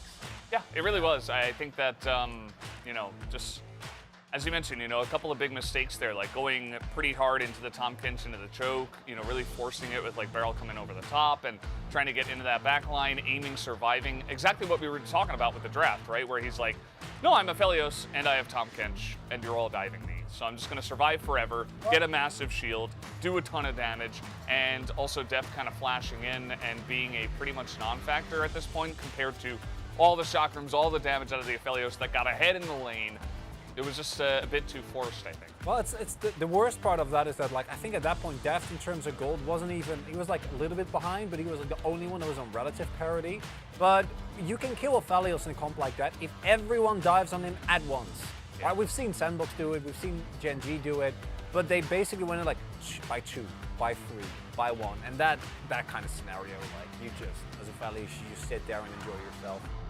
Yeah, he had a great time, and guys, let's take a look at who does pick up the POG here. It will be the man himself, Life. It is his first POG so far in this season, and he got it on the Timothy Kenchins 4-1 and 10. His plays in the early game really shaped this one in a huge favor for KT. Yep, really deserved it. We're not even getting to see all the things he did in lane, where he was able to get good knockups. Only troll thing he did was steal a kill away from his carry, which he was forgiven because he was then subsequently just running over the map. Yeah, he actually did. Yeah, he really, I think, was the big difference maker in this game. And understandably, you know, I think the other votes. I like the Vikla vote. I think he had a good game. And of course, Jonas Strong likes his 80 carries, so. He threw out chakrams and did some boom boom a little bit in that game. But either way, guys, we are done here on the analyst desk. Let's go back to the casters for game 2. Thank you so much, gentlemen, for the breakdown of that game number 1. What little breakdown was available after what little game was available. We are going to get the zoom in live. I can't believe that it's his first POG. It's crazy. It's just been aiming, stealing all those away because he's been such a late game carry for this team. And KT's early season was shaped by whether or not aiming popped off or not. Like, that was the flow chart. Do they win because of aiming, or is that the end? And then Vikla started to improve. We started to see Rascal get counter picks on the top side. Speaking of which, I do think DRX will pick blue side here, but if there's ever a time to pick red, I mean, Rascal has been given so many opportunities to carry.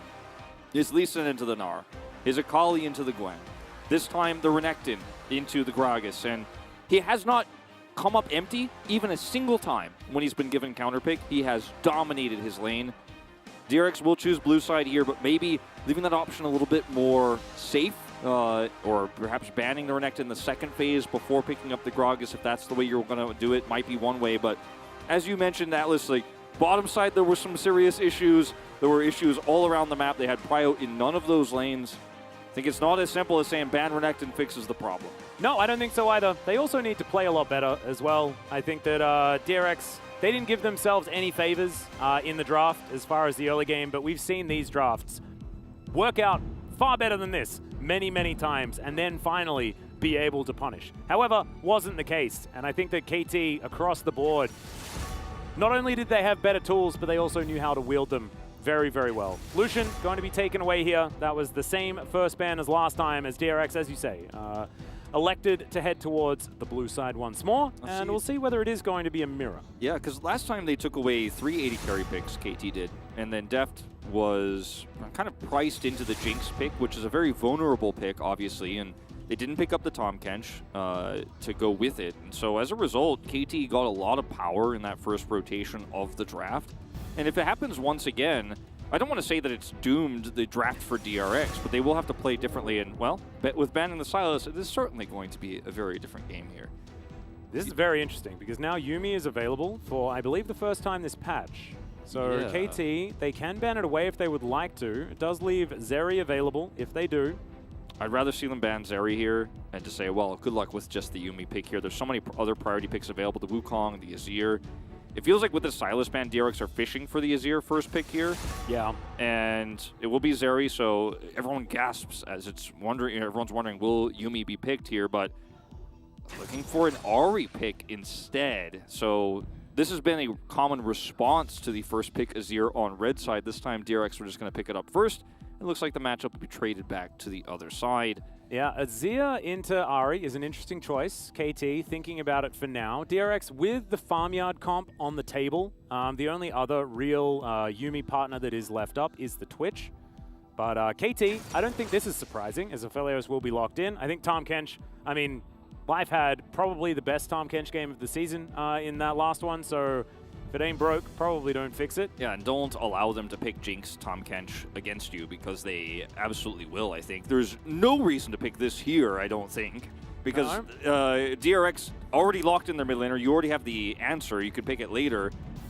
But this would be crazy. But it would, I think, give a lot of people who watched that T1 series yesterday a little bit of extra, like, oh, okay, see, it wasn't maybe not necessarily that bad. We'll see how it's played out. But, man, you're giving Jinx Tahm Kench. It's Jinx into Swain. It's Ahri into Swain. Feels like a very bizarre and puzzling choice here for KT. They have very low range with this composition already out of the gates. Yeah, I really hope that DRX do actually pick the Tahm Kench. They will. That's all we're hoping for. Okay, there we go. Look, it was an odd series of events, right? Swain was picked instead of Tahm Kench, Wolf. So I was ready to lose my mind. We did have to we had to pinch ourselves and make sure this was a yeah, reality. I was checking the bans. I'm like, is that actually Poppy or is that Tahm Kench? I don't know. Well, let's see here. Renata, I think, is the kind of obvious pick here for KT at this point. And Aphelios Renata can push into a Jinx Tahm Kench pretty aggressively. But because you locked the Swain in so early, by the way, not a priority pick, not a pick that's particularly strong necessarily in this meta, also not into what DRX are running. Because you picked this up so early, now you don't get a strong jungler to actually pair with the Aphelios Renata bottom side, so you won't be able to have that same power, probably, as you did in the last time against this Jinx that Deft is going to be playing once again. So I'm liking this draft way more for DRX, a little bit less on the KT side so far here in the first half. We'll see the Ornn taken away, Renekton banned. Very nice adaptation here, a lot of respect shown. Yep, the R4 or R5 Renekton not going to come out again this time around. DRX could ban the Sandbox combo, which is Renekton Aatrox, as you mentioned earlier. Yeah, I like that. Or the Morgan combo, if you want to be a little bit more current. Yeah. As KT now thinking about their second ban here for the second round. Sejuani. Sej, yeah. Yeah, Sejuani seems like an easy call here. They'll take away the Gwen. And this does leave the Trundle option a little bit, as a response here potentially for KT. That's why the ban comes through, so we're all just, I think we're all on the same page here, at least in the second part of this draft, as KT now, I think picking up a jungle and still saving that counter pick is the safest option, unless we're going to see a crazy jungle pick here. Sejuani is locked in. Yeah, and I believe KT have played a couple of jungle Sejuani games, so theoretically still a flex. True, it's been close. Yeah, Life has also played it in the support role, so it's certainly a crazy one. I don't think that's okay. Yep. This is just saying I'm going to give you a taste of your own medicine. It wasn't banned, Wolf. I mean, they're running the Ahri. They can try to snowball the game as similarly as KT did. But I feel like DRX aren't forced into this right now. You don't need to actually get control. You don't need to have a tempo advantage with this comp because you have a Jinx Tom Kench. Well, I mean, I assume what the conversation was backstage was, guys, you had absolutely no priority in any of your lanes. And Kingan's like, well, don't you worry about it. I will get some priority this time. I mean, Aatrox, Ahri, Viego is insanely powerful. Yeah, they got some early power this time. My only gripe with this is that you're running it into a Renata and Swain when you could have just all-in on the range advantage instead of being like, well, you know what, we're going to run at them really hard and we have good pick potential because Swain is going to be amazing in these positions with his never move. Also, Wukong, who made it somehow all the way to the end of R5 here, is going to be great for Peel against this. Plus, the fact that Renata's ultimate just straight up says no to DRX running at you with an Aatrox Viego. So I still think DRX have a very strong draft here, and it's very similar to KT's from Game 1. However, it will have to be executed very well. Yeah. And if there's enough setup for the Jinx to get resets with this extremely pick-based composition that DRX have put together, it can be very successful. No, I agree with you. DRX, the problem that I have is the fact that they didn't play very well in Game 1. Yeah, so that's I another think thing. that the smart money is probably still on KT with the large amount of momentum that they do have in their favor. And I just like the idea of Demonic Ascension plus the Hostile Takeover. Like that combo just in unto itself that they locked in their first round. Really beautiful. We'll be able to draw in the majority of DRX, of course. Getting to deft, still a difficult thing with this composition, but maybe they won't need to. Maybe they'll just be able to play this one out front to back that's and my survive. That's my thing too, Alice. I feel like the comp was way better for DRX until they opted into the Aatrox, and now I'm thinking, well, as KT, you kind of sit back and be like, well, we can front to back defensively every time because your comp kind of needs to run at us, and you're not as worried about the Jinx zap poke anymore because you can win that war of attrition in the neutral fights around objectives. So I'm leaning towards KT slightly in that regard, but this is going to be such an execution-based draft for DRX, and yeah, that's why, like you said, we worry a little bit because the execution in Game 1 was not up to the standards that DRX showed us in the early part of this season. They also didn't afford themselves the top lane counter pick either. So this time around, it's Sejuani being wielded by Rascal, and there are a lot of people that I believe will be a little nervous seeing a big carry for the team on the picky. It hasn't been able to have as much agency outside of, I guess, Nogari, who did manage to get that one done. However, the Swain's exciting. See whether the KT 2-0 is going to be real as we hop onto the rift.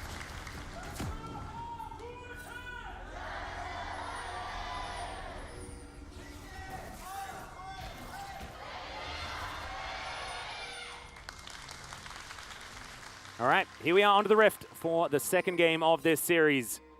DRX did not last very long in Game 1. Deft has also taken Ghost in this lane. Aiming doing exactly the same thing. Feels like the new meta. It's really strong in general. It's got a very low cooldown, and when you have the ability to just reposition yourself with it aggressively in lane as well as you can use it defensively, it's a really cool summoner. And I'm glad to see it make a return. I think we can also thank Sivir for that, who kind of pioneered like, oh, okay, Ghost seems really strong. We have On the Hunt. And then now everyone's kind of picked it as a counter, and then we're starting to realize, like, wow, this is really strong. And you know his what? heal is not that good in general these days, too. Yeah, and you know what? People have now realized the power of movement speed, and so everyone's going to join me in absolutely loving the Cloud Soul. Yeah, Cloud, baby. Come over to my side. That's what I'm talking about. Zekra and Vikla going to be fighting here in this lane. Nice never move there from Vikla to start this one up. Beginning to munch through those souls. Where did the Raven go? Oh, there it is. Oh, it's the dragon. He's got the dragon skin, so there's a little dragon hanging out by that fire. It's one of my favorite things about Swain. Yeah, Swain's just always kind of peeking at you, always watching from the shadows. He's got all of his little whispering birds slash dragons, depending on the skin. And last time we saw the Swain, obviously, was Faker who played it, and the composition synergy wasn't there for T1 that time around, but it was picked in a similar part of the draft, and I think considering how DRX rounded out their composition, the Swain gained value, in my opinion, actually. You know, against the Jinx at first, it's like, doesn't look so good. But it was also, if I'm not mistaken, against Azir in the lane. So that's a very difficult early game to play out as Swain. This time against the Ahri, you have a little bit more power. You could trade more aggressively. You're not just going to be chunked out by Sand Soldiers. So Vic will have a much more comfortable time here in this early part. The win rate for aiming is no surprise, the 8-0. But Rascal being 7-2 on Sejuani is actually a little bit surprising to me. Didn't realize that he was so incredibly consistent on this champion, only having a couple of losses. Nice little stun there from Pioshik, but not going to be able to find any kills. The eye test kind of is why you have that suspicion. You're like, well, they look that good. And usually those wins were, he was playing a little bit of weak side, and he was carried by aiming. That might have been one of the aiming POGs. Perhaps, yeah. I think he's been fine on the Sejuani. He has a nice lead here in the early levels versus Aatrox, and Cuz is coming up here for a very early setup dive. Yeah, Rascal does have Ignite.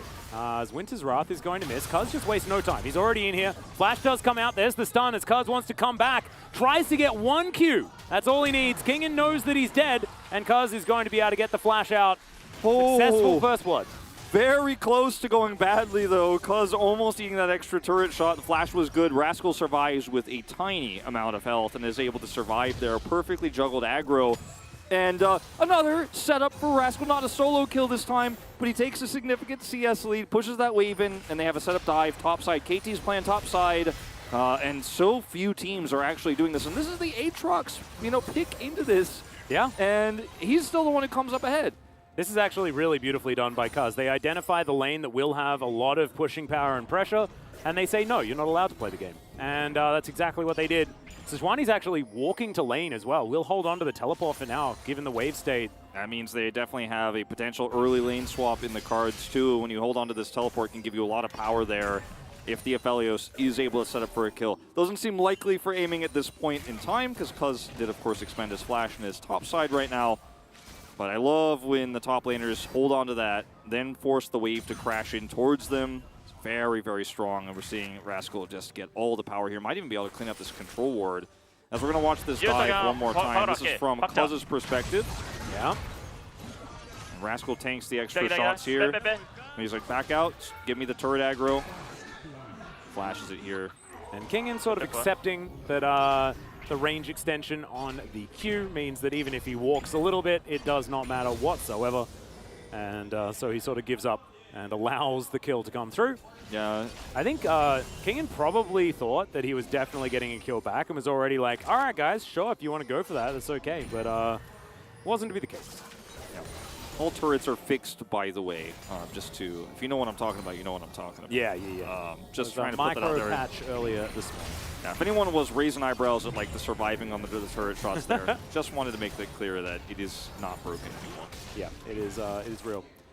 DRX with a wave pushing towards them here on the bottom side, going to be pretty happy about that. But the Drake, likely going to be something that KT will have full control over, as we're not going to be winning any 2v2s as the Jinx Tahm Kench, especially without Ghost available here. I'm not entirely sure when that one was used. Might have been used just to book it back up the lane.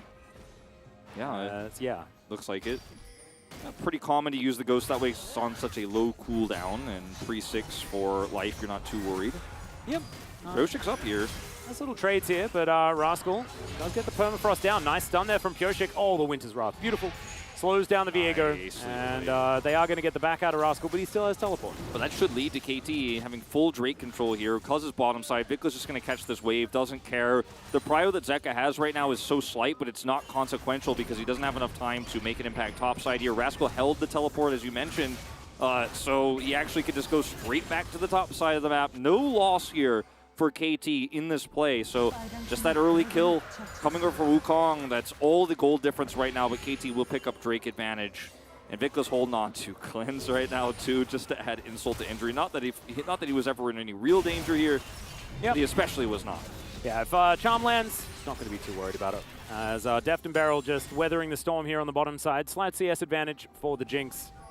But I don't think that it's going to mean too much. DRX going to have to get a little bit more if we want to breathe some sighs of relief from the DRX camp. A team fight here on the Herald is, I'd say, fairly even between these two teams, especially in a 3v3 where the laners stay, the 2v2 stays bottom side.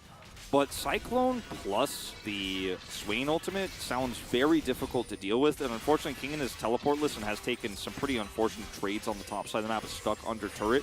So KT, I think, have the more control over the agency right now of starting Herald, but I think they're very happy with the game state and don't even need to necessarily force fights. As long as DRX don't get Herald, that's a big win for them. So they're just going to be happy to stay in these lanes, keep pushing top, keep pushing bottom, and yeah, a little bit of control goes over to Zeka in the mid lane, but it's insignificant because of how Swain works. He doesn't need to be leading the tempo there in this game. It's just not the same type of composition as what T1 was running, for example, with the Swain just yesterday, as Rascal is just going to take more gold here. Yeah. This is a disaster. Yeah, up going to be able to grab himself another Demolish proc. He's been a big fan of that one. Will be able to claim a plate here in the top side. Deft makes his way back to lane. Beryl not going to get dove again, which is certainly good news for him. Vikla gets the first reset, and Zeka is going to follow him immediately afterwards. 1,000 gold lead here for KT, but I have a feeling that the Rift Herald is going to be the next thing on the menu that they look for. Might be able to push forward an even larger advantage as Life looks for the handshake, just pulls Beryl back. Aiming more interested in taking these minions, but Life taking a lot of damage here. Hostile takeover will be flashed there by Beryl, who walks back towards Deft, but they get the flash out of the Tahm Kench and the Ignite as well. They're feeling good about it. Super Mega Death Rocket. Will Deft be able to hit it here? As Beryl was looking for any surprise Renatas. Yeah, they just want to check that one out, and unfortunately, now Aiming is just in a position with Deft seen, of course, to block the trajectory of the rocket. He's not even going to fire it. It would just be a waste. He's low on mana anyways. I don't know if he could have fired it right away, as KT, during all of this, will take that Rift Herald top side like you were mentioning. And, you know, it's quite curious to see this Aatrox pick just fall flat. And I think it's in part due to Rascal's insanely good laning, as Aiming's just going to ult Deft and be like, yeah, I don't think you're getting any pressure done here, because they know that Pioshik is coming over. That was the good old the Severum ult as well, allowing Aiming to get a whole bunch of his health back. Well, so does that he trade though? doesn't actually work. As yeah, Pioshik is going to be able to grab the Gromp. Can they kill Aiming is kind of the question. The answer is maybe. But he does have the Renata coming up. And so Aiming's going to be okay. Back's going to come through from Deft. He goes home, see whether he can complete his first item yet. Probably looking for that Kraken Slayer, but no, not going to quite get there just yet. Still needs to finish off the recipe. As Super Mega Death Rocket is looking to stop Aiming's back and buy DRX some tempo. Is going to connect there. Yeah, it will be pretty nice for DRX here just in terms of the tempo, but unfortunately there's no objective up right now, and you know, the Herald drop is going to be, I think, based here for KT on a pick, unless they just end up going for a topside drop where Rascal's already set up for the full turret to crash down and first turret blood. And it looks like, considering the prio now that Zeka's regained back in mid, that is going to be the play. He's just going to path topside and look for that drop, as the Aphelios is self-sufficient there on the bottom side. This game is extremely close. Like, KT have a pretty significant gold lead, but I think in terms of how these comps are going to collide on forced objective fights, which we will be having soon, that's where we're really going to get a big picture idea of how these two comps will work out, as Vikla will get his Imperial Mandate soon, and then this composition for KT can actually front-to-back fight straight up instead of taking small advantages and leading to early objectives. So nice that they have that edge right now. This is still very recoverable for DRX with just simply one good team fight in the picks, and mid-game fighting their comp is so good at. Yeah, right now it feels like DRX are in the position that they're allowed to be in. Yeah. Last time KT, at this stage of the game, I think we're off to like a 3,000-4,000 gold lead, and we're just pushing that pressure ever further. This time, they've taken all of the objectives. DRX have given up basically everything. They've had not a whole lot of pressure on the map. However, they've only given away one kill, and they've been able to lane relatively effectively. King in here sort of recovered after his early experience underneath the turret, but you can see Rascal is still absolutely fine as far as farm is concerned. In fact, as these minions die, he's going to be one behind. So no worries there at all. Yeah, he's got a pot he could sell, you know, to catch up in that gold, and he'll be fine. Yeah, there we go. Easy. Cuz going to come over here and look to give more plates over to Aiming. The win condition has arrived, Wolf. Yeah, they just decided to drop it down here bottom side instead of the top side. Getting a little bit of extra prio here, set up by Aiming and Life. And here's the angle for the Wukong. Yeah, Cuz going to dive on forward. Deft with the Flame Chompers does come in there. Still standing on top of this Wukong, taking a fair bit of damage. As Moonlight Vigil didn't do too much. There's a Super Mega Death Rocket as Deft is going to take down Shelly. Still, plates do go over to KT. Yeah, just Cuz does pick up 320 there, as Aiming was not able to get quite in range to pick up the gold, so still a big win for DRX to deny that there. I think the execution of both sides of that potential dive that didn't actually go down was left a little bit to be desired, as Cuz here. Yeah, trying to hop on over. He's half health, but it doesn't seem to matter. Life's going to move on in. There's the Heartbreaker. to get Pioshik away, but now he is off the map for the next little while, and that is bad news because there is a Drake up and ready for KT to take. KT taking that trade onto the Viego, forcing his flash out, getting the Heartbreaker. These things are massive going into a fight like this. KT just will not be contested.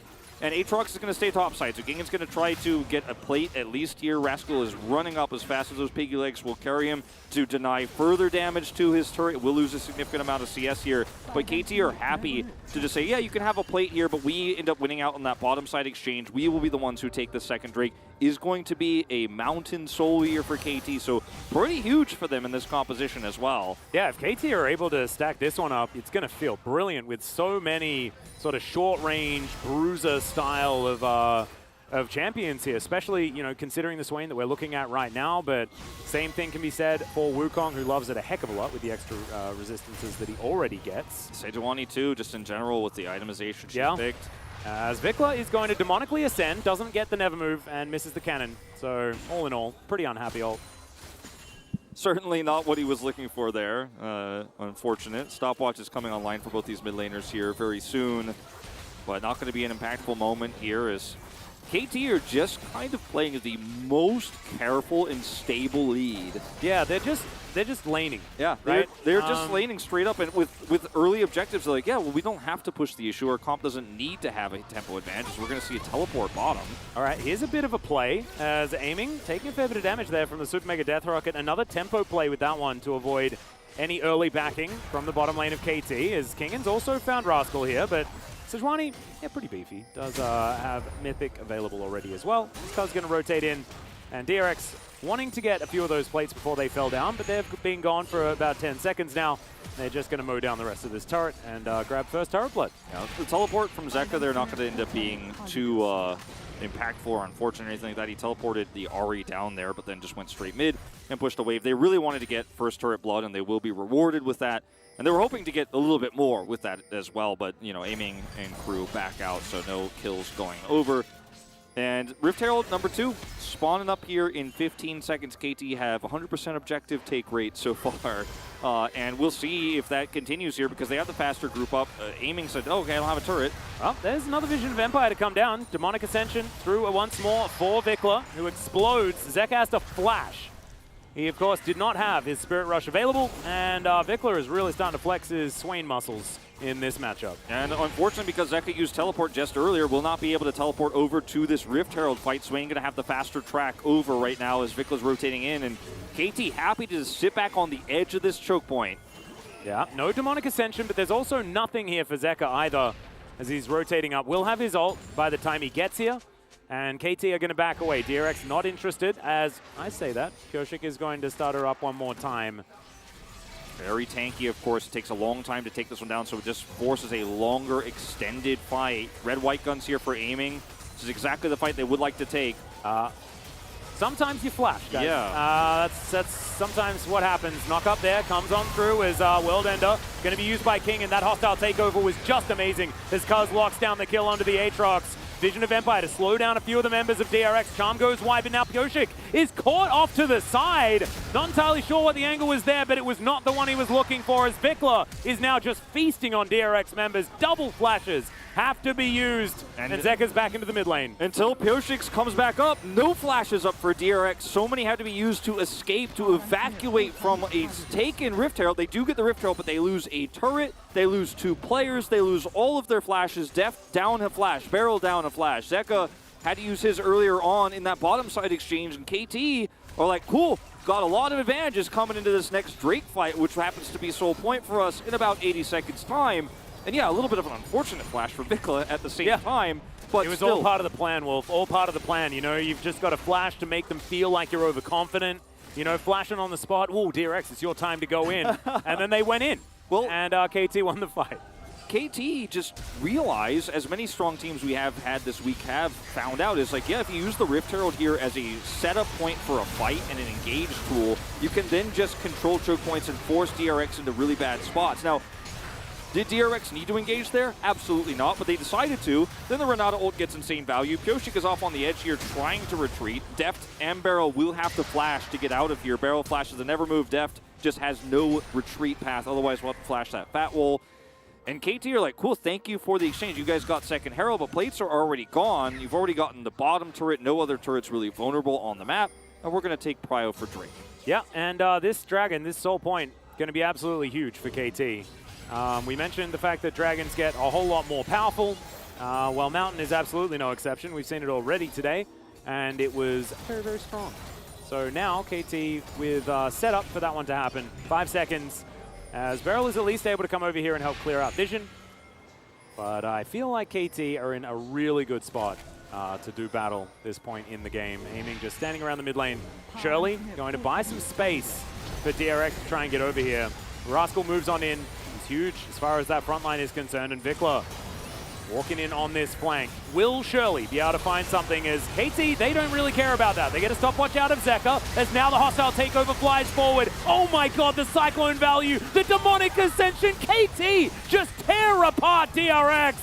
And I don't know what KT had for breakfast this morning, Wolf, but it was way better than whatever DRX had. I mean, KT's draft works so well when it can just, you know, basically they took a rolling pin to DRX and flattened them out. They have so many circles of AoE here. Cyclone value, wombo combo here with life, tossing in the hostile takeover. They put everything onto an Ahri. And the Ahri's like, okay, I could survive this, I could get out of this. And then there's no peel, there's no sort of turn for DRX. Cyclone comes through from Cuz at the perfect angle. The Renata follow-up ultimate is amazing. And that's all you need to just win a fight decisively, take this Mountain Soul, playing around mid, or Mountain Soul Point, excuse me. We're not quite that far into this game yet, but KT make it feel like it's 30 minutes every time when they take these decisive fights. As look at the collapse onto Zeka here. Everybody's jumping in on the Ahri after the Sejuani ult comes through. Follow-up handshake. Zeka's out of the fight. He cannot charm, he cannot peel, he cannot threaten aiming. And then the Cyclone plus Swain ult plus Renata ult just on top of everybody. Deft, not a chance, not a prayer in this team fight. It's just amazingly well done for KT. And you know that they had that Renata pick prepared. We're going to hear this one from Vikla's perspective. Look at this. It is just the most perfect Swain angle. Yeah, and because of his pull off those players, the Cyclone got more value. You know, like he set up the Cyclone and the Renata ult and the whole comp works together after they initially on the top start of the fight blew up the Ahri. And she survives, but do not win the team fight. Look at the gold now across the board here. Yeah, it's looking so similar. As DRX, Deft is going to need to be devoured. Beryl is just going to go for some drive-through, and he will be able to move Deft underneath this turret. Cuz taking a bit of damage here as Kingin trying to frontline where he can, but aiming is going to convince him to leave. Zeka splitting on this top side, or on this bottom side, I should say. As Rascal's going to dive on forward. Winter's Wrath will connect. And now the Charm is going to come through as well. Everfrost locks up the Sejuani. So no solo kills here for Rascal. He wants to beef up that number, you know? Yeah, look at how ahead he is in items here this game, too. Like, he has a Frozen Heart and a Negatron cloak. So he's like, yeah, I think I kill him. Yeah, as, okay, Demonic Ascension comes through once again here for Vikla. Oh my god, the electric hands are doing so much work. Another hostile takeover comes in. Beryl gets a nice double knock-up. But, I mean, what's it for? What's he able to set up for? He's trying to lick Cuz a little, and Cuz is going to say, well, thank you for the money. And now Rascal's going to go for it. Here's the solo kill, ladies and gentlemen. Foxfire comes on in, the Ignite is ticking, and there's the Arctic Assault. These teams do not look like they are both going to playoffs. These two teams do not look like they are in the same tier. These two teams do not look like they both have a 9-7 scoreline. They are on the exact same place in the standings. KT says, absolutely no. No, I am not at the same place as DRX. No, I am not on the same level as this team. I'm a whole tier above. We have to remember as well, KT actually has a better win record in round 2 than T1. Yeah, that's absolutely correct. And if KT had beaten Live Sandbox on that last series, won this one and win their last one, they might actually be taking that 3rd place spot as well. They did lose to Sandbox, so that's not their reality. But man, with the performances we're seeing from KT and Sandbox here tonight, the top 4 of our playoffs just look so inviting, exciting. Looks like some upset potential there. No. You almost said the word. I think you slurred it a little bit. Yeah, however, yeah. I just needed to make sure that we confirmed that that is not an E word. We did not say it. Yeah, I said it was very sprightly. Yes. It's been very nice. As this is also pretty nice. As Rascal gets to chase down Zeka forever. Ahri's a pretty mobile champion, by the way. but apparently not compared to a Sejuani. Rascal is denied the first attempt, and the second one he's like, yeah, I got him this time. He has force of nature. Yeah, I mean, it's 404 Mundos not found. You know, he just does not really care about the state of this game. He's going in once again. Yeah, I think he knows the Pyoshik's there. He's going to get stunned up for a moment. Moonlight Vigil comes down. Zeka, oh my goodness, he has to go back to the fountain. And KT, they are just rolling in it. They once again just have wallets of fury. And Deft and Beryl left underneath this turret. 4-man group of KT just going to push down this inner turret. And it's been a while since we've seen a 2-0 this convincing. Yep. Remember, Wolf, the series we had prior was theoretically between two teams that are further away from one another in the standings. These two teams have the same scoreline. And yeah, this one, if you don't, like, the last one looked extremely close. Yeah, and if you actually put black lines across the 9-7, if someone's tuning in and they haven't been watching the season for a while, you wouldn't believe these teams have the same score line. Yeah, you'd be like, is this 2018 KT VODs? Yeah. Deft is on the other side, guys. Yeah, Score is playing in the semifinals as a coach. Yeah. Look, Rascal down here is just continuing to push this wave in. They have the inhibitor down. KT are just sieging up. It's all over but the Cryon here, really. It absolutely is. There might be some of that as well, as we're looking to siege down this inhibitor turret. Aiming untouched now as Vikla just diving forward. The World Ender just feels like it's got the wrong name. I think that should be the name of the Demon Flare, as Vikla is just walking past the Aatrox, and he's way more demonic, way more scary, as KT will just ace DRX effortlessly. It's a good time to be a KT fan. It really is. It's the Kang team, the strong team that the fans are putting on the signs is really just coming true here in the final stages of this tournament. 16-0, another nearly 10,000 gold lead. Actually just 10,000 here at the end for KT. Dominant victory, clean 2-0, nothing to see here. Actually, just insane here from KT. This is exactly the time where they need to be performing like this as well. We have to say again, KT now have a berth into the Worlds qualifier, even if they fall out in the first round of playoffs. But now, I'm wondering how far they can go, Wolf. Are we going to get a telecom war potentially in the semi-final? That is now looking extraordinarily high. I said it in the Pog State last week, and I thought that was the trajectory we're living in if KT lives up to the hype, lives up to the promise of a strong first round victory, because Sandbox beat them. Sandbox looks stronger. Sandbox beat T1. So now I think Gen G is a little bit less interested in picking Sandbox for that first round matchup. So might be ruined. We might not actually get that telecom war.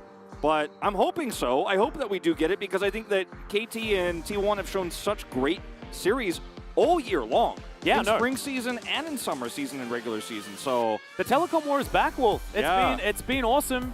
Both times in the Summer Split. I think it's probably here to stay. Whether we actually get it is the real question here, because as this stands, we have DRX versus Liv Sandbox. That one's locked in. That means it's going to be Damwon Kia versus KT for that first round. If KT manages to beat Damwon Kia, and then assumedly Liv Sandbox is going to take down DRX, who do you choose if you're Gen G? I think right now it is a very difficult decision, because you have to really look closer at that KT Sandbox series and how it started, because KT, we make the joke they won all 3 games because they won one of them, literally, in a one-sided game like this. Yeah. Game 1, they had that type of lead, tossed it away. In Game 3, they also had a pretty massive lead that they unfortunately tossed away. And I mean, maybe you do actually pick Liv Sandbox. Maybe you do as Gen G, and that's going to be a huge topic of discussion for us for the rest of this week on our next Pog State episode. Maybe we just need to call Arnold and be like, for the good of the LCK, Arnold, because Arnold is definitely a friend of the LCK, wants to make sure that we're as successful as possible. We're like, could you just pick Liv Sandbox for us, just so that we get that telecom war? No, definitely don't do that. Don't ruin the competitive integrity of the game. But still, we just want it to happen. It's not a sure thing. You know, it felt like it was for so long this season that we were just going to get 3 matchups of T1 Gen G, 2 regular season ones and 1 in the finals. We saw that in spring season, and it just felt like, okay, that's just a guaranteed thing. Right now, both Liv Sandbox and KT Rolster are outperforming T1 here. We can't say the same of DRX, but it does feel like when you see these decisive victories here for KT, and when you see the decisive victories for Liv Sandbox, the advantages they take, and even coming back from deficits, you know, will one of these teams maybe even make the run all the way to the finals? It's not out of the question right now. In fact, it's becoming more and more likely that we should predict that. Yeah, I think it's only Gen G that's looking like they're a team guaranteed to head to the playoffs, to head to the finals, just with how incredibly good that they've looked. The fact that they're about to break the record of 2015 SKT, T1 in spring of this year, and of course Damwon here in 2020. This Gen G is unprecedented levels of good, but I think every other team outside of DRX is looking in amazing form. Maybe Damwon Kia sitting a rung below. We'll see what happens with their series against T1 later on this week. Yeah, that is definitely going to be pretty telling. But right now, the top of the LCK is Gen G, Live Sandbox, KT, and T1. Yeah, those last matches of this week are really just going to determine form for what we expect going into the final playoff run. Is the calm comms here from KT. Yeah. Business as usual, 2-0, nothing to see here, etc., etc. I think the comp of DRX, I really liked it until we went Aatrox, you know, and Viego there at the end. I think that gave KT's comp in low range so much power and so much ability to set up those wombo combos we saw there on the mid lane. And Kingen, I mean, he was obviously picking it so he could, like, smash lane. That is not Kingen, the player. Maybe, like, he's been playing a bunch of Jason solo queue. Maybe it was time to bring something like that out and really try and knock down the top lane. But Rascal's just been so stable. He is peaking exactly when he needs to here for KT, and this team is really coming together. They are looking absolutely fantastic. A bit of a nod as well to Aiming taking down his former teammate in Zeka as well. But, ladies and gentlemen, we have the analysts standing alongside. Hopefully they're ready, because this was pretty quick. Let's throw it over to them to break down the 2-0 for KT. Hello and welcome to the Carpet Space and Collaborative Chairs. No guy on the TV today. It's me, Valdez, with Chronicler. And that was another Omega Stomp. Yeah. I mean, KT look about 17 heads above DRX right now, and it's just insane because not only did we have this today, but we kind of had it in the first series. We also had it in the series yesterday. I think we should talk a little bit more about this, but first let's talk a bit about the draft. Wolf was touching a bit on this. Chronicler, what were your thoughts? I love the Swain. Swain has been still very highly regarded as a counterpick to Ahri specifically in challengers as well. And the reason we really saw, because even disregarding the rest, where I think Swain into like the double melee, Viego Aatrox is like very happy. I don't know why we picked that into it. Swain can every single time that you hit an E, that you hit your never move on Ahri, you press R, she presses R, but you build Mandate and a bunch of other, and like your ult cooldown is so much lower. So she doesn't get to really do anything, and then the next time that she doesn't have an ult and you do it, you kill her. Yeah. So it's outside of, I really like the Swain. I think it's a great pick that has completely dropped off and definitely as an Ahri counter pick still holds a lot of value. Jinx also is just not quite it overall. And I think besides that, KT to me they're just way better. So the top half of the drop, like I think it's fine, but. I mean, to me as well, just to compound upon that, like you were talking about the Swain, but also the Renata Glask, you have the Felios as well. The first half of the draft is totally fine. I think DRX, you know, the Ahri's great into some of this. The Jinx, theoretically, right? We don't really know about it nowadays because it's really just struggling as a champion. Jinx, Tahm Kench, though, you think, okay, just sit back, wait, you know, you don't have to. And then they ban away Trundle and they pick two melees that want to go hard in the paint, and then it's like, no. Well, what? Like, it's like they forgot what happened in the first half of the draft. I was just a little bit disappointed by that. I think we all are. And we also saw, like, Aatrox is good into tanks after some levels, but he actually loses to Sejuani early, especially with Ignite. So he just got Dove level 3 as well. So it was not the best in drafting for DRX, and it kind of gives you the feeling that they don't really know what they do right now, where they need to look, and how to really make it work. Yeah, and the thing is, it's like, they didn't lose this game because they drafted poorly. They actually just got boomed in Everlane again. Two games in a row. 2 games in a row. And we can check out highlight number 1. We only have one highlight again because the game ended so quickly. And it's, you know, they're trying to put on pressure, and then KT press all the buttons and just sweep you into the They get Swanye, that's what happens. As a Vikla hits himself a very nice never move, meaning that immediately you need to go for. And you talked about it as well already. Like Life's ultimate's also just amazing here. We saw a later fight as well. We're not even going to get into where it looks like Kingen is able to get like the real Aatrox moment, and then he just gets hit by Renata, and he like just with his movement speed boost runs towards his own team. It's just really sad. Yeah. It's just a bad time. Didn't have to play Aatrox. And before this, they were already ahead. After this, the game was basically over. And just not a lot to show. KT showing that, especially with Damwon still looking kind of shaky. And let's not forget, Sandbox won, but it was not an easy win. And it was really Prince going full God mode to pull that final game back. So KT looking wonderful as we head into the playoffs, which I'm super excited about. T1 slowly on a downswing right now, so can they bounce back? Like, there's a ton of interesting stuff, except Gen.G, they're the best. And I don't know if anyone's really going to match that, but we'll forget about that. Let's take a look at the POG here as we'll see who does pick it up. I think it's a pretty easy choice for me, the Vikla. The Thikla comes through, and 1-0 and 11, you know, he didn't pick up a lot of kills, but it did not matter because the value that he got on the Swain and how perfectly he played it was kind of insane. It's been remarkable to witness the development of this player over the course of last split. And of course, he came in at the end of spring, but I don't think that the current form of KT really clicked until this mid part of this summer. And it's just the whole package. Like it's getting better and better as well, which I think is remarkable because his laning phase used to be notoriously kind of awkward, and then yes, afterwards he would pop off, something similar that Gory had on Nongshim last year. But Zeka is no slouch. As mentioned, I think this matchup is favored, but I think overall still it is definitely a setup where Vikla can really show what he's got, and I'm getting continuously more impressed by him. I really like it. Yeah, it's good to see. I just hope that as we face some of the better teams, he doesn't just lose the lane. I think that will be a bit of an issue, but maybe he can just play champs that like to do well in lane, and he'll be okay. Like the Ahri looked good, the Swain looked good. But guys, we do have the interview ready to go. Let's hand it over to G-Sun for the translation. Thank you very much, guys. This is Ji-sun for the POG interview translation. This time joined by Life Vikla from KT roster. This was a match between two playoff teams, you know.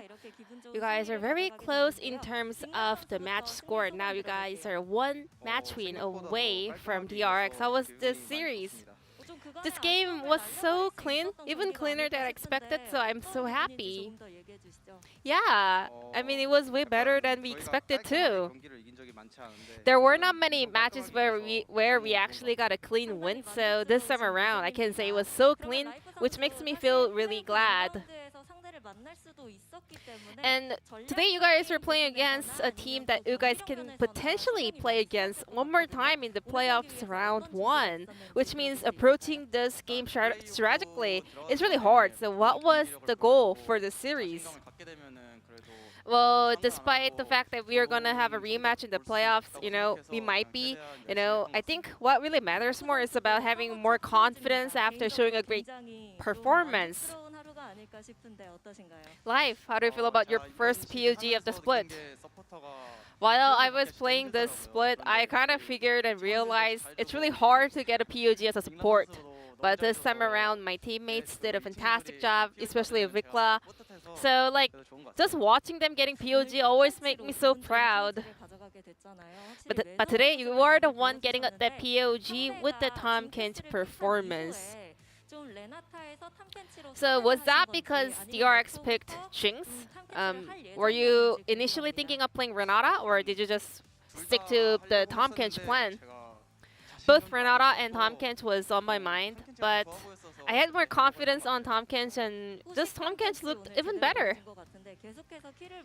And today, your Tahm Kench was devouring so many kills. You ended up getting 4 kills in the end, and we were able to get a listen into the player comms. And usually, when a support gets a kill, they go like, "Oh, I'm so sorry, it's my bad." But this time around, you were like, "My kill, my kill."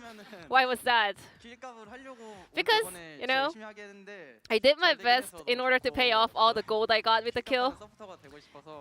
And that's my motto for my gameplay. And I want to get 1,000 kills in the LCK, you know. But I didn't intentionally steal away the kills, just to let you guys know. And out of 10 players that played on that Rift, you were actually on the 5th place in terms of the damage number. I mean, our laning phase went great, you know, and I got early kills, so I kind of told my teammates that I can carry this game, for real. I was doing a great job, but no one actually like react to that, you know, no one was like yelling out my name.